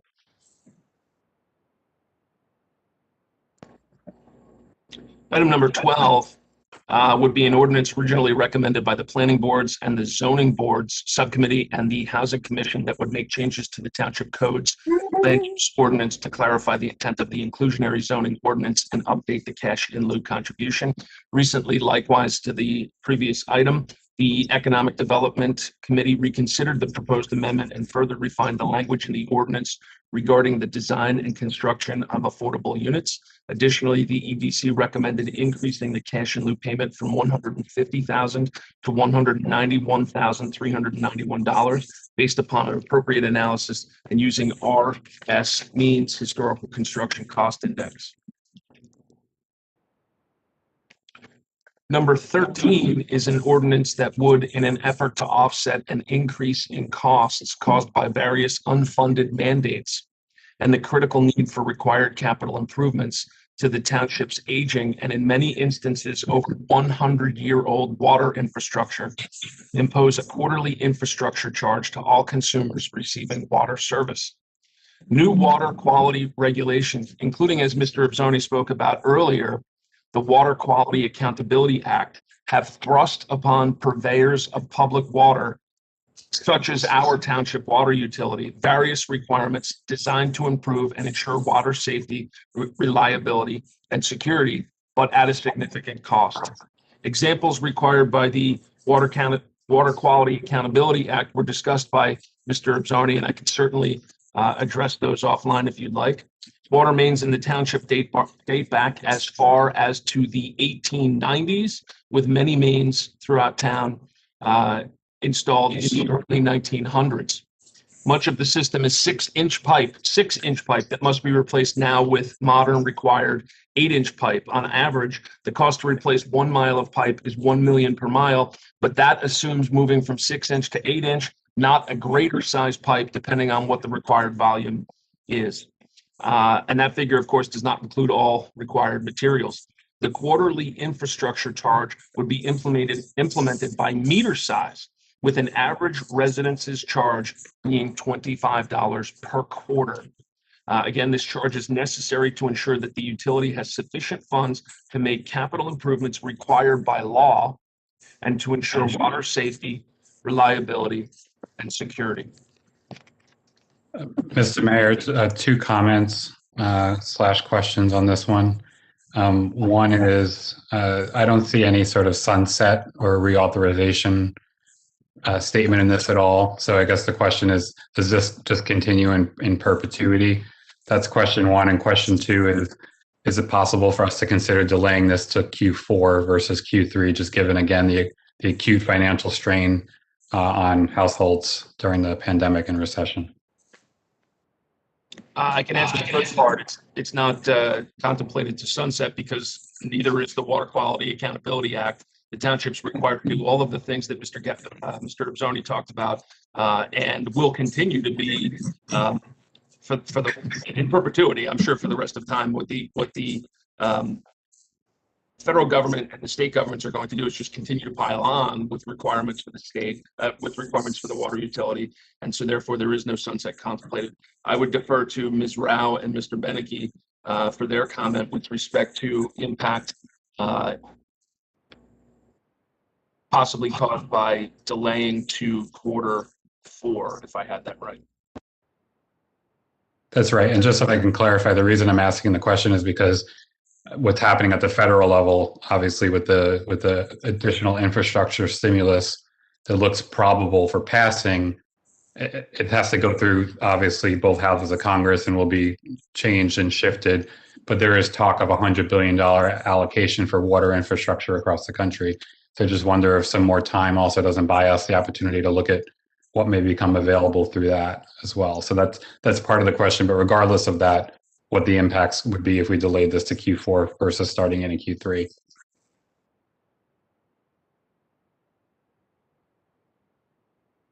Councillor, respectfully, we have about 90 plus miles of water infrastructure to replace or replenish.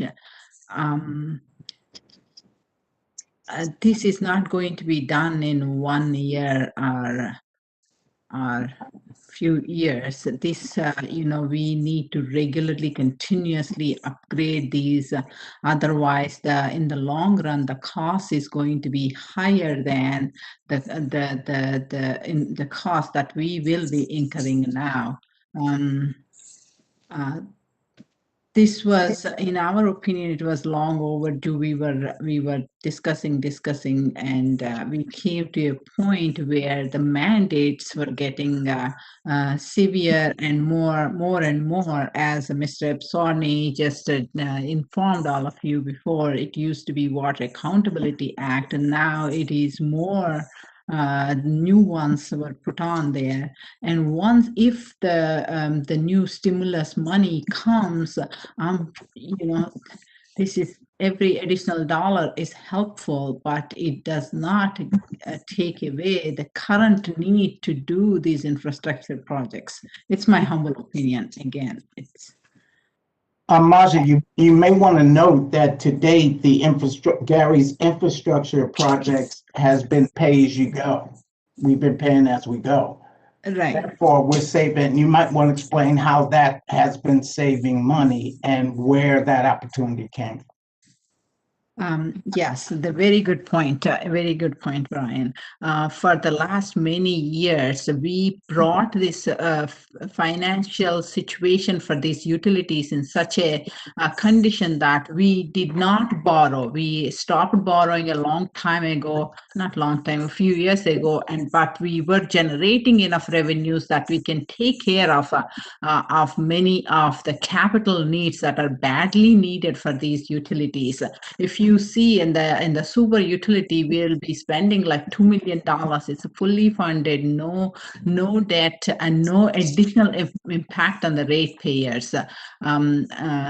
We would like to bring the water utility also into this situation, and water utility rates have been kept low for a long time. Again, we were discussing, and if you compare it to the New Jersey American Water that our neighboring towns use, they are like multiple times more than what we currently are paying. Again, this is for the infrastructure, just purely for the infrastructure, and we have 90 plus miles of infrastructure that we need to take care of.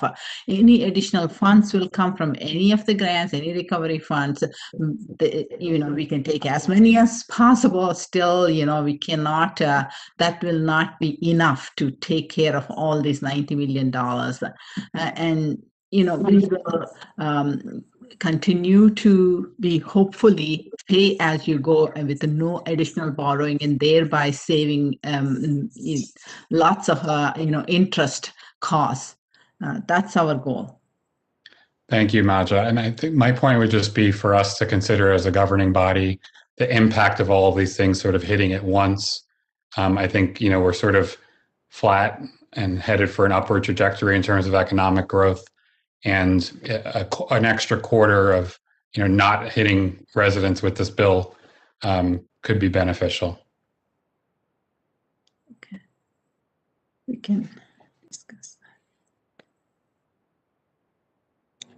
Next would be item number 14, which would be an ordinance to amend Chapter 234, Section 4 of the Township Code regarding hours of use of parks, most particularly the skate park, and the hours of use are listed thereon.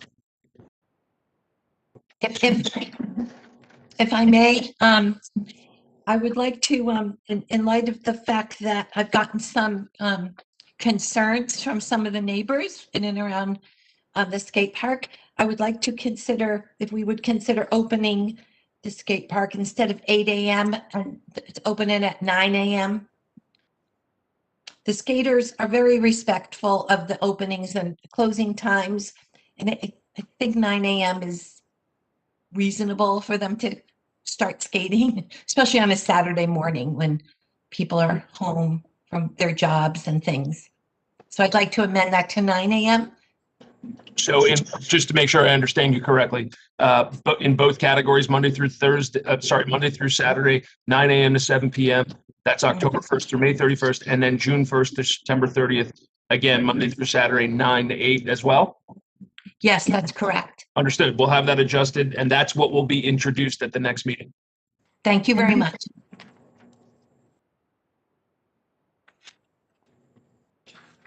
And then lastly, for me, is item number 15, which would be an ordinance similar to item C.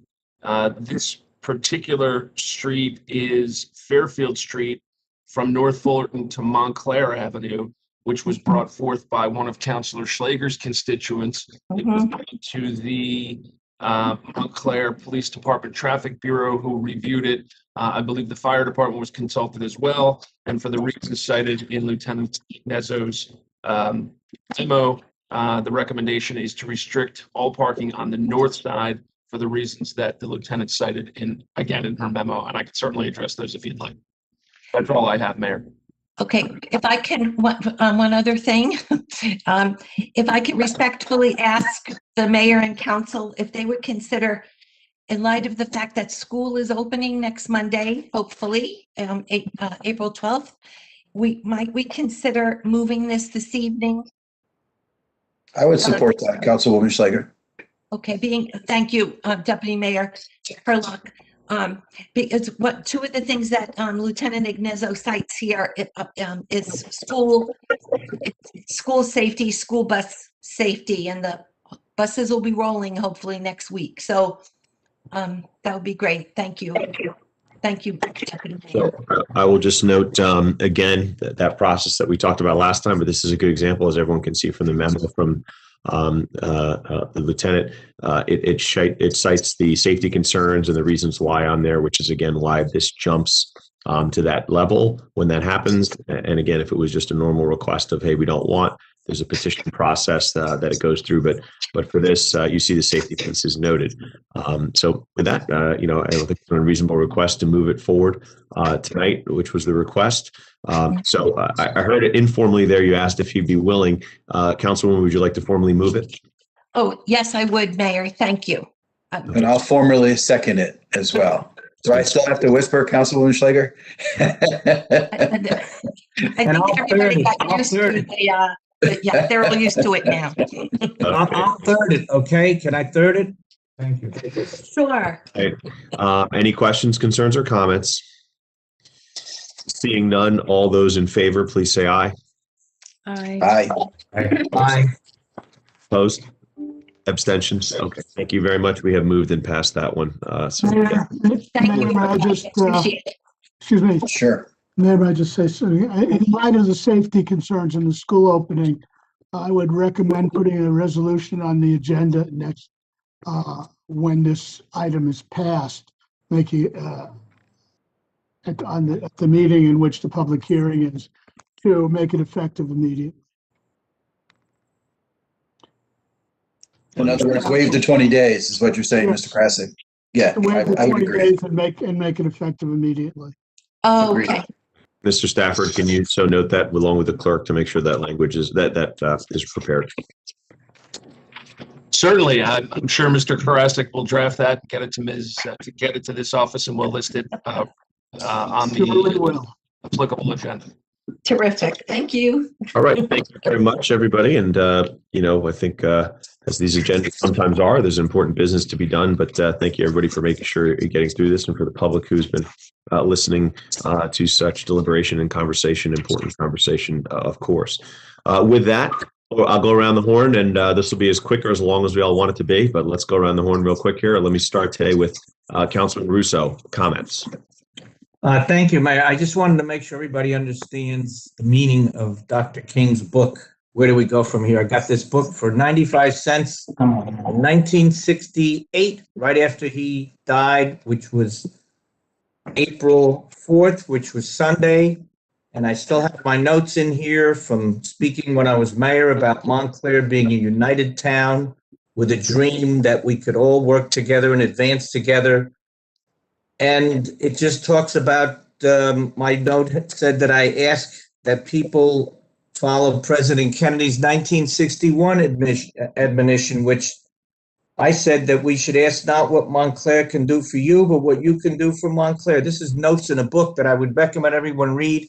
And I particularly call your attention to page 164, 5, 6, 7, which is about labor unions and Dr. King fighting for the sanitation workers in Memphis, Tennessee, when he was shot down. And he's supporting very strongly all unions and organizing by people into unions of teachers and the Teamsters and workers in the sanitation area. And this is a great book. And it talks about labor unions. So I'd like you to know the economic message of Dr. King from, this is now so many years ago, 1968, when we lost him. My mom died on the 5th of April, so that was yesterday, and we're going to be having a mass for her tomorrow. So all those who've been giving me condolences from the ad I put in the Montclair paper. I appreciate that. Condolences to my family have been appreciated, and just don't forget people like my mom, Florence Russo, who lived to 101, and she believed in Dr. King's dream, and we should all keep fighting for that dream, which we have not fulfilled yet, because there are too many people who have very bad white supremacist and racist attitudes that still exist in this country, and anti-labor, anti-union attitudes, which Dr. King was also fighting at that time. So thank you, Mayor. I have to run because we're getting up for an early mass tomorrow for my mom. Thank you all. Thank you, sir. Councilman Yacovelis. Thanks, Mayor. I'll keep it really quick. I'll save these comments next time. I wanted to just make some comments in support of the Asian American community, Transgender Day of Visibility, which is passed, but which was March 31st. And obviously, you all know the tragic passing of Jordan Tassi. Those services there'll be virtual service on Saturday, which I'll share with everyone once that's known. And last but not least, just in terms of my comments earlier on the capital budget, the things that I'm really looking for us to consider that I can offer my hopes for what gets included in that. Certainly a pilot bike lane that connects where the Essex Hudson Greenway would start to downtown. I'd like to really be serious about that and put some money towards that. In addition, we have the 9/11 bike trail, which will need some dollars as well. And then what we all, I know, universally support in terms of a senior/community center, which is again starting to allocate some real dollars to that. And that's all for me tonight. Thank you. Thank you, sir. Let's go with Deputy Mayor Hurlock. Thank you, Mr. Mayor. It's 20 after 11, so I'm going to be very quick. I just want to thank all those who participated. We successfully passed the school budget last night, the tax levy with the Board of School estimate. Thank my colleagues from the council who worked with me on that. Thank the superintendent, the Board of Ed, and all those who participated. We all came together in the end. There was quite a gap in the beginning, but we came together. The conversations are still occurring. And I just want to thank you again for everyone's support on that, and look forward to a good school year and continue the conversations on the municipal budget. Thank you, Mr. Mayor. Excellent. Thank you, sir. Moving to Councilwoman Schlager. Nothing at this time. Thank you very much. Thank you. Councilwoman Price Abrams.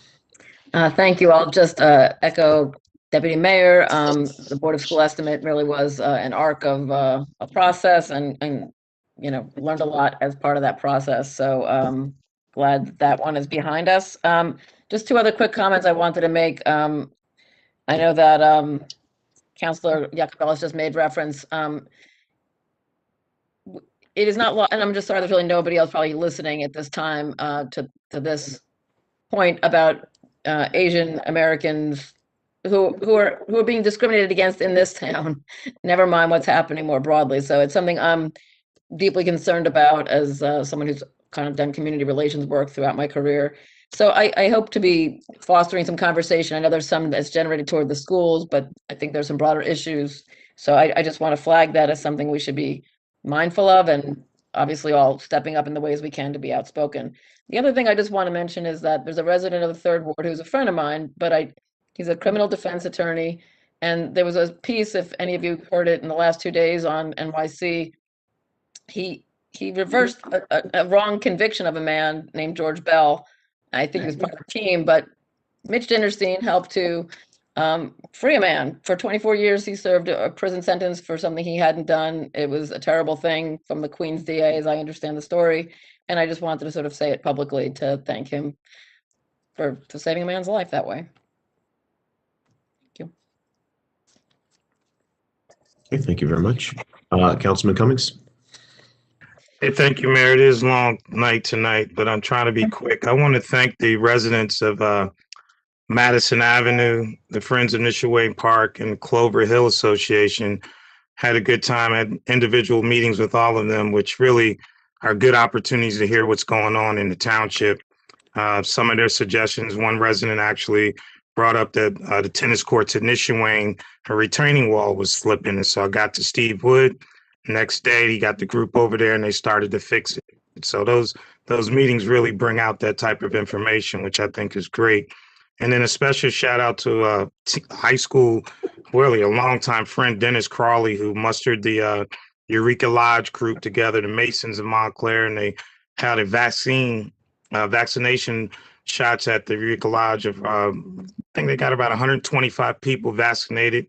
It was a great effort. Then I want to also give shout out to my pastor, Pastor Bernadette Glover, for St. Paul's having a vaccination yesterday, where they had over 200 people that vaccinated. And so I got to give a shout out to Joe D, Brendan Gill, for really doing all the back work to get those two projects done and getting the county to come to Montclair. And Councilor Schlager showed up yesterday. I think there's a great opportunity for her to do something in her ward.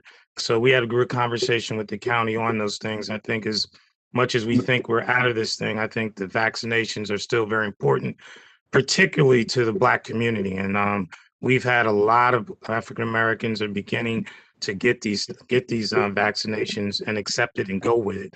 So I think that's very important. And so I'm very happy to say that.